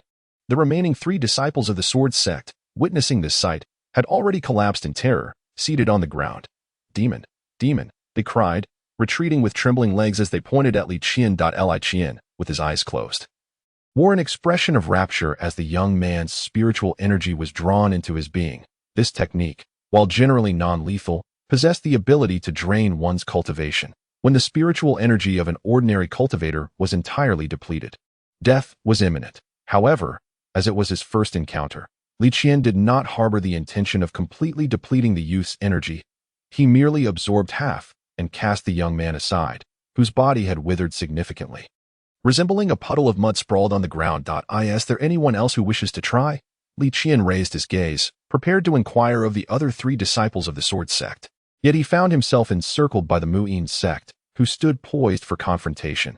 "You demon, today we shall act in the name of justice," they proclaimed. Li Qian, bewildered, responded, "I am here to save you. How is it that you now draw your blades against me?" The white-robed youth, having paused his skirmish with Wang Yin, turned to Xiaoxue and remarked, "I had not noticed before that there were members of the demon clan among you. As righteous disciples, how dare you conspire with demons?" Qian Miao, taken aback, quickly waved his hands in denial, distancing himself several dozen meters from Xiaoxue, and exclaimed, "We are merely traveling companions. I was unaware that there were demons among them." In the depths of Qian Miao's heart, how could he fail to recognize the aura of the monsters? He merely sought to exploit these individuals to exact revenge for his senior brothers. Even in the current predicament, for the sake of his family and sect, he had no choice but to hastily distance himself from them. At this moment, Zhao Ganlin stepped forth, arms crossed, and spoke. "So what? Do you think you have any power over us? You are brazen and arrogant. It seems you are courting death." The youth opposite Wang Yin brandished his sword, ready to charge at Zhao Ganlin and his companions. Yet he was thwarted by Wang Yin's fiery fist. He narrowly dodged, gazing at Wang Yin with confusion, and pointed at him, exclaiming, "Are you from the Qian sect planning to betray humanity? Spare me the lofty accusations. I simply find you all displeasing." Wang Yin retorted disdainfully, arms crossed. The youth named Chun Kuanping, brimming with enthusiasm, remarked, "I've long heard of the arrogance of the sword sect. Now I finally have the opportunity to test it for myself. If we are to flee, let us strike first." Zhao Ganlin tossed the crystal skull she held into the air, and in but a moment, it transformed into the size witnessed by Li Qian and his companions at the spiritual spring. That we are not renowned orthodox sects. Miss Shui and I share a bond, so let us fight. This is also a fine opportunity to add a few more items to my collection. Li Qian nodded in agreement, stating, "Then let us engage." Barely had the words left his lips when the crystal skull Zhao Ganlin held sword forth, hurtling towards the 3 members of the sword sect. Although 2 narrowly evaded its trajectory, one was caught off guard and was crushed into a pulp. Alas, I did not expect the disciples of the sword sect to be so ineffectual. What a pity, I have lost a potential addition to my collection. The skull then hovered in midair, controlled by Herwold. As Li Qian beheld the gruesome scene beneath the skull, he felt a wave of nausea wash over him. After all, it was his first encounter with death. "Zhao girl, could you possibly choose a different artifact? This one is rather undignified." At that moment, observing the pool of blood on the ground, the members of the Mu'in sect began to converse. "Sister Zhang, we should leave swiftly. These individuals appear formidable, and unlike the sword sect, these monsters are likely to kill us for our treasures." The girl named Zhang gazed wide-eyed at the dismembered sword sect disciple.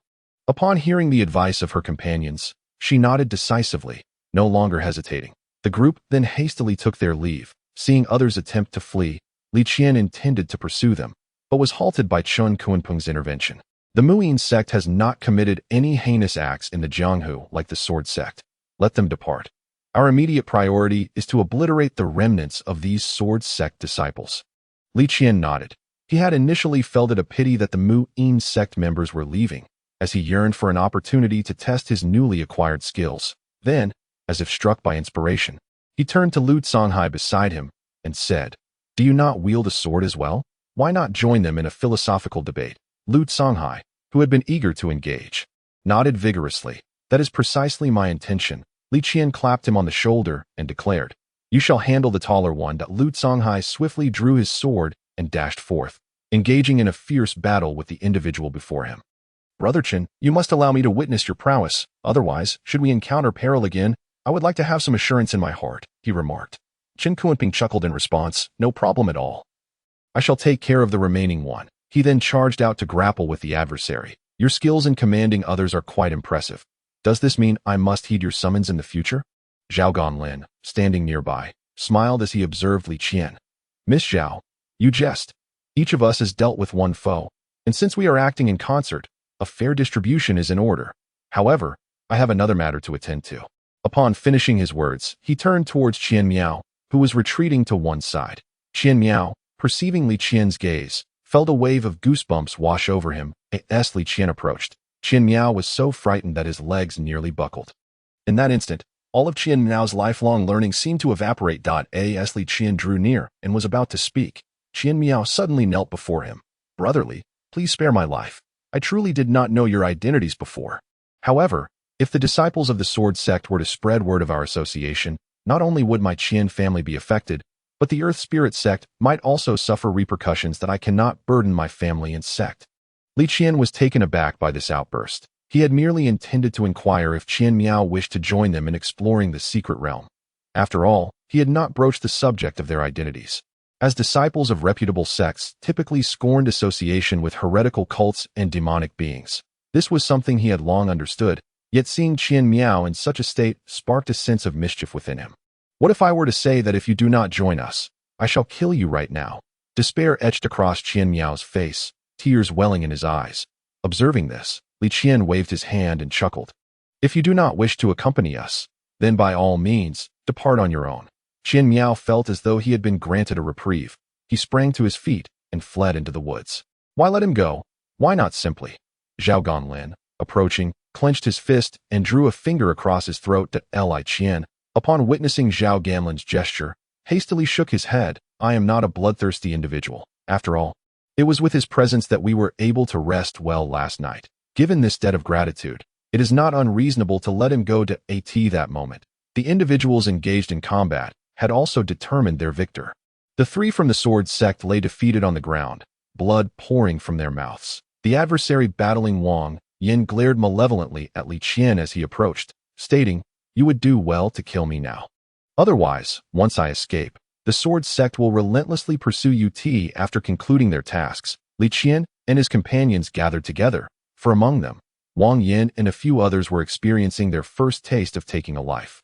Undoubtedly, this left an indelible mark on their hearts. Observing the silence that enveloped the group, Li Qian broke the stillness, saying, "There is no need for distress over our recent experiences. As the saying goes, evil begets evil. This notion is likely familiar to all. The most effective way to confront malevolence is to embody an even greater wickedness. Since those who have crossed our paths have never encountered anyone more sinister than themselves, let us bestow upon them this experience. Even if they must wait until their next life to contemplate their actions." The few still grappling with their emotions found solace in his words, recalling the various behaviors exhibited by the Sword sect within the martial world, which alleviated their discomfort. "Let us first partake in a meal," Xiaoxu interjected. "I estimate we are merely a day away from reaching the central area, and our current position is already perilously dangerous. Thus we must remain in peak condition at all times." However, the delectable dishes laid before them, though typically enticing, now tasted bland and uninspiring. While their spirits were somewhat lifted, their physical appetites remained suppressed. Most of the group ate little, yet Xiaoxue and Zhao Ganlin continued to feast heartily, seemingly unaffected by the gravity of the situation. After a brief respite, they resumed their journey. As they traversed the peach blossom grove, The overwhelming pink hues enveloped them, and the air was imbued with a fragrant aroma that soothed the senses. Walking amidst this beauty, they felt a significant reduction in their alertness, which was ill-suited for their precarious location. Suddenly, a particularly vibrant peach blossom began to drift toward Li Qian and his companions, exhibiting an uncanny ability to alter its trajectory. Just as it approached within a meter of Li Qian, it was engulfed in a fiery explosion. Confused by Wang Yan's actions, the group glanced at him just as he shouted, "Run!" Without hesitation, they turned and fled. Moments later, a tremendous blast erupted from the fireball, consuming Wang Yan in its fury. The shockwave sent Li Qian and the others hurtling backward. "Oh dear," they exclaimed, as the pink blossoms around them began to swirl together, coalescing into a singular form. Gradually, a figure emerged from the petals. When the blossoms finally scattered, a woman appeared, adorned in floral garments, her eyes a captivating shade of pink, and her nose elegantly sculpted, exuding an enchanting beauty. Yet, at that moment, Li Qian and his companions were too preoccupied to appreciate her allure, for the pressure radiating from her presence rendered them breathless. Veiling her face, she chuckled softly, "You little ones should abandon your quest for treasures in the central area, and instead stay here to keep me company.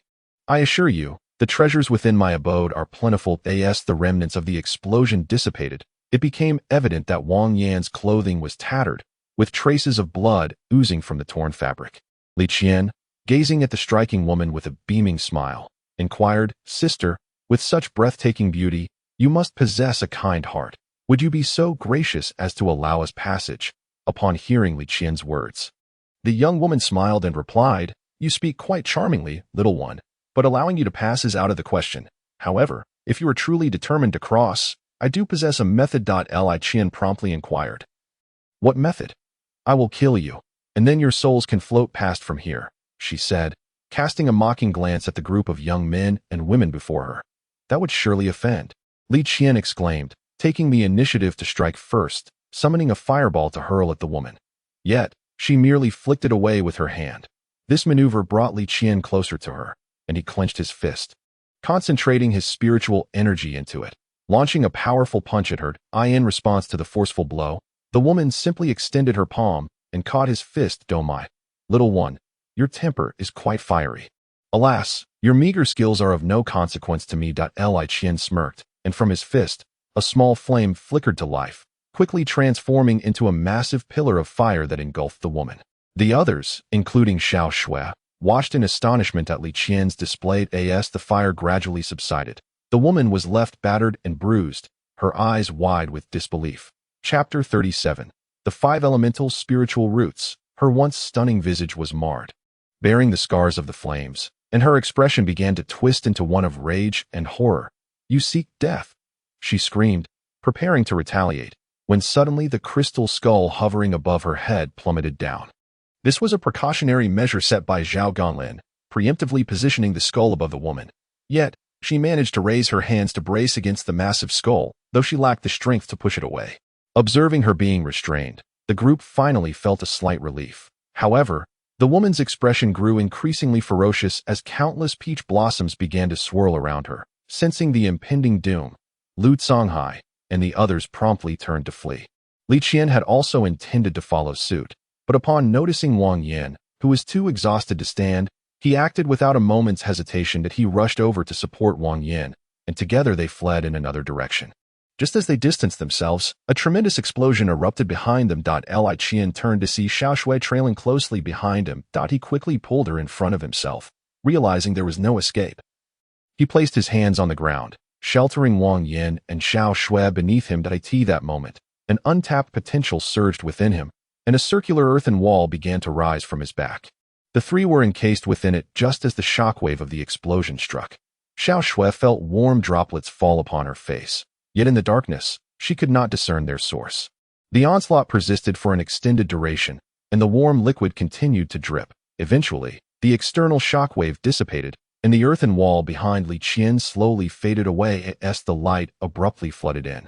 Xiao Shui and Wang Yan squinted against its brightness, only to find Li Qian unconscious between them, utterly depleted. At that moment, the young boy touched the liquid on his face, only to raise his hand and discover it was a vivid crimson.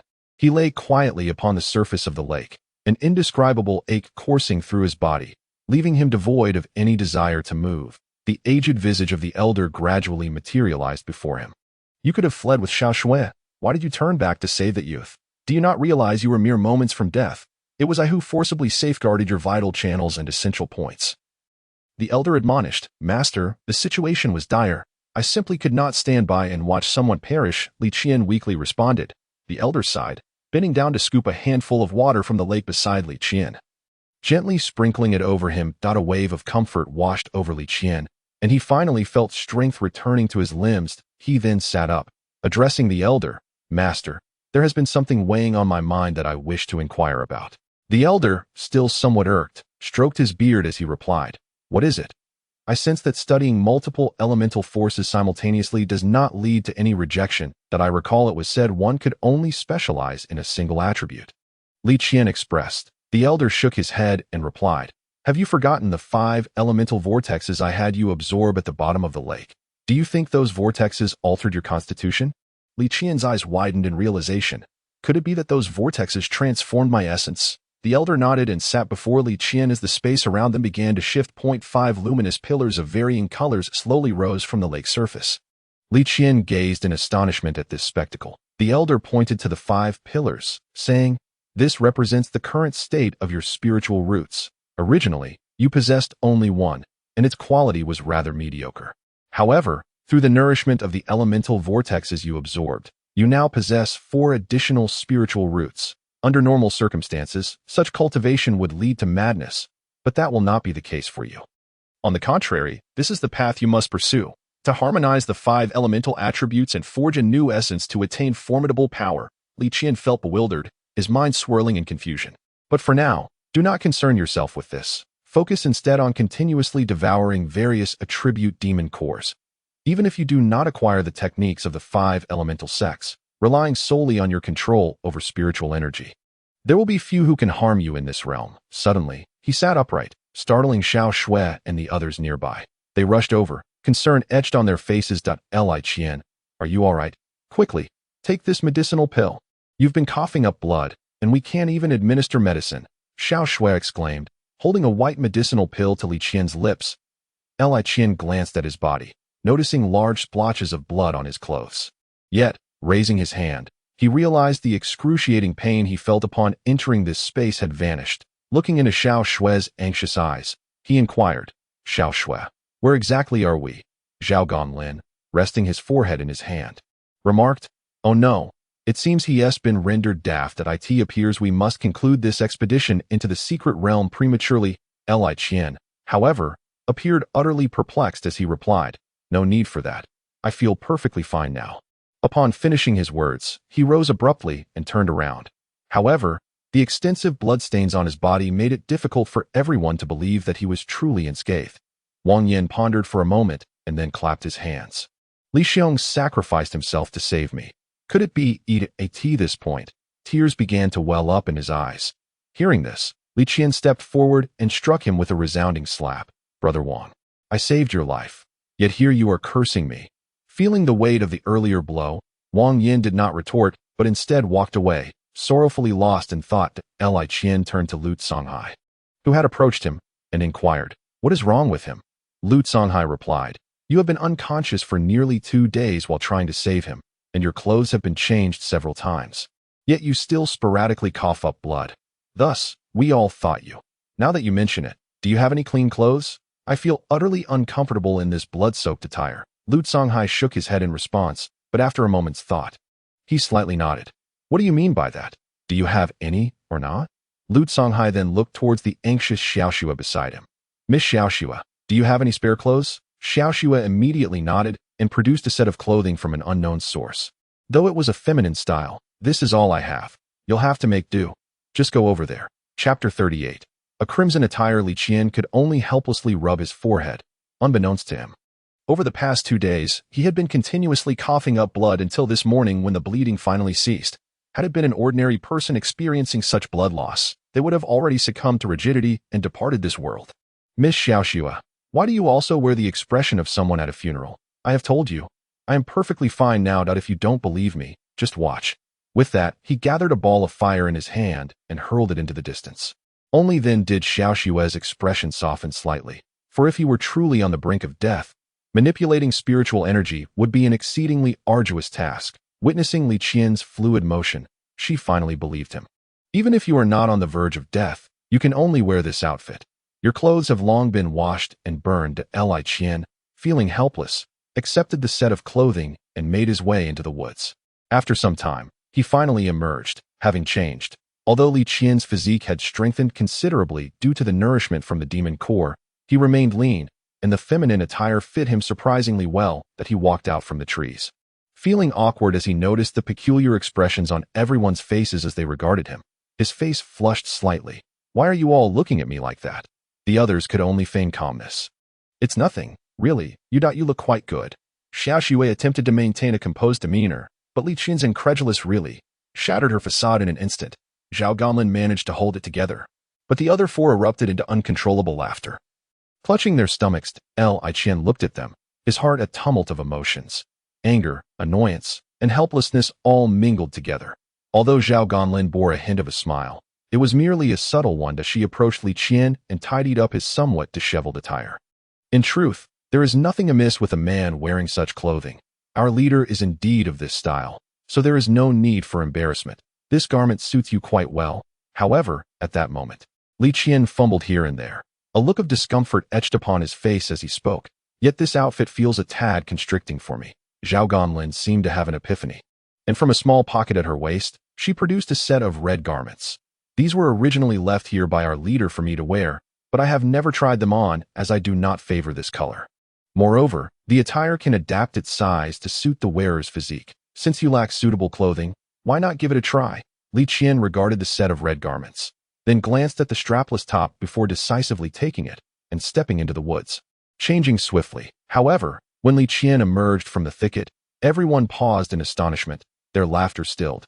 Zhao Ganlin stood there, nodding in satisfaction. The other four hurried over to Li Qian's side, circling around him. That a chorus of tut-tut-tut sounds left Li Qian, standing in the center, perplexed. "Well, what do you think? Please share your opinions." Wang Yin was the first to speak. "That's precisely why we say a person is adorned by their attire, just as a horse is complimented by its saddle.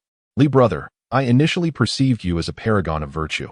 Yet, upon donning this ensemble, the essence of a cultist has emerged. Come now, Wang brother, if you're not adept at flattery, there's no need to force it."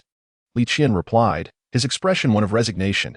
Xiao Xue, delighted, traced the phoenix embroidery on Li Qian's garment. "The craftsmanship is truly remarkable. This phoenix is embroidered with such vividness." Zhao Ganlin interjected, nodding in agreement. This was indeed crafted by the finest embroiderers in Zhangzhou City. Hired at considerable expense by our leader, most of the fabric is said to be made from some special material, allowing it to adjust freely to different body shapes. Furthermore, the phoenix design is embroidered with gold thread. To say it is priceless would not be an exaggeration. Once more, the group scrutinized Li Qian. After Zhao Ganlin's introduction, they felt his aura had ascended several notches. Li Qian attempted to shift the conversation. Xiao Xue, looking exasperated, remarked, "We should hasten our pace, shall we?" Li Qian scratched his head and replied, "Indeed, let us proceed." Thus, the group resumed their journey into the depths of the secret realm that as they walked, the surrounding peach blossom trees gradually became sparse. A mist began to envelop them, and the trees transformed into withered trunks as they traversed through this eerie ambience. Even their breathing seemed to slow. The stillness around them was unsettling. Suddenly, a piercing scream echoed from a distance. Startling everyone, they immediately quickened their pace towards the source of the sound. The fog diminished their visibility, and soon they arrived at a clearing. There, a chubby little boy was ensnared by a vine, dangling upside down from a dead tree. Gazing at the suspended child, the urgency evaporated from their expressions. "Though dear, look who we have here," Li Qian remarked, arms crossed as he approached the little boy hanging from the withered tree. At this moment, the plump boy, with tears streaming down his face and snot dripping from his nose, cried out loudly, "Li Ge, save me. Please, save me." Originally, after Qian Miao had departed from Li Qian and the others, he could only make his way alone towards the center of the area. Little did he anticipate that in this fog, where the path was obscured, he would unknowingly step on something beneath his feet. He merely felt the world spinning for a moment before he found himself dangling in midair. Alas, it is a pity that we are not from a prestigious sect, and thus cannot be compared to Brother Qian. We truly do not dare to offer assistance, lest we tarnish the esteemed reputation of your Tu-Ling sect. After saying this, Li Qian turned away, preparing to leave. Li Go, please don't jest with me. I have just made a decision that goes against my ancestral teachings. There truly are no cultists in this world.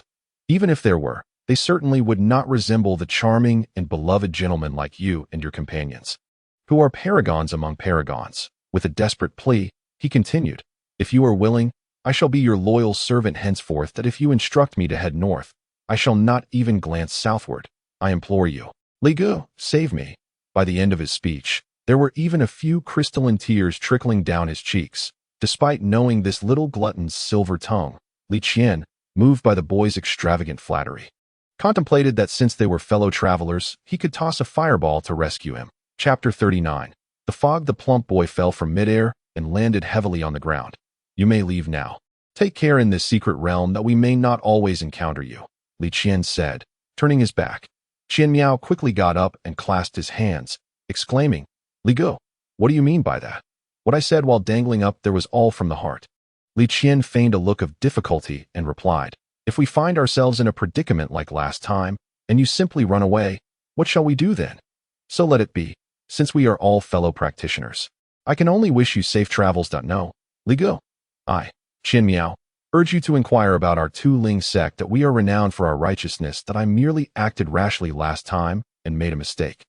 Li Qian shook his head, stating, words alone are not enough. How can I trust you? Qian Miao, realizing he could no longer wander alone in this secret realm, contemplated a plan. He began to rummage through his waist pocket. After a while, he produced a brown orb.li Gu. This is a Tu-Ling pearl, a treasure possessed by each inner disciple of our Tu-Ling sect. Worn close to the body, it significantly enhances our cultivation. I will entrust this to you. Once we exit the secret realm, you may return it to me. This is my only safeguard against fleeing in times of peril. Li Qian gazed at the Tu-Ling pearl in Qian Miao's hand, momentarily entranced. The aura emanating from the pearl reminded him of the essence found in the cave of the elder, bearing a resemblance to the earth element wind is energy, even purer than that. As he observed, he reached out, intending to take the Tu-Ling pearl. Li Qian could only nod in agreement.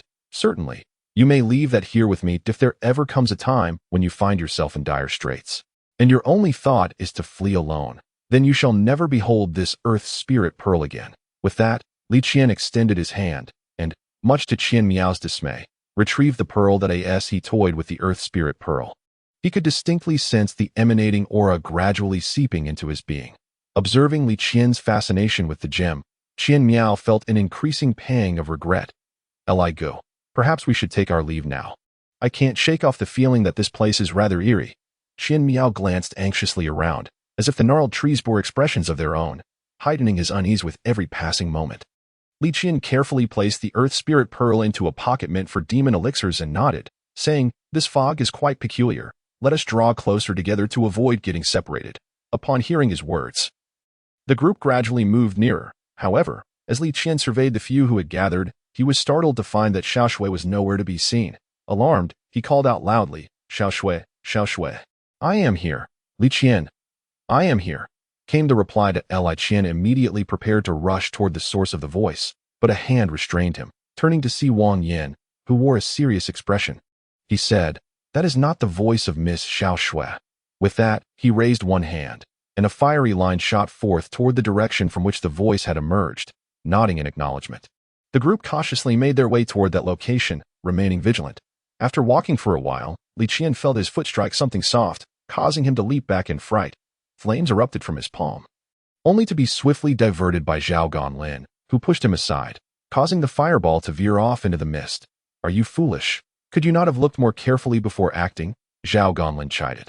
Li Qian then bent down to examine the object closely, only to discover that Xiao Shui lay unconscious on the ground, utterly unresponsive.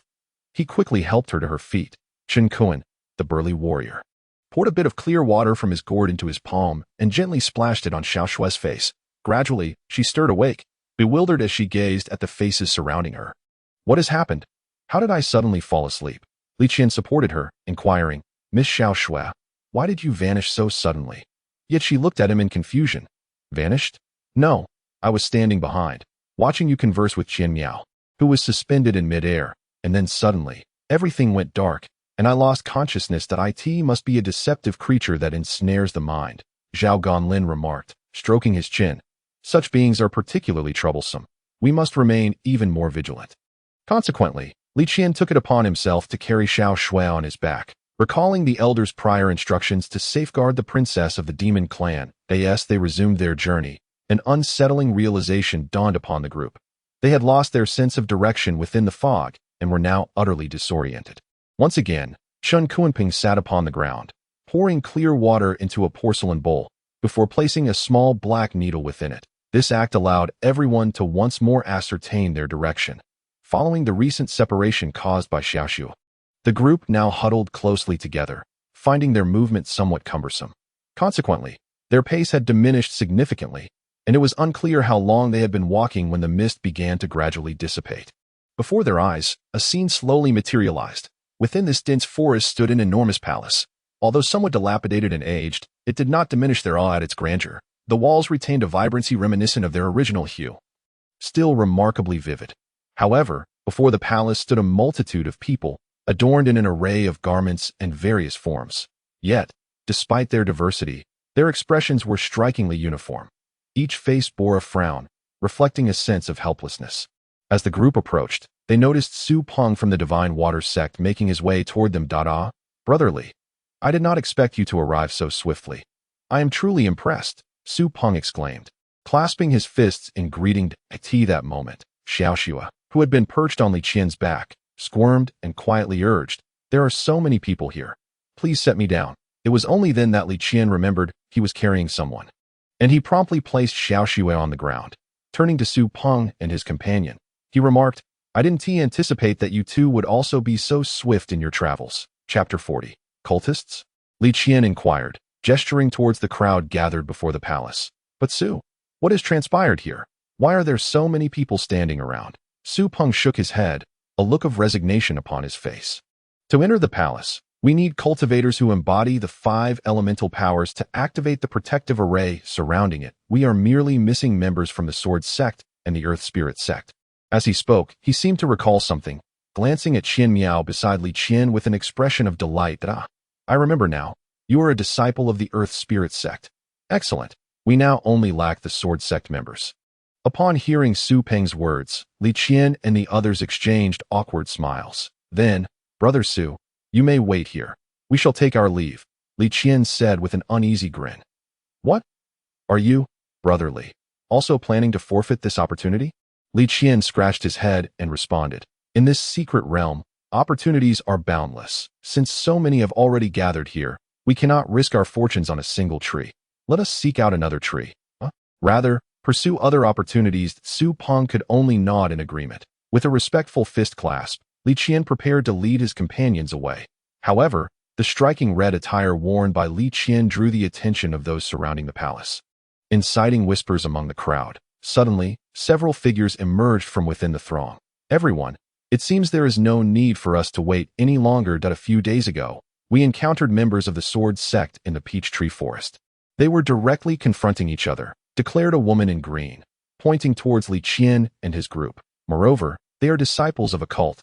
They are also involved in this matter, given that they are here unscathed while the Sword sect members have yet to arrive. It stands to reason. She paused, choosing not to elaborate further. The crowd behind him began to stir. A few cultists audaciously dared to harm the scions of our prestigious sect, truly a flagrant disregard for law and order. Such sentiments echoed throughout the throng. A maiden beside the woman in azure chimed in. Furthermore, that girl is a princess of the demon race. Her demon core is worth a fortune. You must not let this opportunity slip by. The moment these words were uttered, the atmosphere exploded. The crowd swiftly parted into 2 factions, one comprised of human cultivators, the other of demon cultivators. Several demon practitioners among them immediately approached Li Qian and his companions, kneeling before Xiao Shui, proclaiming, Princess, we shall shield you from harm. You should leave this place at once. Xiao Shui, momentarily incensed, declared, I shall remain here, since they covet my demon core. Let them come and retrieve it. The kneeling demon cultivators found themselves at a loss. After all, the fiery temperament of the demon princess was well known among their ranks. Suddenly, the human faction's woman in azure addressed the confronting demon practitioners, saying, "There is no need for confrontation. We harbor no intent to quarrel with you. We seek only those few cultists. My junior sister merely misspoke earlier, and I am here to offer my apologies on her behalf. You cannot simply declare it so. Your kind are the most treacherous and cunning. Why should we trust you?" A burly demon practitioner stepped forward, pointing at the woman in azure. She smiled and nodded, replying, "I certainly have my ways." She then turned and delivered a resounding slap to the woman beside her, striking her squarely on the mouth. Blood immediately flowed from the woman's lips as she clutched her face and collapsed to the ground. "I hope this satisfies you," she inquired, her ruthless action startling everyone present. The Muin sect had long been known in the martial world for its benevolent reputation, renowned for its healing prowess. It was unexpected that they would turn so viciously against their own. The demon cultivators could only look to Qian and his companions for guidance. However, Qian remained unfazed as he strode towards the two factions. "Esteemed cultivators, we truly are unaware of the whereabouts of the Sword Sect members. That day, we merely engaged in a conversation with them to ask for directions. Consider, if we were truly at an impasse, how could they have escaped unscathed? It seems some are inclined to cast baseless accusations." Upon hearing Qian's words, the woman in azure spoke up, her voice laced with indignation. "What need do we, the righteous, have to slander you cultists? You seem to label us cultists quite effortlessly. If you do not believe us, I have a proposal. Since you are all righteous practitioners, I trust you would not relish the idea of bullying the weak. Let us have a grand contest, one against any of you. 3 matches in total. If I do not fall, you," she pointed at the woman in azure, "must kneel and bow to us twice. Furthermore, you cannot impede our departure." The woman in azure remained unperturbed, nodding as she replied, "And if you lose, I shall go first." Amidst the throng, a youth brandishing a firearm emerged. The boy, with bold brows and striking eyes, exuded an air of confidence as he twirled a finely crafted spear before grounding it firmly. "If you possess a weapon, draw it swiftly, lest you later accuse me of bullying." Qian shook his head and replied, "Might I inquire your name, esteemed one?" The armed youth merely shook his head and stated, "There is no need for that. Let us fight." Qian nodded, then extended his finger toward the earth, a layer of rocky armor materializing around his body. The armor, a striking amalgamation of deep black and vibrant red, imparted an indescribable sense of peril. "Very well. Let us begin." The youth, undeterred, kicked the butt of his spear, sending it spinning in midair before grasping it firmly and thrusting it forward. The youth mused that since his opponent was a practitioner of earth magic, the battle would be manageable, for it was widely acknowledged that earth practitioners excelled in defense but lacked in offensive prowess. With that, he lunged his spear toward Qian. Qian raised his arm to block the attack with a small shield affixed to his forearm, redirecting the spear's point and attempting to close the distance. In response, the youth swept his spear horizontally, aiming for Qian's waist. Qian retreated just in time to evade the spear's tip, but the youth left himself exposed. Seizing the opportunity, Qian charged forward after regaining his footing. Addressing the spear-wielding youth, he remarked, "Your spear technique is commendable. However, I advise you to concede. The skills I have acquired recently are meant for lethality, and I truly wish to see no brilliant talent extinguished." Chapter 41. Show me some respect. Enough of this prattle. The youth advanced with his spear once more. Qian could only shake his head, his expression hardening. A flicker of flame began to dance around his left hand.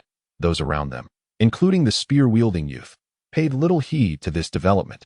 Yet, those who had accompanied Qian for several days, including Wang Yan, understood the gravity of the situation. As the youth closed within 2 meters of Qian, he raised his hand, unleashing a pillar of fire that engulfed the youth entirely. The boy's garments were soon tattered, and patches of his skin were severely scorched. A woman in azure at the forefront of the crowd immediately turned her gaze toward her companions. One young girl, understanding the unspoken call, stepped forward, placing her palm against the youth's chest.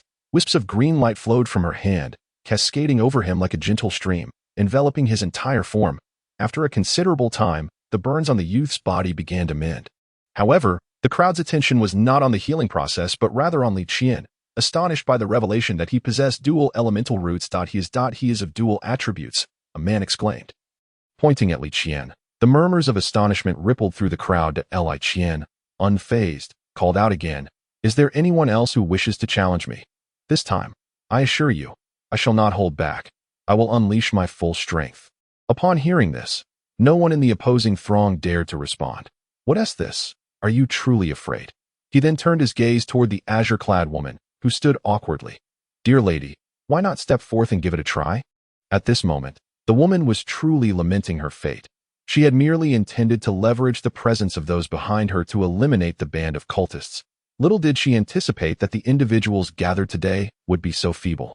She had contemplated stepping forward to engage in a contest of skill, yet upon witnessing Qian unleash his fiery powers, she promptly abandoned that thought. Do not be so arrogant. Once I exit, I shall certainly report today's events to the elders of my sect. Qian, however, regarded the cloaked woman with a chilling gaze. Oh, your words sound quite familiar. The last time I heard them was from a few disciples of the sword sect just days ago. Yet, they are now unable to utter such phrases. As he spoke, he advanced toward the woman, his eyes growing increasingly malevolent. The cloaked woman, perhaps sensing Qian's intentions, exhibited a flicker of fear and retreated a few steps. At that moment, a man approached and stood before her, prompting Qian to observe him with keen interest. Brother Su, do you also wish to test your mettle against me? Qian inquired, feigning confusion.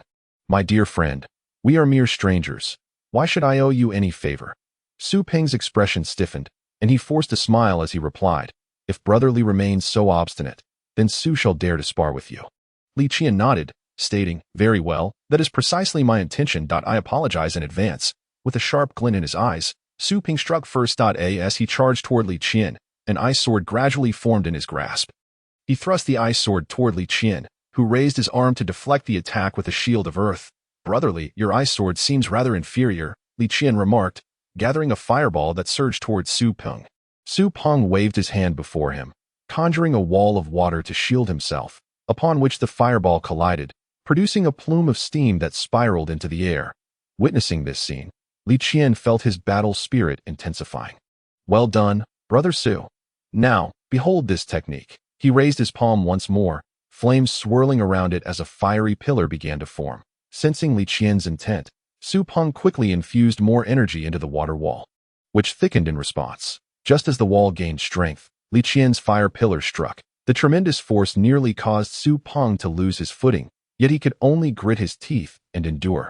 As a colossal column of steam shot upward, the onlookers were wide-eyed and agape, realizing that no one present could withstand such a fire pillar. Meanwhile, some among the human cultivators had already departed.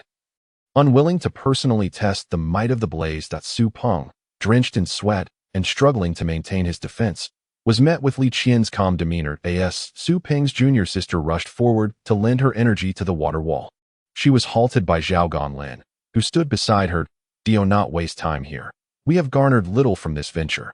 Initially, Qian had intended to mock, but upon hearing these words, he reconsidered and declared, Brother Su, today I shall grant you this favor. We shall take our leave for now. Upon concluding his words, Qian turned and departed. Su Peng, witnessing his departure, felt utterly drained and collapsed onto the ground. My goodness, Brother Li, you were simply magnificent just now. If I were a girl, I would undoubtedly choose to marry you. The chubby boy, Qian Miao, gazed at Qian with wide, starry eyes, inching his round face closer to him. Keep your distance, or I shall let you experience that fiery pillar for yourself. Zhao Ganlin interjected. Let us set forth, for it seems that our encounters within this secret realm have been limited to that solitary spirit spring. We have yet to obtain a single treasure. The others nodded in agreement. Initially at odds, the two factions gradually dispersed upon Qian's departure, realizing that remaining at the palace would only squander their time. As entry was impossible that moment, the young woman in azure knelt down, pressing her fingers against the lips of the girl, who still bled profusely. A surge of green light enveloped the girl's face, halting the flow of blood. Do not hold it against me. In such dire circumstances, had I not resorted to this desperate measure, you might have. The girl nodded in understanding, her body trembling slightly.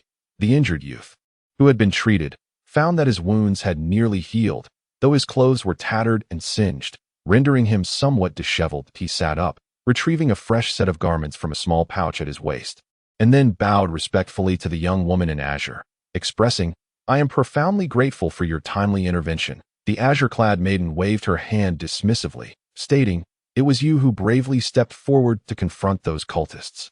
Your courage is commendable. Why don't we journey together? The youth smiled and nodded, replying, "That would be my pleasure. It is an honor to travel alongside disciples of the Mu'in sect." A group of onlookers concealed within the foliage observed this scene. Initially intending to depart, they hesitated at the prospect of such an opportunity before them, reluctant to leave. Furthermore, the conditions for entering the palace's formation could easily be fulfilled by Qian alone. Considering that the others had no means to proceed, it was evident they would soon exit the palace. Once all had vacated, the onlookers could then enter undetected. After a while of hiding in the woods, the throng before the palace gradually cleared. Observing that no one remained, Qian and his companions emerged from the thicket. This opportunity seems tailor-made for us, Qian Miao exclaimed, gazing at the majestic palace with delight.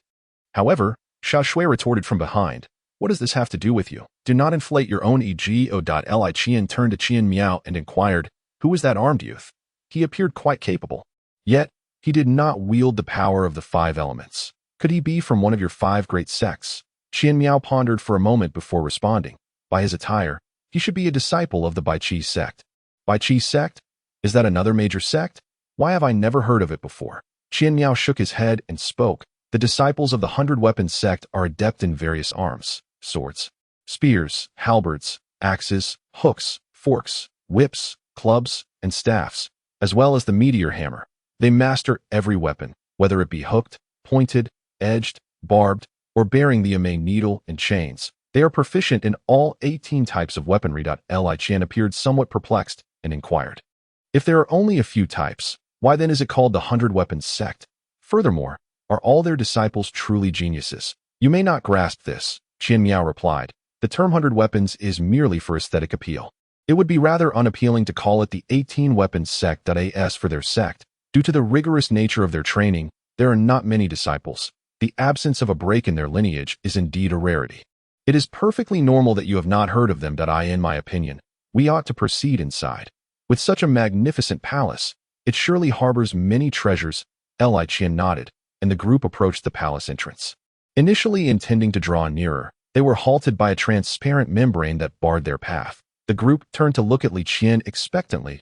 He nodded and stepped forward, placing his palm upon the membrane. As he pressed down, vibrant rays of multicolored light began to radiate outward, enveloping the entire formation of the palace. Subsequently, the membrane on the surface of the formation dissipated like twinkling stars, allowing them to enter the palace. Upon crossing the grand entrance, they found themselves in an expansive courtyard. The first sight that greeted them was a broad avenue, flanked on either side by rows of armor. The group was startled by these suits of armor. But upon closer inspection, they realized they were mere empty shells. The architectural style of this palace was indeed peculiar. They had never encountered such a design before. Qian Miao continuously surveyed the surroundings. Murmuring to himself, the group advanced along the central avenue between the 2 rows of armor. Suddenly, a resounding crash echoed from behind them. The palace door they had just entered closed of its own accord. Initially, they were not overly frightened, but the closing of the door cast an intangible dread over them. They stepped forward towards the palace entrance, which loomed dark and foreboding, yet emitted a blinding golden light that compelled them to slow their pace and admire the grandiosity of the structure. Inside lay a vast hall, illuminated by light cascading from the towering dome above, casting a dim yet warm glow. Stone pillars adorned with intricate carvings of dragons and tigers stood majestically on either side, each pillar depicting vividly lifelike mythical beasts, exuding an aura of profound solemnity and majesty. The sight evoked memories of the empire's former glory, as if one could still feel the presence of the sovereign seated upon the dragon throne, surveying the realm with an air of authority. Walking upon the obsidian floor of the palace hall, the overwhelming sense of awe left them at a loss for words. Suddenly, from an unseen corner, a rotund old man emerged. His footsteps were utterly silent, so much so that Li Qian and the others only noticed him upon his arrival before them. "Greetings, young gentlemen. Each of you possesses an air of remarkable elegance. It is my first encounter with such spirited and striking youths after spending so long in this palace." Li Qian regarded the old man with a wary expression, scrutinizing him closely. The old man, as if sensing the intensity of his gaze, turned his head to meet his eyes. "What do you wish to see in this old man?" he queried. His squinting eyes and benevolent visage sent a shiver down Li Qian's spine.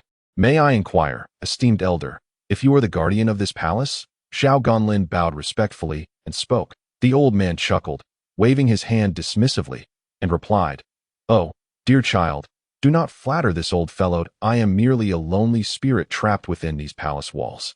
Upon hearing this, the chubby Qian Miao felt a cold sweat trickling down his back. When the old man gazed in his direction, he immediately averted his eyes. Esteemed elder, how long have you been confined in this place?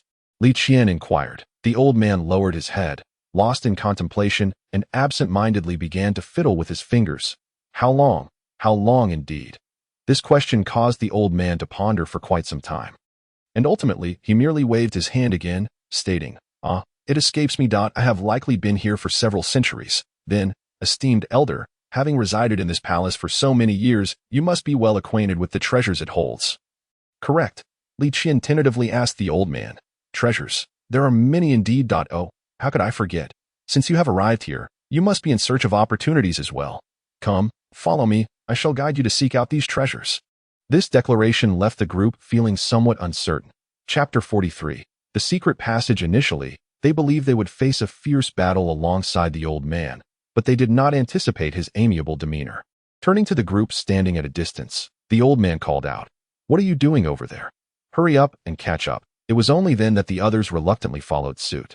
They proceeded towards a small door behind the dragon chair, exiting the grand hall and entering a narrow, winding path that led deeper into the palace. After a considerable time, they arrived at a chamber reminiscent of an emperor's sleeping quarters.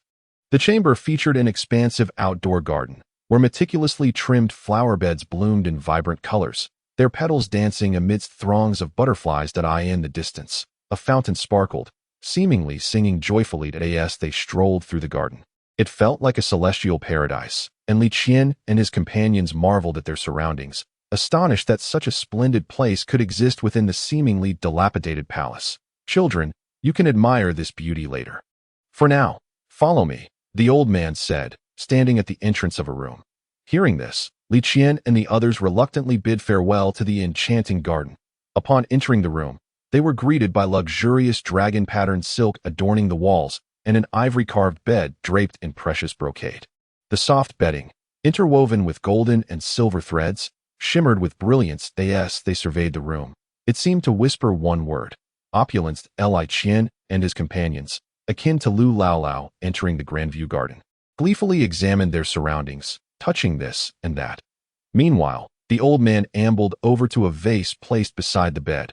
Observing this, Li Qian and his companions eagerly gathered around as they ventured into the shadowy passageway. All that greeted them was a flight of stairs leading down into an endless abyss of darkness. I dare say that the finest treasure within this secret realm lies within, yet whether you can procure it depends solely on your own prowess. I shall not accompany you any further, the elder remarked nonchalantly, standing beside the dark corridor. The group gazed hesitantly at the inky passage ahead, their spirits wavering. Observing their indecision, the elder spoke once more. If you choose not to proceed, I shall close this entrance. However, I must caution you. The opportunity is but a singular one. Li Qian swiftly raised his hand, exclaiming, Senior, we shall go. A flicker of flame ignited in his palm, and he descended the stairs, followed closely by the others. Wang Yin, maintaining a sphere of fire hovering on either side of him, brought up the rear. Once all had descended, the elder shut the entrance to the passage. The group felt a sliver of light from their lives extinguish. Yet they steeled themselves and continued downwards. Upon the door's closure, radiant beams of light illuminated the walls, casting a glimmer into the dark corridor. As they traversed the passageway, silence enveloped them, the only sound being the rhythm of their breaths. Before long, they emerged into a vast dark chamber. Upon entering, they found that the torches within the chamber had already been lit, allowing them a clear view of their surroundings. The chamber was remarkably spacious, with a colossal taiji, yin-yang, symbol occupying the center. As they approached the taiji symbol, they observed its emptiness. There truly nothing here. Have we been deceived? The chubby Qian Miao queried, scanning the chamber. Hold your tongue for a moment. I sense that this taiji symbol harbors secrets, perhaps related to the treasure, Xiaoxue replied. Wang Yin, try standing on the white circle, and Zhao, you take position on the black circle. Wang Yin and Zhao nodded, stepping onto their respective circles. Suddenly, the taiji symbol began to descend. The others hastily joined them atop the symbol. As it sank slowly, the surrounding rock walls began to vanish. After a considerable descent, they finally noticed chains hidden beneath the rock floor. for chains as thick as a man's embrace tethering the Taiji symbol as it continued its descent. Yet, all around them was an expanse of unfathomable darkness. Wang Yin gathered a fireball in his hand and hurled it into the void, but it flew like a meteor, soaring indefinitely without ever touching the walls of this space. Just how vast is this place? Li Qian marveled, astonished by the fireball's flight. In this darkened realm, the only sensation they could discern was the gradual descent of the Taiji symbol beneath their feet, after what felt like an eternity. The symbol finally reached the ground. At that moment, light began to emanate from the Taiji symbol, spreading rapidly outward. The surrounding scenery slowly unveiled itself, revealing first a monumental statue, so colossal that its head nearly touched the ceiling of the vast chamber. The statue depicts a swordsman, poised with his long sword, striking down upon a monstrous beast beneath his feet. While Li Qian and the others observed this spectacle with little concern, it was Xiao Shui among them who became momentarily entranced by the sight. How could such a colossal statue exist within this secret realm? Could it be that the original emperor of the palace revered this figure? Li Qian, gazing at the immense statue before him, inquired further. However, Xiao Shui bowed her head, murmuring to herself, "No, no, it cannot be." Upon hearing her words, Li Qian and the others turned to her. "Xiao Shui, do you know the origin of this statue?" Yet, Xiao Shui offered no response, merely repeating her previous utterance. Concerned by her peculiar behavior, the group quickly approached her. Li Qian placed a supportive hand on her shoulder and gently shook her. Xiao Shui, what troubles you?" Xiao Shui appeared to awaken from a deep reverie. But Li Qian noticed the tears welling in her eyes. "What is the matter? Why are you crying?" The others hastily followed her as she walked towards the statue of the beast upon which the figure stood. She reached out, her palm caressing the stone, softly murmuring, "Grandfather, why are you here, grandfather?" Tears streamed down her cheeks in heavy drops. Li Qian instinctively moved to comfort her, but was halted by Zhao Ganlin's outstretched hand. "Do not approach her just yet. Her emotions are still volatile, and your presence may exacerbate the situation." Chapter 44. The White Dragon? Xiao Shui.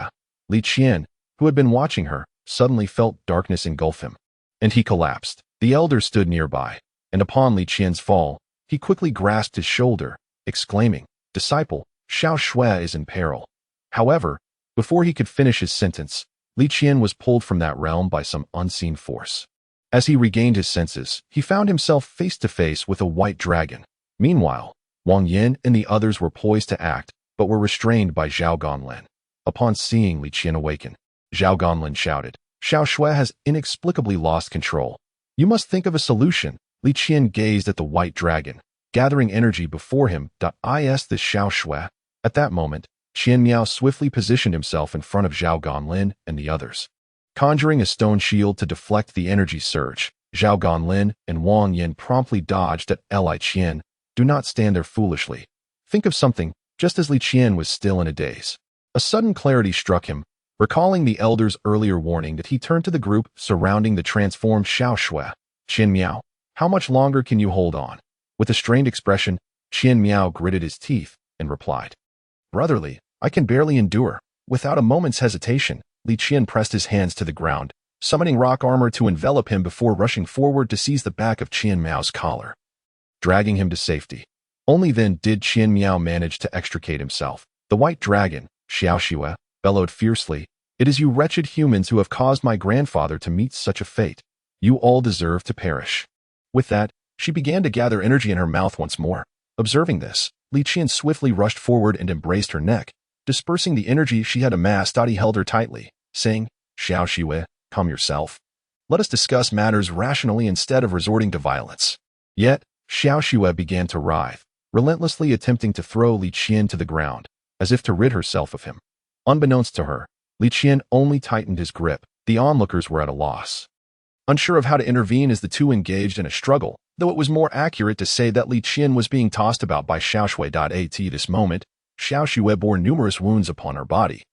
Yet Li Qian continued to hold on resolutely. "Let go of me, or do not blame me for being unkind." Xiao Shui's voice was laced with fury. "Xiao Shui, please." But suddenly, Li Qian felt something within him striving to break free. Xiao Shui experienced a similar sensation. Due to the strange feeling within, Li Qian released his grip, yet his body remained pressed against Xiao Shui's. This scene, somewhat comical, unfolded as Xiao Shui ceased her struggles. sensing that her vital artifact was on the verge of erupting from her body. Perhaps they would soon be separated. Despite this, they remained closely entwined, their chests touching. The surrounding crowd quickly converged. "What are you two doing? Hurry and separate. Can't you find a more private place for such entanglements?" Chided the stout Qian Miao. "Do you wish to die?" Xiao Xue glared at him, her teeth clenched. Li Qian, feeling somewhat helpless, interjected, "Stop standing there and watching. Can someone please think of a way to separate us?" The crowd circled around them, pondering for a moment before finally reaching a consensus. "How about we form two teams and pull you apart?" Li Qian nodded in resignation, urging, "Then please do so quickly." "This is rather uncomfortable," they agreed, with Qian Miao and Chen Kuan on one side, and Wang Yin on the other, grasping the shoulders of the two entwined individuals. 1. 2. Pull. Initially, everyone believed this would be a strenuous endeavor. Yet they were astonished to find that with a single effort, the two were separated, causing the group to tumble in disarray. Sitting on the ground, Qian Miao remarked, "Li Gu, if you enjoy hugging her, why not just continue for a while instead of using such a clumsy excuse?" Li Qian looked at Xiao Xue in confusion, while her expression starkly contrasted his. Upon hearing Qian Miao's words, she turned to him, asking, "What did you say?" Qian Miao, catching the cold glare from Li Qian, promptly fell silent. The group stood, dusting themselves off, and Zhao Ganlin hurried over to assist Xiao Xue to her feet. "Xiao Xue, what just happened to you?" Li Qian inquired, his face a mask of confusion as he looked at Xiao Xue. "This is my grandfather," Xiao Xue replied, raising a finger to point at the monstrous statue that was being trampled underfoot by a figure.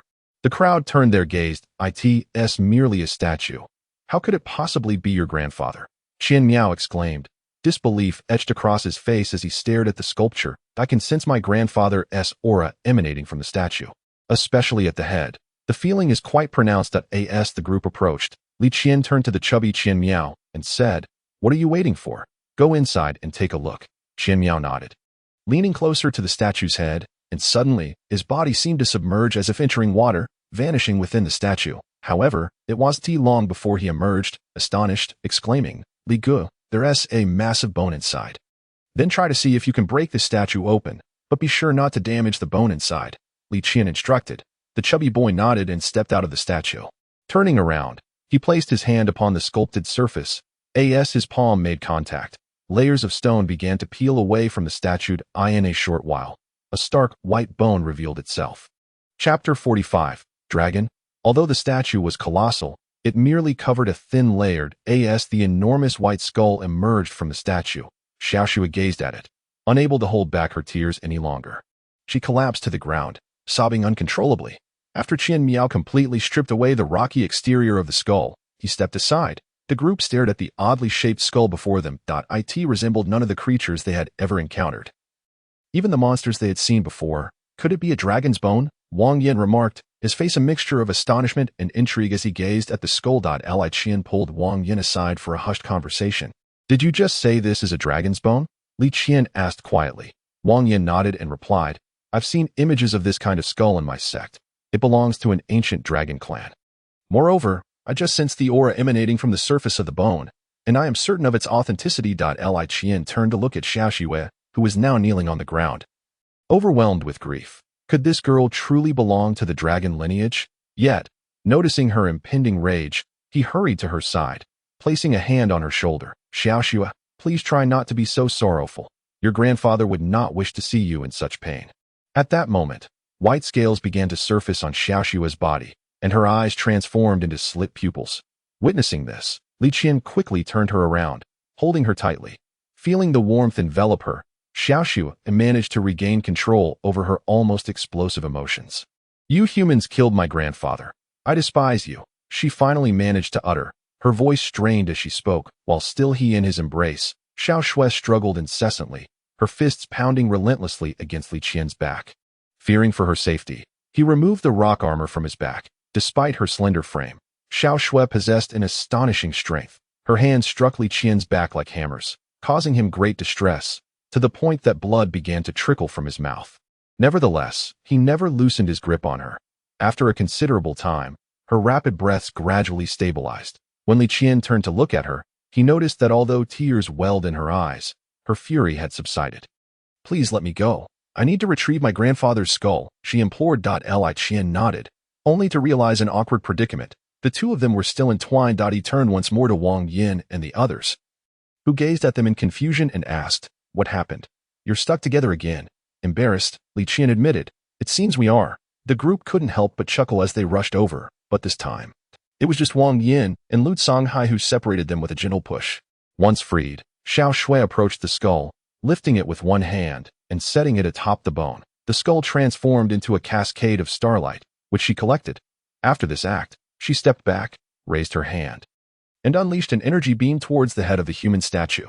Instantly, the statue's head exploded, showering falling stones that prompted Qian Miao to quickly summon a half-circular stone shelter. Li Qian dashed over, pulling Xiao Shui into the safety of the stone abode. The massive stones crashed upon the roof, shattering it, a testament to the shelter's formidable strength. The group had no choice but to wait for the stone rain to subside before emerging from the shelter. Looking up, they saw the statue of the human cultivator now reduced to a mere torso, with a gaping hole where the head once was. Yet, within that void, a golden light shimmered. Could it be a magical artifact? Li Qian marveled at the golden glowed, and no one could have anticipated that their first artifact would be inadvertently uncovered by Xiao Shui.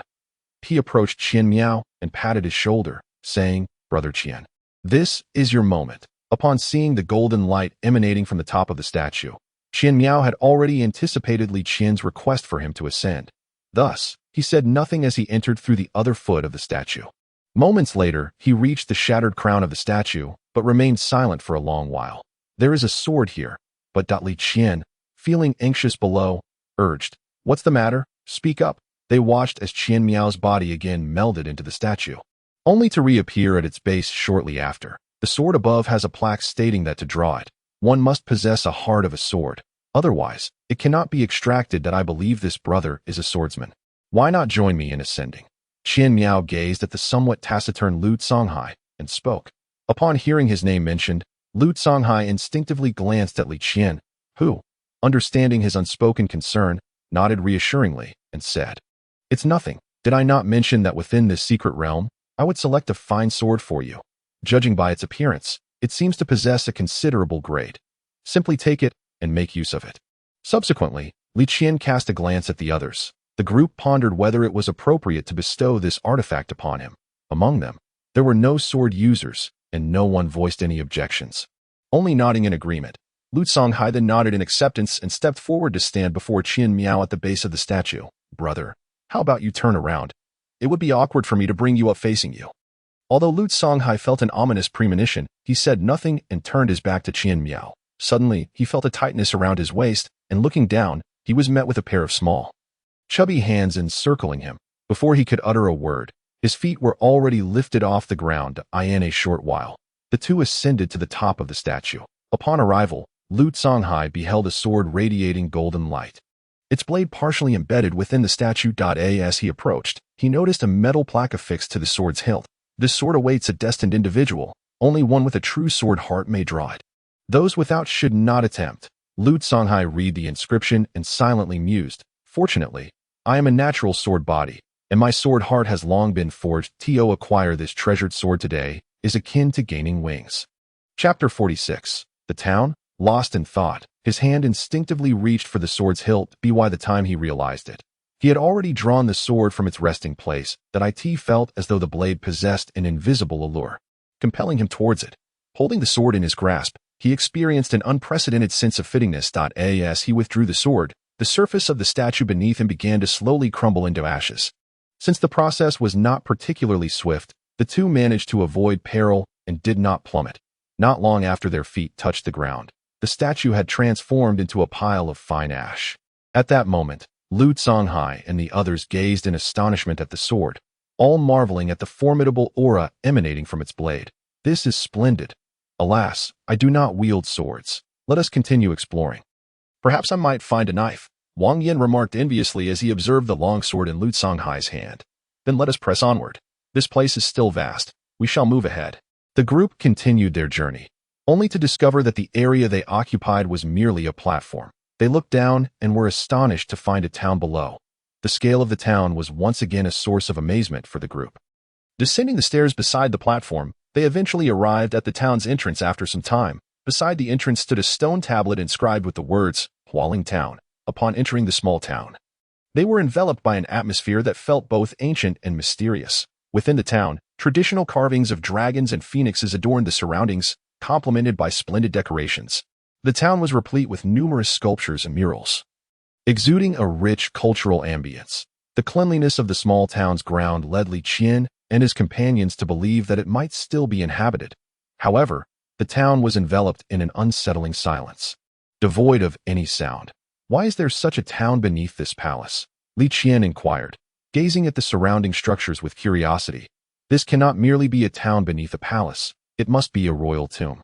The houses within this town are merely the burial offerings of some emperor, Qian Miao remarked nonchalantly. From the moment we entered this imperial palace, I have been intrigued, but it was only when Miss Xiaoxue clutched that statue and wept that a question dawned on me. Could it be that the secret realm is interconnected with the outside world?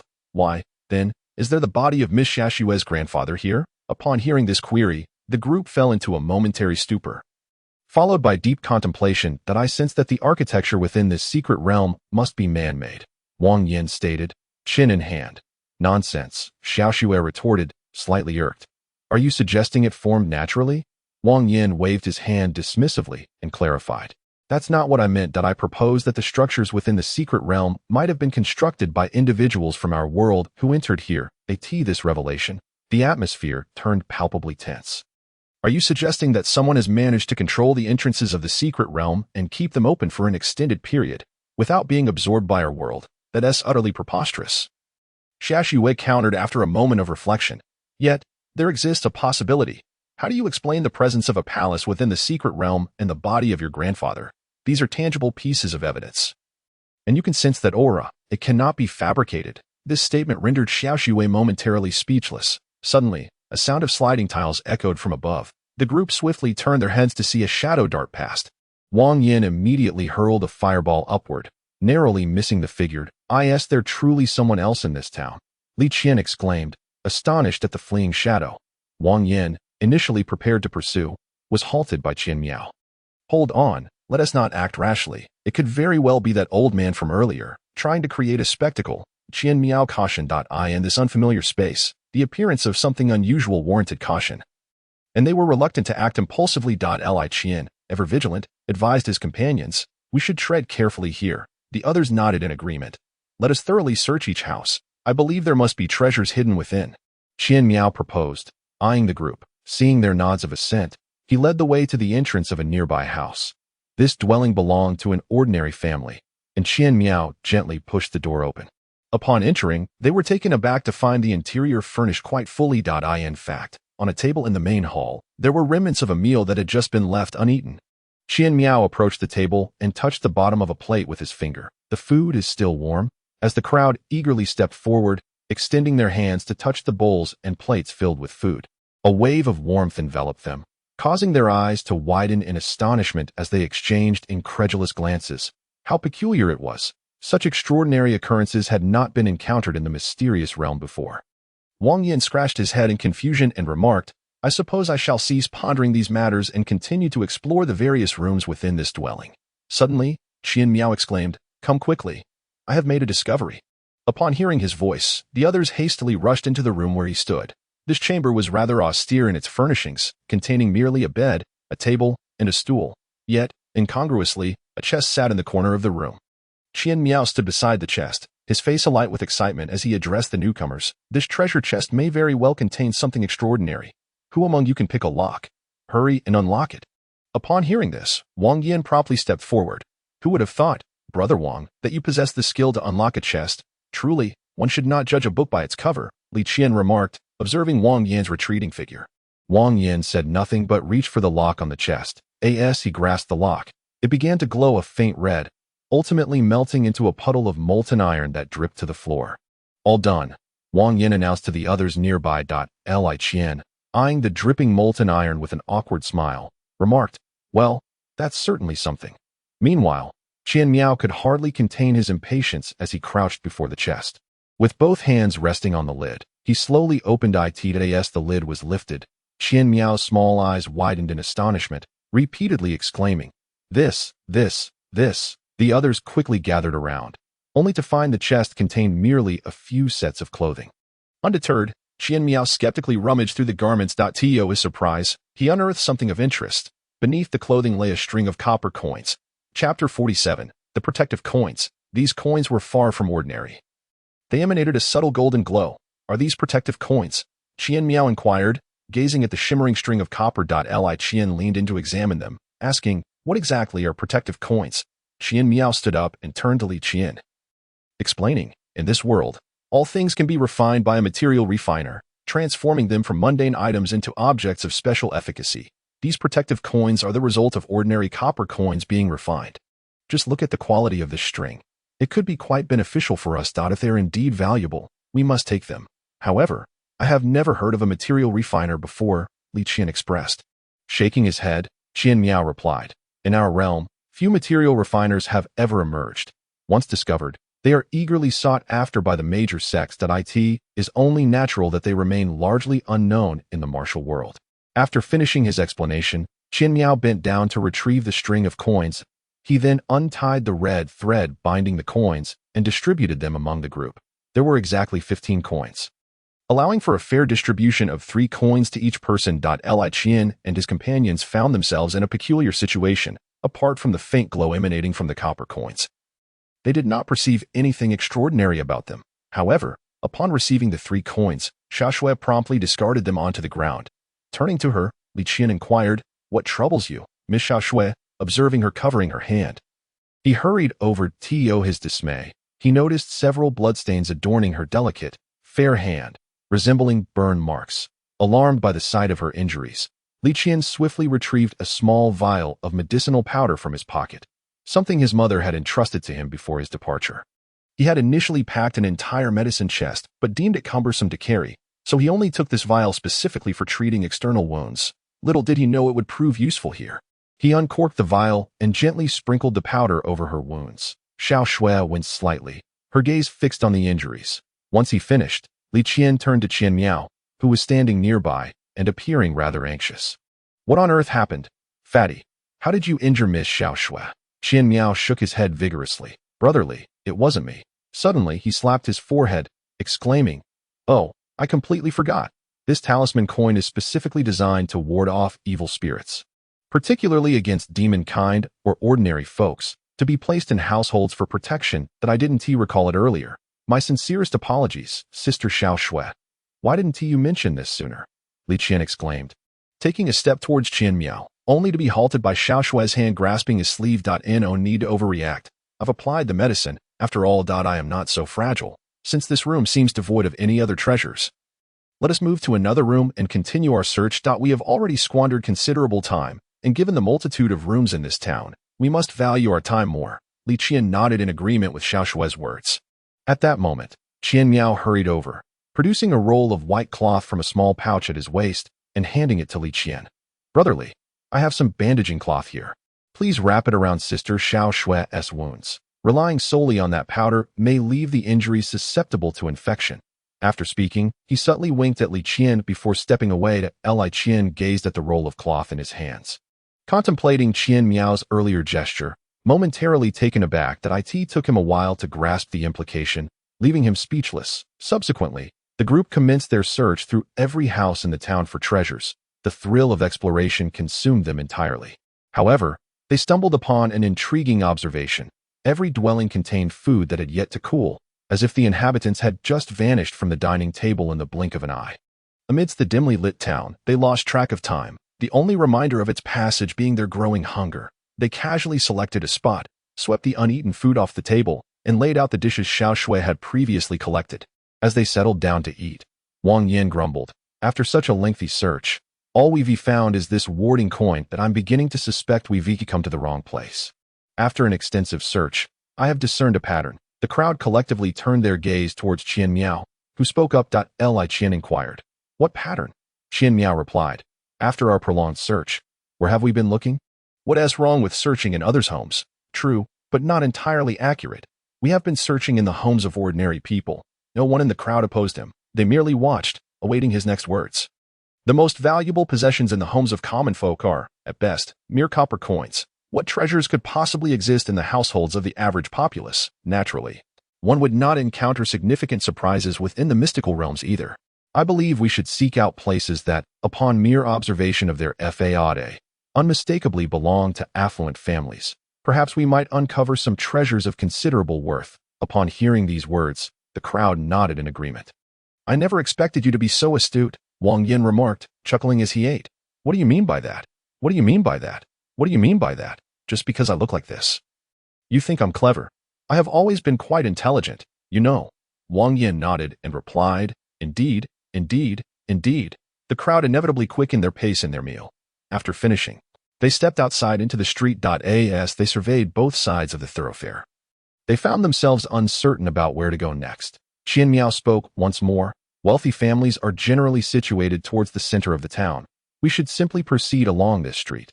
Xiao Shui looked at Qian Miao and remarked, I never imagined this little chubby fellow had such understanding. However, Qian Miao glanced around the surroundings and said, To be honest, this place always evokes a sense of familiarity within me. All right, enough boasting. Let us move quickly.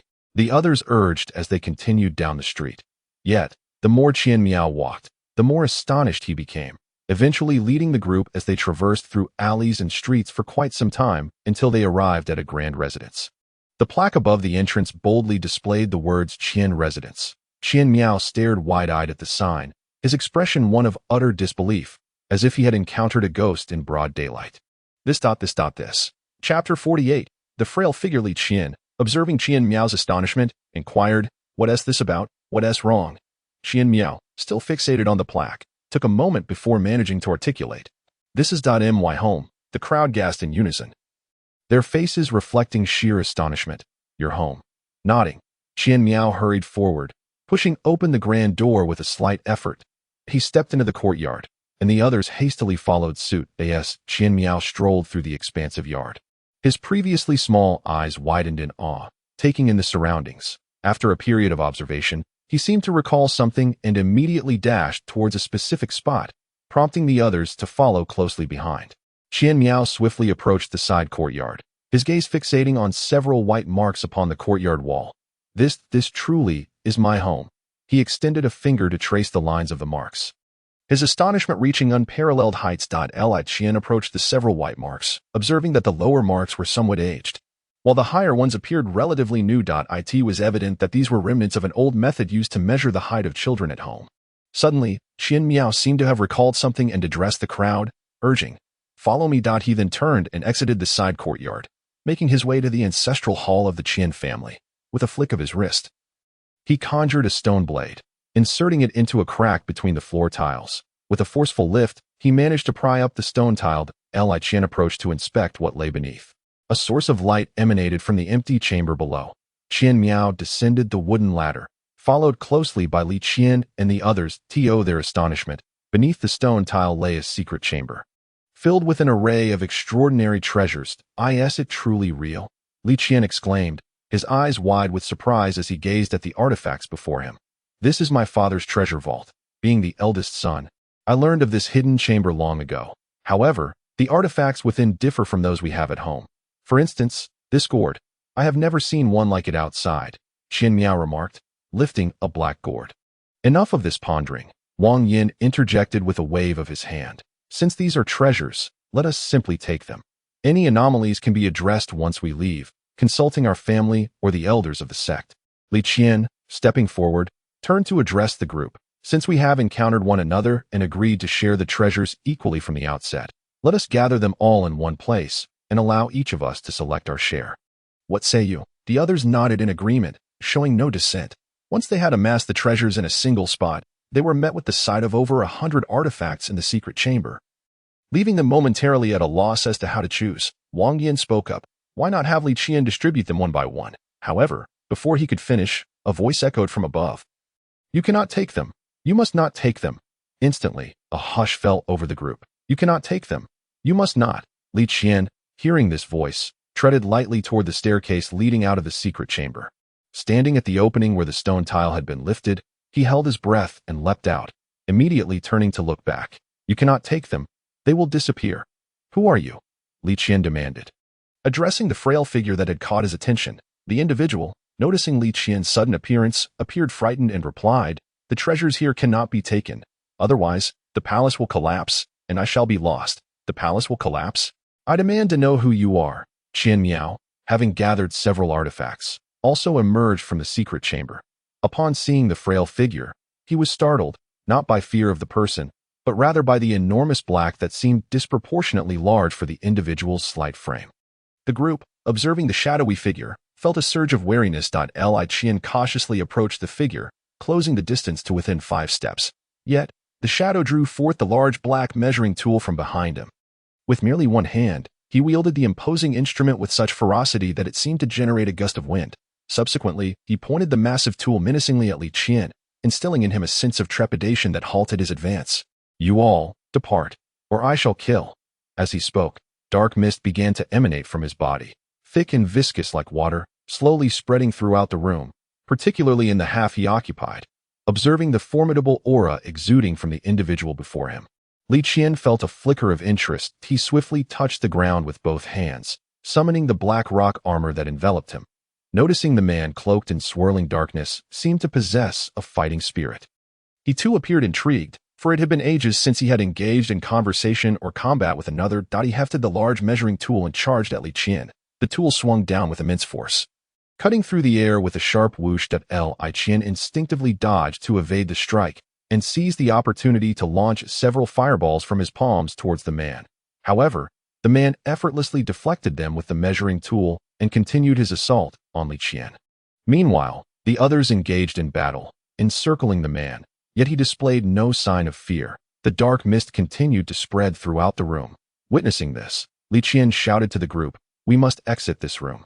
Do not fight him here." Upon hearing his words, the others immediately leaped outside, only for the ancestral hall to erupt in a violent explosion. The entire Qian family ancestral hall was reduced to rubble.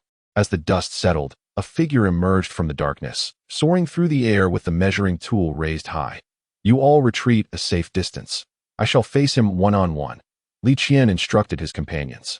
Given the dire circumstances, they did not hesitate, scattering but remaining within sight, perched atop the courtyard wall to observe the duel. Li Qian unleashed a punch, clashing with the massive tool. Neither party gained the upper hand, both retreating several meters to regain their footing. Shaking out his fist, Li Qian realized that the weight behind that tool was extraordinary, beyond what an ordinary person could possess. He resolved not to engage in close combat with this adversary. Soon, wisps of fire began to swirl around his hands. The man lifted the enormous tool once more and charged at Li Qian. A splendid opportunity. Li Qian raised his hand, unleashing a column of fire that engulfed the man. Remarkably, the man charged through the flames as if unscathed, relentlessly advancing towards Li Qian. As he neared, he swung the massive tool with alarming speed. Li Qian had no choice but to cover his fist in rock armor and retaliate. But to his astonishment, the man's speed of attack began to increase, relentlessly striking at Li Qian. The two exchanged blows for some time, until suddenly, the man halted, casting aside the measuring tool and collapsing to the ground. Panting heavily. No more. No more?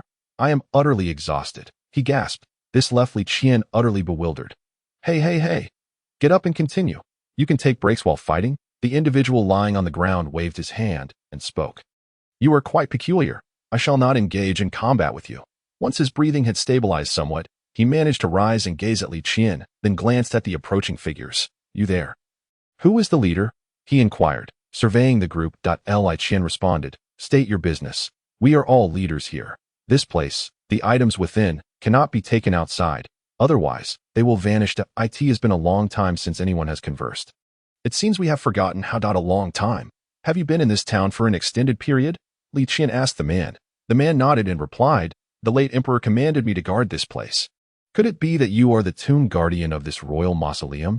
Upon hearing this, the man hastily nodded. Qian Miao inquired further, might I ask which late emperor you speak of? The man suddenly assumed a serious demeanor and solemnly declared, it is naturally the Emperor Chongfeng of the Chongfeng era. The Chongfeng era? Wasn't that the emperor from several centuries ago? Qian Miao queried, her face etched with confusion. Several centuries? What do you mean? The man looked at Qian Miao in bewilderment. Could it be that he hails from centuries past? What do you all mean? What year is it outside now? Observing the astonished expressions of the group, he asked in confusion. It is the 21st year of the Qingyuan era. The Qingyuan era? What kind of era is that? I have never heard of it. The man rose, his voice tinged with agitation as he addressed the now silent crowd. Does the Zhongzhou kingdom still exist? Have the beasts of our continent been driven out? Are the common folk living in peace and prosperity? Li Qian, observing the man's fervent demeanor, hesitantly replied, Sir. Please do not be overly agitated. The fact that we can stand here and converse with you is proof that the Zhongzhou kingdom endures. As for the monsters, well, it seems we have reached a semblance of coexistence. Coexistence? How can our human race coexist peacefully with the beasts? This is utterly outrageous and blasphemous. The man's agitation intensified upon hearing this. Suddenly, he twitched his nose to they're the scent of monsters here. Having not detected the presence of the demon race for so long, his once sensitive nose seemed dulled at that moment. Li Qian gradually stepped in front of Xiaoxiu, his spiritual energy beginning to circulate in preparation for any sudden outburst from the man. Yet, after sniffing the air for a while, he found that even the demonic aura he had sensed earlier had dissipated. Meanwhile, behind Li Qian, Xiaoxiu had discreetly placed a jade token around her neck. The once prominent demonic aura around her was entirely concealed by this token. Originally, her identity had been known to others due to her presence outside the secret realm. And thinking the jade token would be of little use, she had stored it within her personal treasure. Unbeknownst to her, encountering someone unfamiliar with her in the secret realm prompted her to adhere to the principle of avoiding unnecessary trouble. So she hastily retrieved the jade token and donned it around her neck. The man wandered around, taking in the sense for a considerable time, yet ultimately found himself empty-handed, with a dismissive wave of his hand. He spoke, Never mind. If I cannot detect it, I shall cease my efforts. Young man, he continued, ever since our encounter commenced, I have sensed something peculiar about you. How is it that you can wield both earth and fire elemental techniques? Is it possible that individuals of your era have mastered the power of two elements? The man inquired, his gaze fixed intently on Li Qian. Li Qian, however, merely shook his head, closed his eyes, and took a moment to attune himself. Suddenly, he waved his hand to the side, and a wall of water materialized beside them. The man's eyes widened in astonishment as he beheld the water wall. Subsequently, he raised his hand, and astonishingly, another wall of water appeared adjacent to Li Qian's creation. Yet, this wall was shrouded in tendrils of dark energy. The man then lifted his other hand and unleashed a fiery pillar, one that was notably dimmer than the ordinary flames. Li Qian watched in astonishment at the spectacle. Could it be that you too can manipulate multiple attributes? He exclaimed. The man nodded in affirmation. After several conversations with Li Qian and his companions, the man's speech became considerably more fluid. When I reached the pinnacle of my power, they referred to me as a descendant of the divine, and many revered me as their faith. Yet, during a pivotal moment of my ascension, I was interrupted by treacherous foes, resulting in my descent into madness. The elemental forces within me became tainted by darkness, and the black energy that now envelopes me is a consequence of that event. I am unaware of the true nature of this black energy, and no one else knows either. However, the world has branded me with the title of Demon Lord because of it. Li Qian, perplexed, inquired, If you are indeed called the Demon Lord, why then are you confined within this royal tomb? The man responded, Upon reaching such heights of power, one might assume there exists a genuine desire to nurture talent, a wish to enlighten me. Yet, I later discovered that it was merely an illusion. A curse secretly placed upon me to bind me within this royal tomb.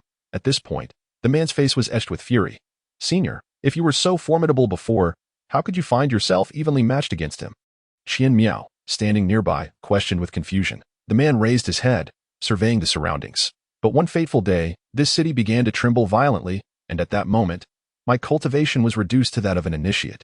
Li Qian keenly captured this phrase. Senior, are you aware that you are currently within a secret realm? Secret realm? What do you mean by that? The man expressed his bewilderment regarding the notion of being in a secret realm. Senior, could it be that you are unaware of your current situation within a secret realm? Li Qian probed tentatively. The man shook his head vehemently, stating, Impossible, absolutely impossible, before being confined within the royal tomb. I was fully cognizant of my existence on the wild dragon continent. It cannot be, as you claim, that I am in some so-called secret realm. Seeing the man grow increasingly agitated, Li Qian hastily attempted to calm him, saying, Senior, please do not be distressed. We indeed entered this secret realm from the outside world. We encountered this palace within the realm, and an elder within the palace guided us here. Thus you are indeed in a secret realm. The man, with a look of astonishment, then questioned Li Qian. Elder, is the old man above still alive? Li Qian was momentarily taken aback by the man's words. Ahem, senior, could it be that you are acquainted with that elderly gentleman above? Naturally, I know him. He is the one assigned to bring me my meals. However, it would be inaccurate to say he delivers food, considering my current physique, which clearly reveals that I have not dined well in quite some time. In truth, the old man's role resembles more that of a supervisor to ensure I am still alive. The man spoke, patting his flat abdomen with his withered hand. Qian Miao, filled with curiosity, inquired, "Food? Is there not a steaming meal in every household here? Senior, are you unable to partake in these offerings?" The man shook his head repeatedly. "These are merely for show. If one were to actually consume them, it would be easy to be poisoned. By the way, I trust you have not eaten any of those things." A wave of fear washed over the group as they all shook their heads in unison. The man scratched his head, a hint of embarrassment crossing his face as he spoke. "I suddenly remembered that I would like to ask you for a favor and seek your opinions." Li Qian observed the man's somewhat bashful demeanor, which contrasted starkly with his earlier fierce fighting posture. "Senior, we shall do our utmost to accommodate your requests." Seeing the youth's eagerness, a smile broke out on the man's face. "What I mentioned earlier holds true. I have not eaten in quite some time. When I was at the peak of my strength, the sensation of hunger would hardly surface for years thanks to the circulation of spiritual energy. So, if you happen to have any provisions, I would be grateful for a small portion, and in return, I shall guide you to some treasures you can take with you, albeit not many. However, I assure you, each of you shall receive at least one." Li Qian's eyes sparkled with excitement at this prospect, his tone laced with enthusiasm. "Senior, that poses no problem at all. Let us go to the courtyard and enjoy a hearty meal." The man, however, found it difficult to comprehend Li Qian's words. After all, he had heard Li Qian mention that they had entered this secret realm. In his day, young adventurers typically brought only some dry rations into such places, leaving him puzzled about the meaning of enjoying a hearty meal. It was not until the steam from the boiling broth in the copper pot caressed his face, accompanied by the long-forgotten taste of meat, that this man, who had lived for centuries, shed tears for the first time. His stomach seemed like a bottomless pit, devouring the feast laid before him in mere moments. During the meal, Li Qian and his companions hardly had the chance to see the dishes they placed down before they were whisked away by him. Li Qian felt that if Xiao Xue could conjure a cow from her space, it would vanish just as swiftly under the man's ravenous appetite. After a long while, the man sat there, thoroughly satisfied.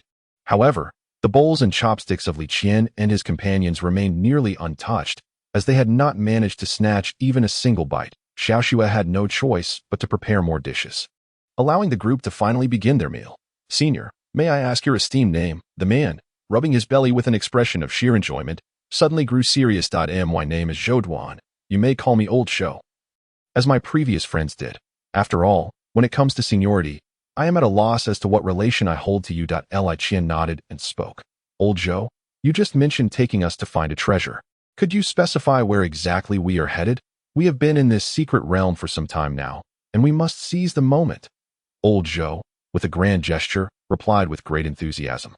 "I assure you that the treasure I am leading you to procure will be of utmost utility throughout your lives, and few other treasures can ever replace it.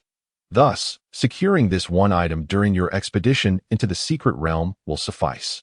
Hearing Old Zhou's bold declarations, the group felt a sense of assurance. Once everyone had satisfied their hunger, Old Zhou rose and led a few individuals toward the heart of the town. Upon arrival, they were met not with elaborate buildings, but rather a simple pond. Despite the dim lighting in this secret chamber, a gentle illumination danced around the pond, casting a yellow glow upon the water's surface. The pond even harbored lotus flowers and leaves, all appearing vibrantly alive. "Is there really lotus here? Am I seeing things?" Li Qian exclaimed, gazing at the budding blossoms in the still water, somewhat astonished. The flowers, astonishingly thriving without sunlight, were indeed a marvel to behold. "It's all artificial. There's no need to pay it any mind," Old Zhou remarked disdainfully. Observing the lotus and leaves, he then approached a stone pillar by the pond's edge and twisted a beastly head sculpture atop it. Suddenly, a stone column emerged from the pond, and Old Zhou, with a swift kick, dislodged the cover, instructing Li Qian and the others, "Follow me." He positioned himself at the edge of the stone pillar, glanced back at Li Qian and the others, and then, with legs together, descended directly downwards. Upon witnessing his descent, Li Qian immediately leaped onto the stone pillar as well. Looking down, he discovered that the column was, in fact, hollowed up. "Be cautious as you jump over. This pillar is hollow," he warned, turning to remind the others. before cautiously placing his feet against the inner stone walls of the hollow column and gradually descending. After all, he did not dare to follow old Zhou's bold method of dropping straight down. As Li Qian ventured down the column, the others followed suit. However, this posed a challenge for the chubby Qian Miao. Chapter 50. The Treasure. Lacking confidence in his agility, he suddenly had a flash of inspiration and, with one foot, stomped the ground. A stone bridge sprang forth, connecting the pond's edge to the hollow column. He then sauntered across to the entrance of the column. Li Qian was the first to descend. And at that moment, old Zhou stood waiting at the entrance for them. "Come with me," he beckoned to Li Qian upon his arrival, before turning and leading the way.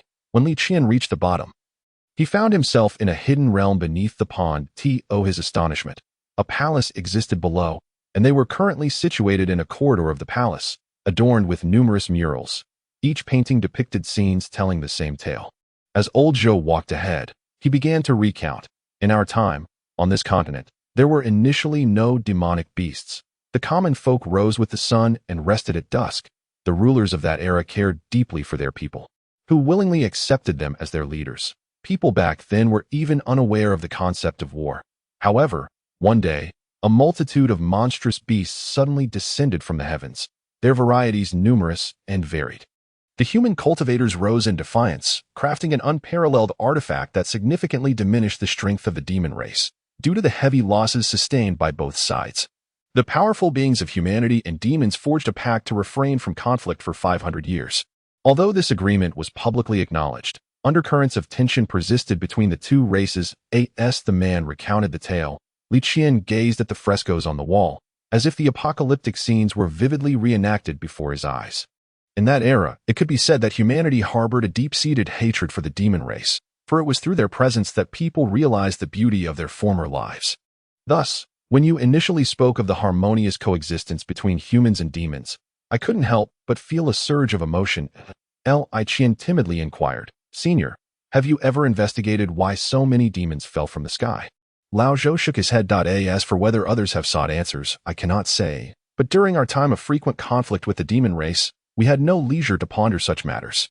Not long after the signing of the treaty, I found myself imprisoned here, and thus, I have become even more oblivious. At that moment, Xiaoshui lingered at the rear of the crowd, her gaze fixed upon the imagery on the wall, her eyes reflecting a hint of astonishment. What she observed and heard starkly contradicted everything she had been taught since childhood. As they traversed the corridor adorned with murals, the group entered a resplendent golden chamber. The walls, ceiling, and floor shimmered with a brilliant hue of gold. Within this room, every artifact was displayed individually. In the center, a dark red tome captured Li Qian's attention, and he strolled toward it, only to be abruptly halted by Lao Zhou. "Each of you may select but one. Do consider your choice carefully." However, his expression bore no urgency to warn Li Qian, rather a sense of reluctance seemed to linger. Li Qian replied, "Senior, I am merely looking. I haven't declared that I will choose it." Lao Zhou then nodded and released his grip. The others began to meander through the room, examining the various artifacts. Before long, Wang Yin was captivated by a large blade etched with fiery patterns. His eyes sparkled with excitement as he regarded the weapon. Qian Miao was quickly drawn to a pair of brown hammers. They were the swiftest among the group to make their selections, promptly informing Lao Zhou of their desire for these two treasures. Unlike his earlier insistence with Li Qian, Lao Zhou merely nodded and retrieved the two items, presenting them to them. The two wielded their weapons, their faces alight with uncontainable exhilaration. Meanwhile, Chen Kunpeng was intrigued by a set of soft armor nestled in a corner. The armor, shimmering silver, appeared delicate, yet he felt an inexplicable sense of its extraordinary nature. Ultimately, he confirmed his choice with Lao Zhou. The elder nodded and handed him the armor, which he promptly donned. The originally white armor transformed into a transparent film, enveloping his skin in a thin layer. The origins and name of this armor have eluded my memory. However, its function remains clear to me. It can adhere to a person's skin for an extended period without hindering the host's movements during ordinary circumstances. Yet, upon encountering an attack, it instinctively activates its defense mechanism, proving impenetrable even to cultivators beneath the unification realm. Remarkably, it can withstand a strike from those at the pinnacle of the unification realm. The young man possesses a discerning eye. Chen Kunpeng threw a few punches in the air to loosen up, feeling that the soft armor imposed no hindrance upon him whatsoever at that moment. Zhao Ganlin and Xia Xue were wandering about, clearly indecisive. Old Shou could only shake his head and approach Li Qian, who was engrossed in a book at the center. What is it about this book that captivates you so? Li Qian, entranced by the book, unconsciously responded, I don't know why, but I feel this book is meant for me. Old Shou approached, took the book into his hands, and Li Qian's gaze followed it intently. In truth, this book was forged by me. It contains records of countless ancient magical entities that I sealed within its pages during my peak prowess, while traversing various secret realms. Upon signing a contract with this book, one may summon the magical beings contained within for their own use. However, be warned, this tome possesses a significant amount of magical energy. Should you fail to suppress it, your mind may fall under its control. Are you not afraid? Li Qian nodded firmly, gazing resolutely at Old Shou. I trust my instincts. They will not lead me astray. Might I inquire how to sign the contract, esteemed senior? Old Shou, looking down at the dark red tome in his hand, seemed to reminisce about his youth. Very well. I no longer have need of it. If it is to be yours, so be it. The method of signing the contract is quite simple. You need only let a drop of your blood fall upon this book. Without a moment's hesitation, Li Qian bit his middle finger and let a drop of blood fall onto the tome. As soon as the blood made contact with the surface, his body was suddenly transported to a space filled with vibrant red trees. Before him, beneath a colossal crimson tree, sat a man wearing a black hat, reclining with an air of leisure. Initially, Li Qian believed he had entered the realm of his master, and thus felt no apprehension as he approached the man. As he drew near, he spoke, Master, what brings me here? The man, who had been casually swinging his leg, paused at the sound of Li Qian's voice, causing his hat to slip. However, the face revealed was not one familiar to Li Qian. Startled, Li Qian quickly jumped back. Who are you? The man sat up lazily, scratching his ear. It's been quite some time since a newcomer arrived. But wait, there's something off about your aura. You are not of the demon race. Are you? Li Qian, regarding the man before him, clasped his hands in a respectful gesture and replied, Greetings, esteemed senior. I was just signing a contract with a book, and somehow ended up in this place. The man sat up excitedly. Could it be that you are to become the new master of the Book of 10,000 Demons? Li Qian, utterly perplexed, responded, Book of 10,000 Demons. How is it that you are still unaware of the title of this tome? Was it not Lao Zhou who summoned you here? Li Qian nodded and began to explain. I merely followed the method as instructed by Lao Zhou, allowing my blood to drip upon the cover of that dark crimson book. And inexplicably, I found myself here. The man slapped his thigh and declared, That settles it then. He then rose, brushing off the dust from his trousers. Although you appear rather promising, rules are rules. We must engage in combat. Should you find yourself unable to best me, you may call upon me in the future, though I would rather not be summoned. As he spoke, silver blades began to sprout slowly from his arms. Suddenly, he lunged forward with ferocity. Before Li Qian could react, the glinting blades were already upon him. Instinctively, he conjured a fireball and hurled it forward, yet the man deftly evaded it in a peculiar manner while suspended in the air. He then leapt aside, nodding in approval as he remarked, Your reflexes are commendable. You have passed the test. Li Qian had prepared himself for an all-out battle, yet he found himself momentarily bewildered. The man, noticing the dazed expression on his face, waved his hand and stated, Since you have become the new master of this book, there is no need for us to engage in a life-and-death struggle. Your ability to enter this tome and confront me proves that you possess the strength to defeat me. I have no desire to squander energy in combat. Should you encounter difficulties outside, simply open to the first page of the book, and I shall emerge, or you may call out, Great Handsome One. At that moment, the scene before Li Qian began to ripple like water. The figure of Lao Zhou gradually materialized. Upon seeing the young man awaken, a great weight lifted from Lao Zhou's heart. He had forgotten to inform Li Qian that signing the contract required battling the creature within the book's first page. He had feared that Li Qian might be lacking in strength and become trapped within the tome forever. Now that Li Qian was awake, he felt relieved. Young man, you have triumphed, have you not? Li Qian nodded. Now, attempt to summon him using the method he taught you. Li Qian turned to face and shouted, Great Handsome One. To his astonishment, a figure truly emerged from the darkness. I thought I would have to wait an eternity. I did not expect to be summoned for a brawl so soon.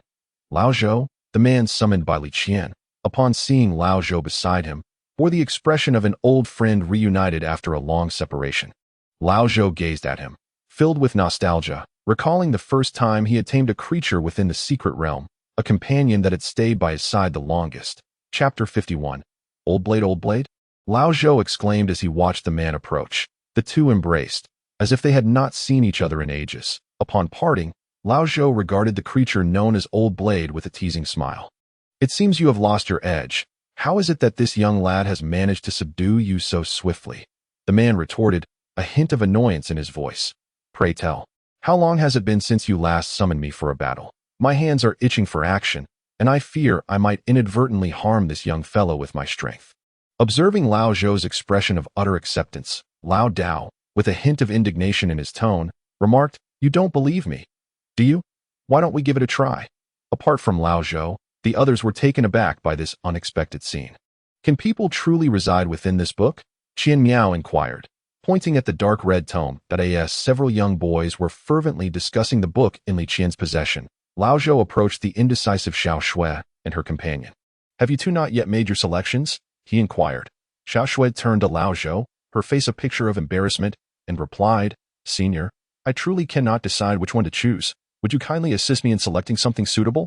After perusing the treasures, Xiao Shui found each item to possess a remarkable quality, leaving her momentarily overwhelmed and uncertain. Lao Zhou nodded with a smile and said, "All right, I will help you choose one that may not be the best. Do not hold it against me." Xiao Shui nodded in agreement and replied, "The treasure you selected for me the other day, though not immediately useful, will undoubtedly prove beneficial in the future." Lao Zhou acknowledged her words and turned to survey the treasures in the room. Momentarily unsure himself, he walked ahead of Xiao Shui, circling around, until suddenly his eyes lit up as he made his way toward a particular umbrella.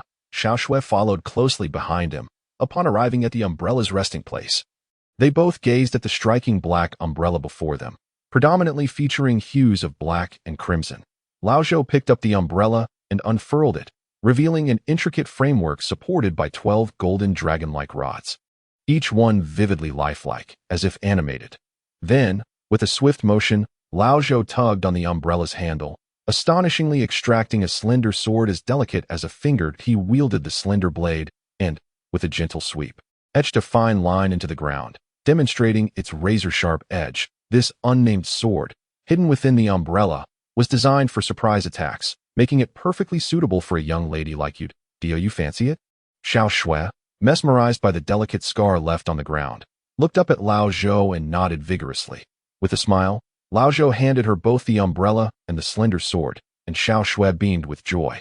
Clutching her newfound treasures, and I nearly forgot to mention, this umbrella also possesses defensive capabilities. As for how to utilize it, I am not entirely sure. You'll need to discover that for yourself in due course.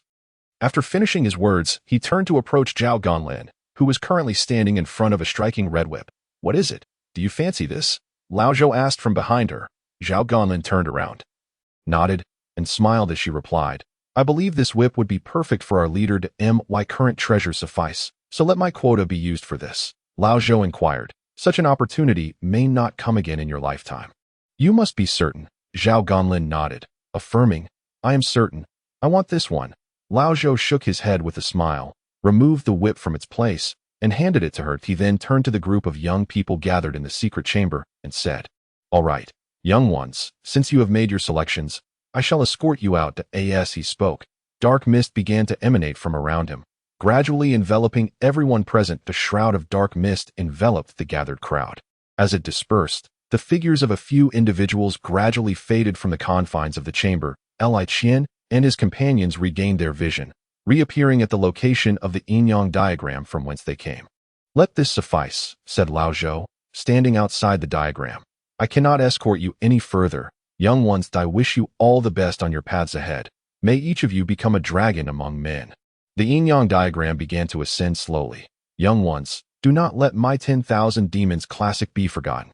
Unexpectedly, Lao Zhou mused, "You have emerged so swiftly. Did I trouble you in any way?" Li Qian shook his head and replied, "The elder was quite amiable. He did not impose upon us at all." The old man, however, erupted into hearty laughter.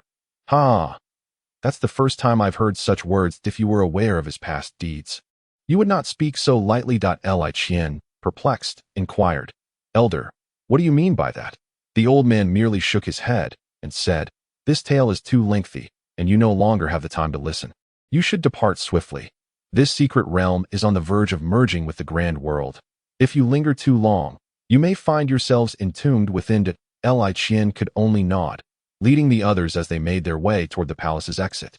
At that moment, a multitude of human and demon cultivators stood at the exit of the secret realm, all appearing quite prosperous from their ventures. Each face bore the radiant smile of success. Li Qian and his companions had only just arrived, and the entrance they came through began to shimmer with a ghostly blue light, indicating that the exit was about to reveal itself. Ahem, I trust everyone has reaped substantial rewards from this expedition. Unfortunately, we few have had less fortune and have not encountered many opportunities within. We would like to kindly request that you share your treasures with us. At the secret realm's exit stood several young men and women, adorned in the garments of the three sects, interspersed with divine water, crimson fire, and wood shade. Among them was a youth wielding a long spear. Do you intend to seize our treasures here? A voice rang out from the crowd, yet none dared to step forward. After all, while the combined strength of the three sects could easily overpower them within the secret realm, the formidable backing of these sects was not something they could provoke outside it. What you say is indeed correct, my friend. If you wish to leave this secret realm, you must pay a toll to us. Should you refuse, that Su Peng of the Divine Water sect spoke leisurely. The gathered cultivators simmered with discontent, yet none dared to voice their grievances. Suddenly, a contingent emerged from the throng. Su brother, you have returned so swiftly. Su Peng immediately chimed in. Li brother, what a coincidence. I thought I would never see you again. Nonsense, Li Qian replied. If you have matters to attend to, we shall take our leave and not disturb you. As he spoke, he stepped toward the now fully open grand door of the secret realm. Wait, what do you think you are doing? Did you not hear what we just said? Without handing over the treasure, you shall not be permitted to leave. At that moment, a youth clad in the robes of the Qihua sect stepped forth, arms crossed as he gazed at Li Qian. His eyes narrowed as he caught sight of Wang Yan, who stood behind Li Qian. Wang Shidi, you have certainly made it challenging for us to find you. Why did you vanish the moment you entered this secret realm? Come over here at once. Wang Yan nodded and made his way to the youth's side. That Su Peng hurriedly approached and whispered something to him. Upon hearing it, the youth burst into hearty laughter. Ha! Am I to fear such a pitiful few? He then turned to Li Qian and said, I have heard tales of your prowess. If you wish to leave, let us engage in a duel. If you emerge victorious, you and your companions may depart. Li Qian smiled and nodded in agreement, responding, very well. He then produced a book from his possession and shouted, Dashing hero! The onlookers were momentarily taken aback by his audacious act, followed by a brief silence, which soon erupted into laughter. Are you truly foolish? Before he could finish, from the book, a tendril of black mist emerged, coalescing beside him into the figure of a tall man. It was none other than the old blade he had summoned previously within the secret realm. Ah, it seems this time we truly have a worthy opponent. At long last, I can stretch my limbs. The old blade cracked his neck and stretched languidly.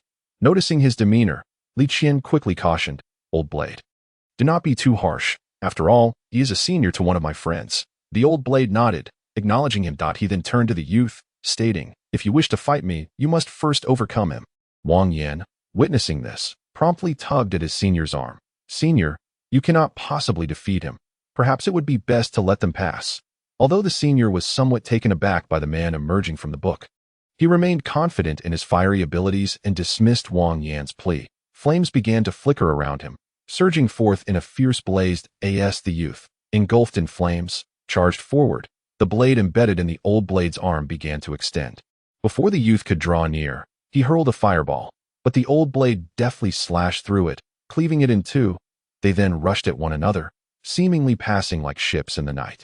When they came to a halt, the youth collapsed, a look of disbelief etched on his face. Chapter 52.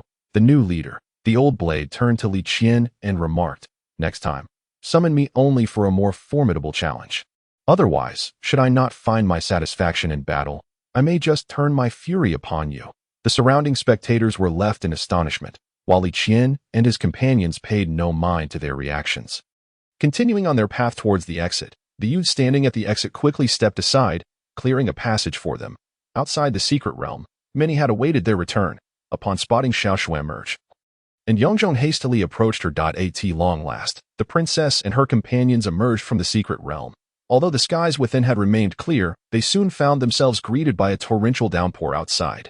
Xiaoshui hurriedly unfurled an umbrella, seeking refuge alongside Zhao Gonlin. The umbrella was modest in size, just sufficient to shield the two young ladies. Xiaoxue offered a nod to An Yongzhong, who approached them. However, her attention was drawn to the throngs of men and women of varied appearances advancing behind him. As they reached Zhao Ganlin, they all knelt before her, exclaiming in unison, "The followers of the Bliss sect humbly welcome the new leader." The countenances of the gathered crowd were etched with sorrow. Zhao Ganlin, taken aback, inquired, "Esteemed seniors, what does this mean?" The leader among them raised his head and replied, "The leader, Letian." "What has happened to the leader?" Zhao Ganlin asked urgently, sensing an ominous implication. Yet, none of those before her uttered another word, their expressions deepening with grief. Many, however, noted the distinctive attire worn by Li Qian beside her, their expressions betraying surprise at that moment. Jing Guanhai also approached Li Qian, his gaze drawn to the striking red garments he wore. His demeanor growing serious. "Did you encounter any dangers during your expedition? And where did you procure this outfit?" Li Qian shook his head and, observing Jing Guanhai's solemn expression, spoke, "The journey proved quite fruitful, and we faced little peril. This attire was lent to me by that young lady, Zhao, when she noticed my lack of clothing. But what is the meaning of the leader's actions?" Jing Guanhai regarded Zhao Ganlin, who stood before the assembly of Bliss sect followers, seemingly at a loss. "The previous leader, Letian, has passed away, and now you, his sister, are to inherit his position," he explained, due to the unique doctrines of the Bliss sect. Initially, few attended Li Qian's funeral. It was only after Jing Guanhai's persuasive counsel that the somber gathering was able to lay Letian to rest amidst their shared sorrow. Were an ordinary person to witness such a scene, they would lament the fate of the Bliss sect, founded by Letian, in the wake of his demise. Yet, Jing Guanhai felt little sorrow, for he had debated the path with Letian since the inception of the sect. Having traversed a life filled with suffering, he now wished for the spirit to journey toward bliss, seeking respite.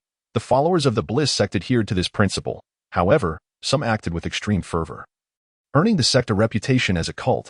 Yet, a sect cannot remain leaderless for long, prompting Jing Guanhai to propose Zhao Ganlin's ascension. It is noteworthy that while the world knew Letian as the leader of the Bliss sect, few were aware of his surname, Zhao, and even fewer knew of his relatively obscure sister, Zhao Ganlin. When he suggested her as the new leader, others offered no objections. Daunted by the prospect, she stared wide-eyed, rendered speechless, her mind a whirlwind of memories with her brother, Letian, replaying in vivid succession. "Sister, come here for a moment." Jing Guanhai beckoned to Zhao Ganlin.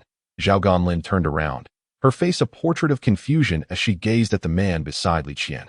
After a moment of hesitation, she finally took a step forward.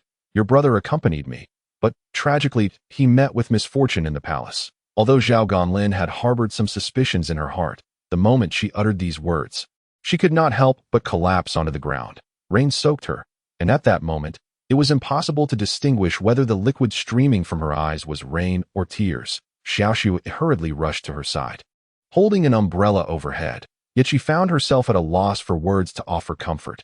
Jing Guanhai approached and helped her to her feet. "The ground is cold. Do not sit here any longer." Zhao Ganlin, like a puddle of mud, lacked even the strength to stand on her own 2 feet. Jing Guanhai turned around, observing the youths emerging in succession from the secret realm, then turned to Li Qian and said, "You carry her. We must leave this place at once." Li Qian, astonished, pointed to himself and exclaimed, "Me?" Jing Guanhai rolled his eyes and retorted, "Who else could it possibly be?" Although Li Qian was somewhat reluctant, the sight of Zhao Ganlin, weeping like a rain-soaked flower, tugged at his heartstrings, compelling him to turn his back to them. Jing Guanhai assisted Zhao Ganlin onto his back.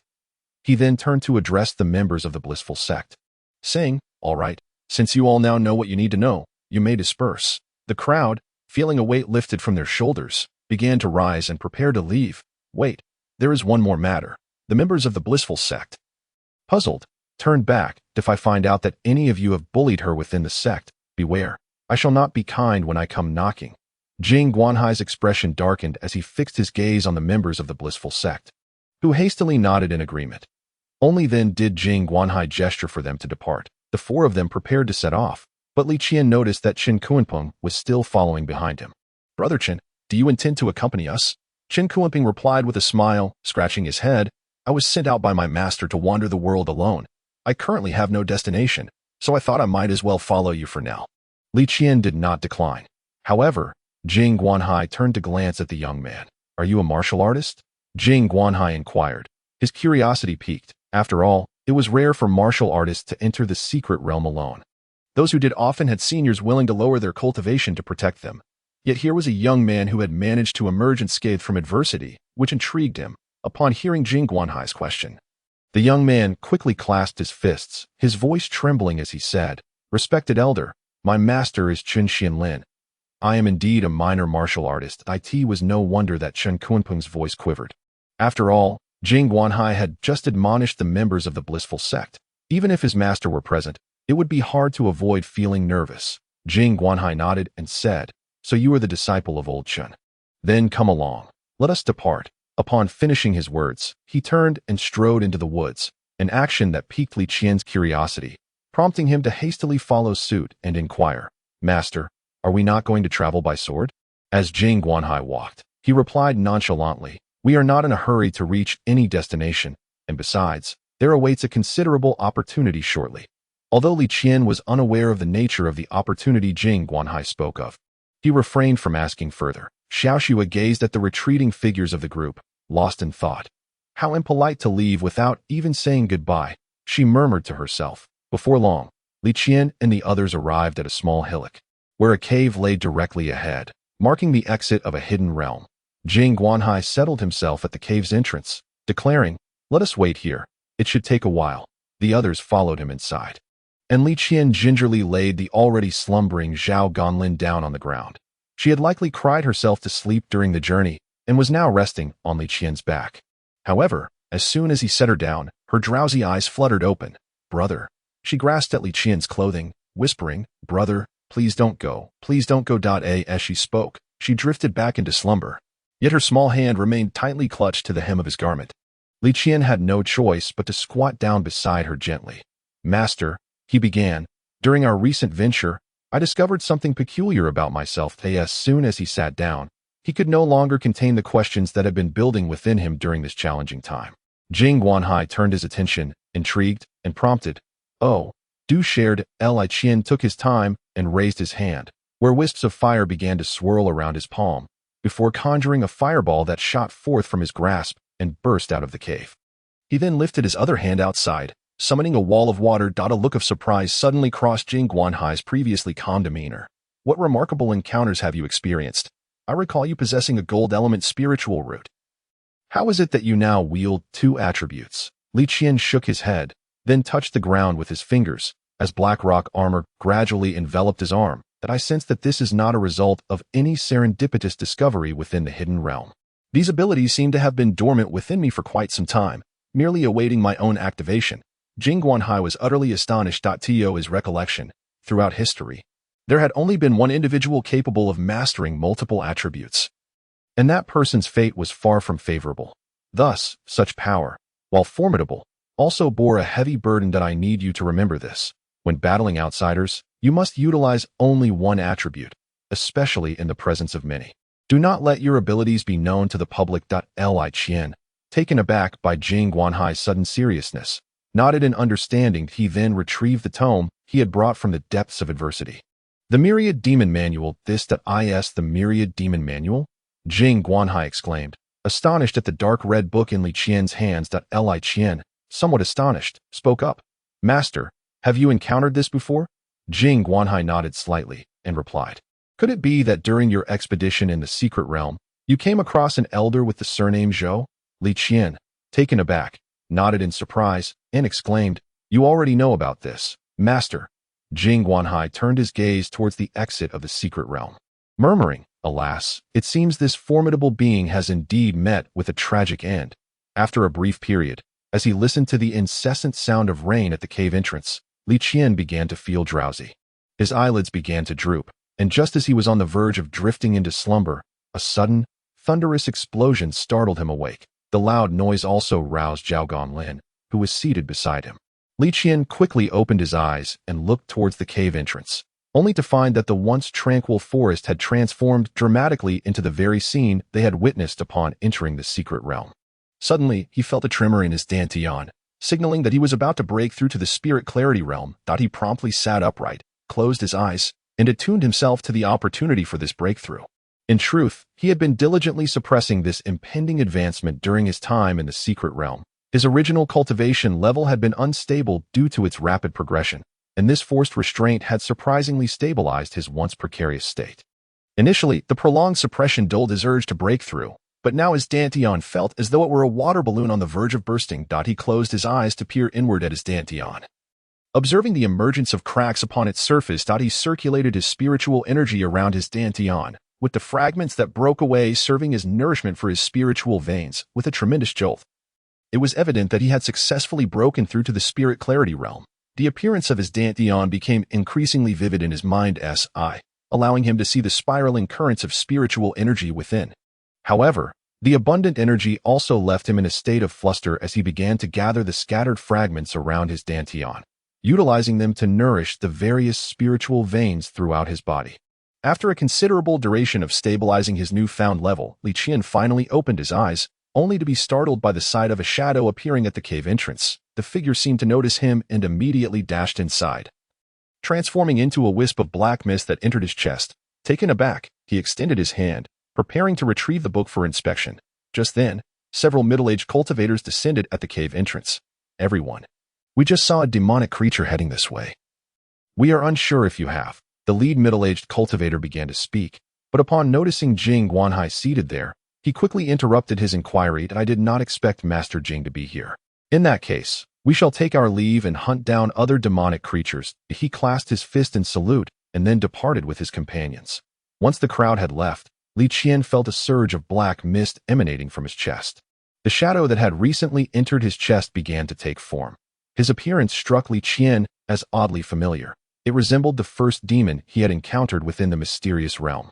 Just as he was about to utter a word, his throat was suddenly pressed against the blade of a longsword. With wide eyes, he slowly turned to face the wielder of the sword, who was none other than Jing Guanhai, seated at the cave's entrance. "You really know how to choose your spots, coming all the way here," he exclaimed. Subsequently, he prepared to forcefully sever the demon's head.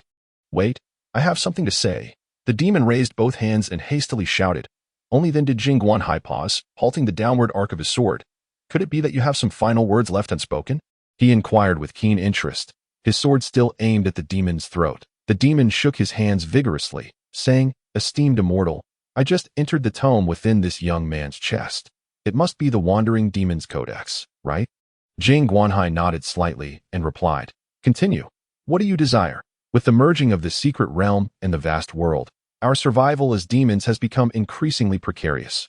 Why not allow me entrance into the young man's Wandering Demon's Codex? While I may not boast of my combat prowess, I assure you I am quite resilient. Once inside the young man's tome, he can summon me in times of peril to shield him from harm. Jing Guanhai turned to glance at the somewhat astonished Qian. "What do you think?" As Qian was about to nod in agreement, a wisp of black mist unexpectedly emerged from the tome in his chest. It was none other than Lao Dao, who had chased after him. Upon seeing the demon, which was now being threatened by Jing Guanhai's sword, Lao Dao initially felt a surge of anger. However, sensing Jing Guanhai's formidable aura, he instinctively stepped aside. Li Qian looked at the pitiful demon before him, momentarily at a loss for what to decide. "I truly am quite resilient. If you don't believe me, allow me to demonstrate." He then turned to Lao Dao, saying, "Brother, strike me with your blade." Lao Dao, taken aback by Qian's request, glanced at him, and upon receiving a nod, let the blade affixed to his forearm extend. He rushed forward and struck the demon's back with a single blow. Astonishingly, the demon's defenses remained intact, yet, despite having withstood the attack, the impact left the demon in considerable distress. Nonetheless, facing such a life-and-death moment, he could only feign a calm demeanor as he walked away from Qian. "Look, not even a mark on me. My worth is quite significant. Wouldn't you agree?" Seeing the demon so fervently promote himself, Qian could only nod and retrieve the tome. "That if I am to accept you, then so be it. But I am unsure if there is still space within this book." The demon quickly turned around and nodded vigorously. There is. Even if there isn't, I can squeeze in with this brother here." Qian summoned Lao Dao, for he had yet to learn how to forge a pact with demons before leaving under Lao Zhou's tutelage. "Before I departed, Lao Zhou had not instructed me on how to subdue demons. Do you happen to know how?" Lao Dao nodded, crossing his arms as he spoke. "It is rather simple. All you need to do is place the demon's essence before the tome." Upon hearing these words, the creature was momentarily taken aback. After all, if its essence were to be offered to an unknown entity, its very existence would be entirely at the mercy of another, observing the creature's fluctuating emotions. Lao Dao jestingly remarked, "What's the matter? Are you unwilling now?" The creature hastily shook its head and replied, "No, no, I have no objections. Even if I refuse, I am certain to perish, so I am willing, truly willing." Subsequently, it plunged its hand into its own body and retrieved a black energy crystal, which it slowly presented before the book. As it drew near, the crystal was instantly absorbed into the tome. Li Qian opened the book, and on the first page, where only Lao Dao had stood, now appeared the likeness of the creature before him. However, the space for its name remained blank. He quickly turned to Lao Dao, who, noticing his gaze, approached and said, "The creature must choose its own name upon entering this record." Li Qian then inquired of the creature, "Did you have a name before?" The creature shook its head and responded, "Since my birth, I have been solitary and never considered what name I might bear." Li Qian nodded and asked, "Then tell me, what do you enjoy? I shall bestow upon you a name." The creature scratched its head, pondering for a moment, and replied, "Does seeking out battles count as something I enjoy?" Li Qian stared at him in disbelief and said, "What do you think?" The creature continued, "Oh, and I occasionally like to lie in the grass and gaze at the sky. Does that count?" Li Qian nodded, contemplating briefly before an idea struck him, and he exclaimed, "From now on, I shall call you Zhuang." As soon as the words left his lips, the creature's name appeared as two prominent characters on the page, Zhuang. Zhuang looked at Li Qian in bewilderment, asking, "This is it?" Li Qian affirmed, "Indeed, I have always believed I possess a certain talent for naming." Although Zhuang was speechless, he dared not voice his thoughts. Meanwhile, Lao Dao erupted in laughter, moving beside Li Qian to pat his shoulder, saying, "Your naming skills remind me distinctly of the old Zhou from years past." He then approached Zhuang, chuckling, "Come along, my brother Zhuang. I shall assist you in finding a place to reside. Ha ha ha. Brother Zhuang, follow closely." The two transformed into wisps of black mist and entered the book. Only then did Li Qian close the tome and sit beside Jingguan Hai at the cave's entrance. "What is happening outside, master?" Jingguan Hai, observing the myriad of flying cultivators and creatures, replied nonchalantly, "Oh, it's nothing much. The small world and the large world have merged. Creatures from the small world, if they escape into the open, could cause chaos. Thus, cultivators from both the human and demon races have already gathered around this secret realm, prepared to intercept any creatures that might emerge. This is a rare occasion for humans and demons to coexist peacefully. By the way, with your possession of the 10,000 Demons Codex, it would be prudent not to recklessly collect creatures that escape from it. It would be better to venture into more formidable secret realms before doing so." As he gazed out at the dark shadows cascading from the heavens, he continuously urged Li Qian, who stood behind him. Li Qian could only nod in response. Meanwhile, within the cave, Lu Songhai and his companion had already settled into a meditative posture, both having transcended to a minor realm. Only the young warrior Chun Kunpeng sat to the side, enviously watching them. Unlike spiritual cultivators who could easily break through upon sensing an opportunity, martial artists like them had to rely on relentless strikes, accumulating their foundation through hard work. Chun Kunpeng had been stuck at the first rank for quite some time, lamenting the absence of peers with whom he could spar, thus hindering his progress. Li Qian approached the enviously gazing Chun Kunpeng and spoke, "Brother Chun, both of them are breaking through their realms at this moment. Why do I not see you seizing this opportunity?" Chun Kunpeng, with an awkward smile, replied, "It is not that I do not wish to grasp this chance. Rather, I simply lack the fortune to do so." "Fortune?" Li Qian inquired, intrigued. Chun Kunpeng elaborated, "As martial artists, we can only feel the accumulated foundation within us when we engage in combat with others, determining whether it can facilitate our breakthrough. Unlike you spiritual cultivators, who can easily grasp opportunities over a meal, a scenic view, or a drink, and thus transcend realms, such ease is truly enviable." Li Qian patted his shoulder reassuringly, saying, "Do not worry, Brother Chen. Once we leave this place, we shall find a moment to train together." Chun Kunpeng smiled and nodded eagerly. "In fact, I have long wished to suggest this to you, but feared it might be too forward. Since you share this intent, it is splendid. By the way, since you practice martial arts, your body must be quite resilient, correct?" Listening to Li Qian's words, someone else might have merely sighed or even mocked him. Li Qian nodded affirmatively. Indeed, indeed. At that moment, Zhao Ganlin and Lu Songhai opened their eyes, observing that their realms were now stable. Lu Songhai stood and announced, "All right, Let us depart. Li Qian turned to Lu Songhai and asked, Master, where are we heading now? I have heard that a competition for young talents across the realm is to be held soon. I intend for you to participate.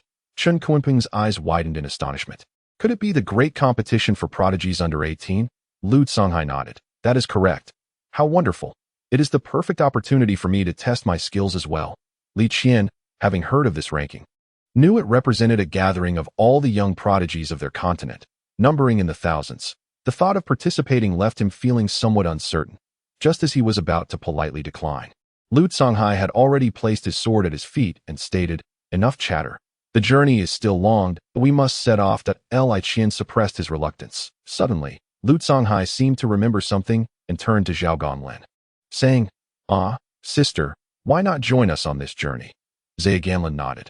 After all, he was still unable to confront the reality of his brother's departure, let alone pay his respects at his grave. He yearned only to escape. As if the news of his brother's death were but a fabrication. So, where shall we go this time? Zhao Ganlin inquired of Jingguanhai. This upcoming competition for young prodigies should still be held in Jinni City, I presume.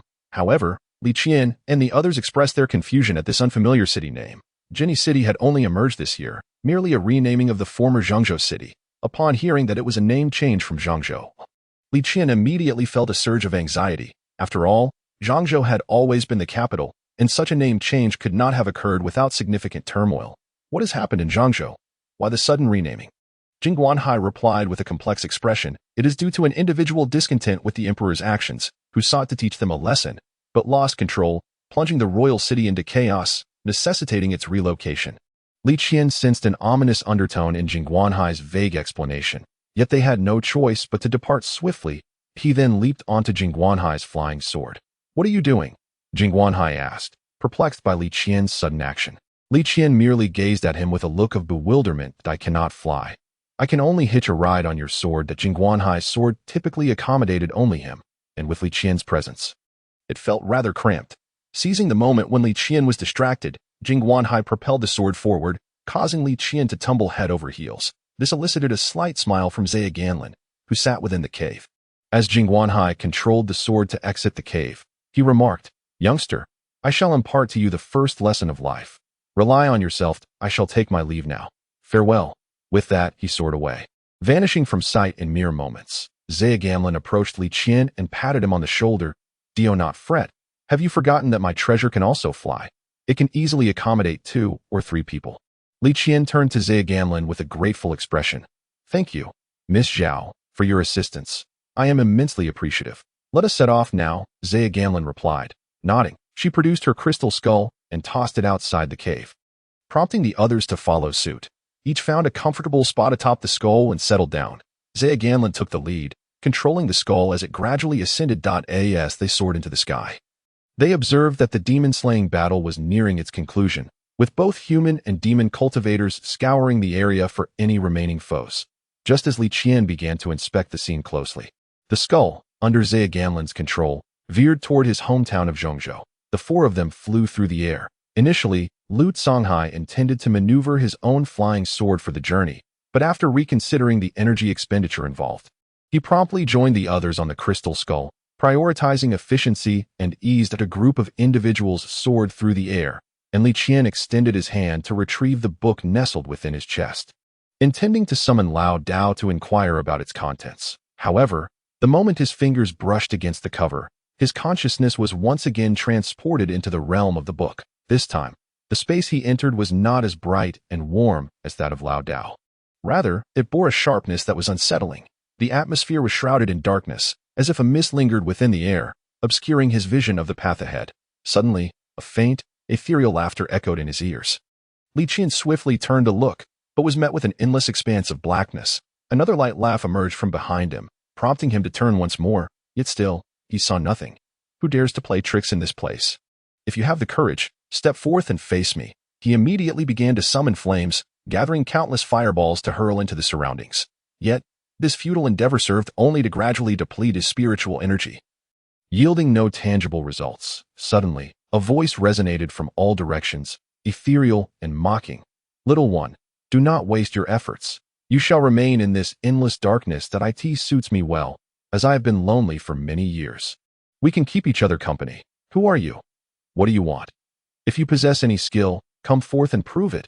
Yet, the voice abruptly ceased, and no matter how fervently Li Qian called, silence enveloped him, tightening his heart in anxiety. However, he suddenly recalled that enlightened cultivators need not rely on sight to perceive their surroundings. That he closed his eyes, attuning himself to the environment. Though the darkness remained, he discerned a faint silhouette of a girl lying not far away.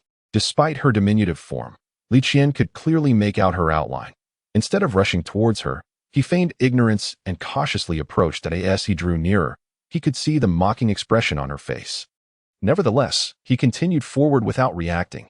Upon reaching her side, she remained motionless, having risen from her previous position on the ground, now crouching as if to frighten him, believing he could not see her. Suddenly, Li Qian crouched down and exclaimed, "Found you!" Startled, the girl froze for a moment, and seeing her immobility, Li Qian quickly reached out to seize her. Yet, she stood up and attempted to flee. As he extended his hand, he unexpectedly grasped something soft. The girl let out a scream, and a stinging imprint appeared on Li Qian's face. "Who would have thought you were such a rascal, deserving of a slap?" she retorted, raising her other hand to strike him again. However, Li Qian swiftly caught her arm. "Hey, why are you hitting me? Where exactly is this place?" The girl struggled against his grip, but Li Qian held her hand firmly. Suddenly, she seemed to dissipate into thin air, leaving him with an empty grasp. Once more he sought to reconnect with his senses, yet around him, all was devoid of presence, not even a trace of shadow. Then, he beheld two ethereal figures approaching. Instantly, he became alert. As the taller of the two gestured and spoke, "It is I, Lao Dao. Open your eyes." "She was merely toying with you moments ago. Li Qian complied, and upon opening his eyes, the darkness that enveloped him dissipated, revealing the crimson forest where he had last encountered Lao Dao. Lao Dao glanced back, revealing a small girl who was timidly peeking from behind a large tree, her head barely visible. "She wanted to test you just now. So I summoned you to this space that I never anticipated you would be able to perceive her true form even within her domain. You have certainly broadened my horizons," he remarked, following Lao Dao's gaze. Li Qian turned to see a small head cautiously observing them. Chapter 55. The Enormous Rift. "I was wondering where I was. You could have at least given me a heads up before pulling me in," he said. Meanwhile, Dezhuang approached Li Qian with a lewd grin plastered across his face, inquiring, "How does it feel?" Li Qian, taken aback, regarded him with confusion. "What do you mean? How does it feel?" The girl hiding behind the tree, frustrated, glanced down and, unable to contain her ire, unleashed a punch against the trunk at that moment. The tree, thick enough to be embraced by 5 individuals, trembled under her strike. Dezhuang, feeling the vibrations from a nearby tree, immediately lost his smug demeanor, adopting a serious expression. "Young man, why choose to grab there of all places?" Before he could finish, the tree behind them quaked violently once more. Dezhuang sensed an inexplicable chill creeping up his spine and fell silent. Lao Dao, arms crossed, addressed Li Qian. "By the way, young man, I still do not know your name." Li Qian clasped his fists in salute and replied, "I am Li Qian. The elders may call me Xiao Qian." Lao Dao nodded in acknowledgement. "Xiao Qian, here we are surrounded by numerous demon cultivators of the spirit realm tier, whom you have yet to confront. Why not take this opportunity to engage them?" Li Qian looked at Lao Dao, bewildered, and asked, "What do you mean, senior?" The previous owner of this book, along with its creator, has compiled a multitude of demon cultivators as the first successor. You must confront these different tiers of demon cultivators to harness their power. Otherwise, when you summon them, they are unlikely to assist you. Are you prepared, young man? Lao Dao's expression turned serious, as if imparting a monumental responsibility. That he waved his hand dismissively, saying, "Do not fret. The passage of time within this book differs from the outside world. By the time you finish, we might just be arriving. Enough chatter, let us begin," he declared, gesturing downward. In an instant, Li Qian found himself transported into an arena, while he was still dazed by his surroundings. An onslaught was already upon him. After 2 days and nights of travel, the group finally caught sight of the city of Zhongzhou. Li Qian had been sitting with his eyes closed for an extended period, and his companions were left wondering about his condition. "Should we call out to him?" Chen Kuanpeng remarked, glancing at the meditative figure of Li Qian seated cross-legged before them. Zhao Ganlin nodded in agreement, acknowledging the prolonged duration of Li Qian's stillness. "That we are nearing our destination. Let us rouse him now." With that, Chen Kuanpeng reached out, intending to shake him gently. However, just as his hand made contact with Li Qian's shoulder. The latter opened his eyes, as if perfectly timed. "Are we almost there?" he inquired, surveying the three before him. They nodded in affirmation. Zhao Ganlin then asked, "What has happened to you, sitting there for so long?" Li Qian stretched out his legs, which had grown somewhat numb, and arched his back in a vigorous yan da. "What a relief!" he exclaimed. The blood that had been stifled by his prolonged posture surged back into circulation, providing him with an unparalleled sense of comfort. After stretching, he sat upright and gazed into the distance, where the outline of Zhongzhou City was beginning to emerge. Before long, the city's features became distinctly visible, prompting the group to widen their eyes in astonishment. They beheld a massive fissure that marred the sight of the imperial city. Li Qian, taken aback by the sight, exclaimed in disbelief. Zhao Ganlin, observing both the crack and Li Qian's incredulous expression, instinctively quickened the pace of their crystal skull's flight. In no time, they arrived at the city gates, where throngs of people were streaming out, heading towards an unknown horizon. Jing Guanhai shook his head, watching the endless tide of individuals departing. As Li Qian and his companions approached him, he inquired, "Master, why is everyone so eager to leave?" Jing Guanhai shook his head again and replied, "It is perplexing." Li Qian, still somewhat bewildered, remarked, "But it has only been a month, hasn't it? Let us first go to your home. I will explain everything upon our arrival." The group maneuvered through the bustling crowd, finally reaching the streets of the town. Li Qian observed that the once vibrant shops, which had thrived in his memories, were now deserted, with even the few wandering souls hastily making their way towards the city gates. "I shall head home first." Lu Songhai, who had been trailing behind, could no longer contain his anxiety for his family. With a respectful gesture, he departed from the group and took a different route.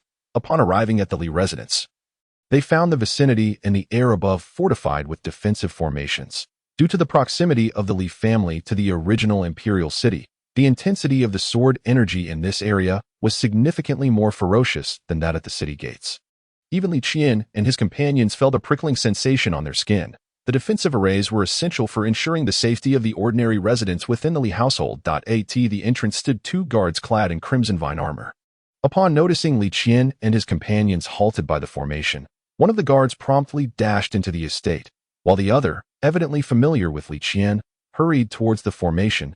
He produced a jade stone and deftly traced a line at a height of approximately one person above the array. The formation revealed a gap, and Jing Guanhai was the first to step inside. Li Qian and the others followed closely behind. As they entered the formation, Li Hitian and the Wang matriarch immediately rushed out. Upon seeing Li Qian, Wang rushed forward to embrace him, tears cascading down her cheeks. Li Qian, taken aback by her reaction, thought to himself, "Mother, it has barely been a month since I left. Surely, this response is excessive." Wang released her embrace and gazed at him. "My dear child, how could I not worry for you after nearly a year apart? It is only natural for a mother to feel such concern." Li Qian, bewildered, responded, "Mother, there are so many people here. Let us welcome them in first, and then converse." Wang nodded in agreement, rising to address the others. "I apologize, dear guests, for my unseemly display. It has been far too long since I last saw my child. Please, come in." Jing Guanhai and the others nodded and proceeded into the Li residence. Once inside the formation, Zhao Ganlin and the others felt the overwhelming sword energy dissipate, granting them a sense of relief. They escorted everyone to the reception hall, where Li Hetian quickly instructed the servants to prepare a banquet. At this moment, he turned to his wife, Wang, and inquired, "What has transpired here? Why has the imperial city transformed into such a state?"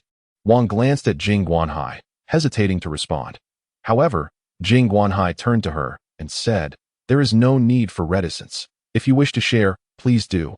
Wang nodded and addressed Li Qian. "Approximately half a year after you left, this esteemed Jing Zhongzhu visited our home with two companions, stating they had matters to attend to in the imperial city. The specifics of their dealings within the palace remain unclear to us. But we heard from acquaintances that Jing Zhongzhu soared into the sky and cleaved the imperial city with a single strike. The Taishang Huang perished beneath that blow in order to protect the reigning emperor." At this juncture, Wang noticed a change in Jing Guanhai's expression and refrained from continuing. Li Qian gazed at his master with stars in his eyes. "Master, you are truly incredible." Yet, Jing Guanhai's countenance did not brighten at the praise. As a shadow of sorrow lingered.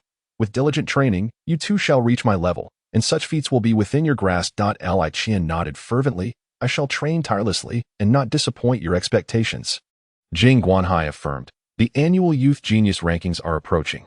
I intend for Li Qian to participate and aim for a commendable placement. Li Hetien, observing his son beside Wang, squinted his eyes. After a moment of scrutiny, they widened in astonishment. Qianer, how have you so swiftly attained the realm of Xinqing?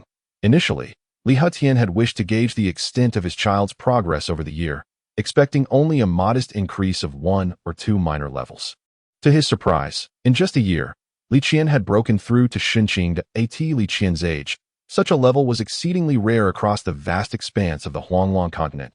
Li Qian scratched his head and said, "This time, the master has arranged for us to undergo training in the secret realm. I have been rather fortunate, obtaining numerous opportunities within the realm, which has expedited my breakthrough in cultivation." Li Hetien turned once more to his companion Jing Guanhai and remarked, "Hi, I never anticipated that you would take such care of my Qianer, enabling him to achieve such a level of cultivation in merely a year." Jing Guanhai replied, "You flatter me, Tian. I merely placed them into the secret realm.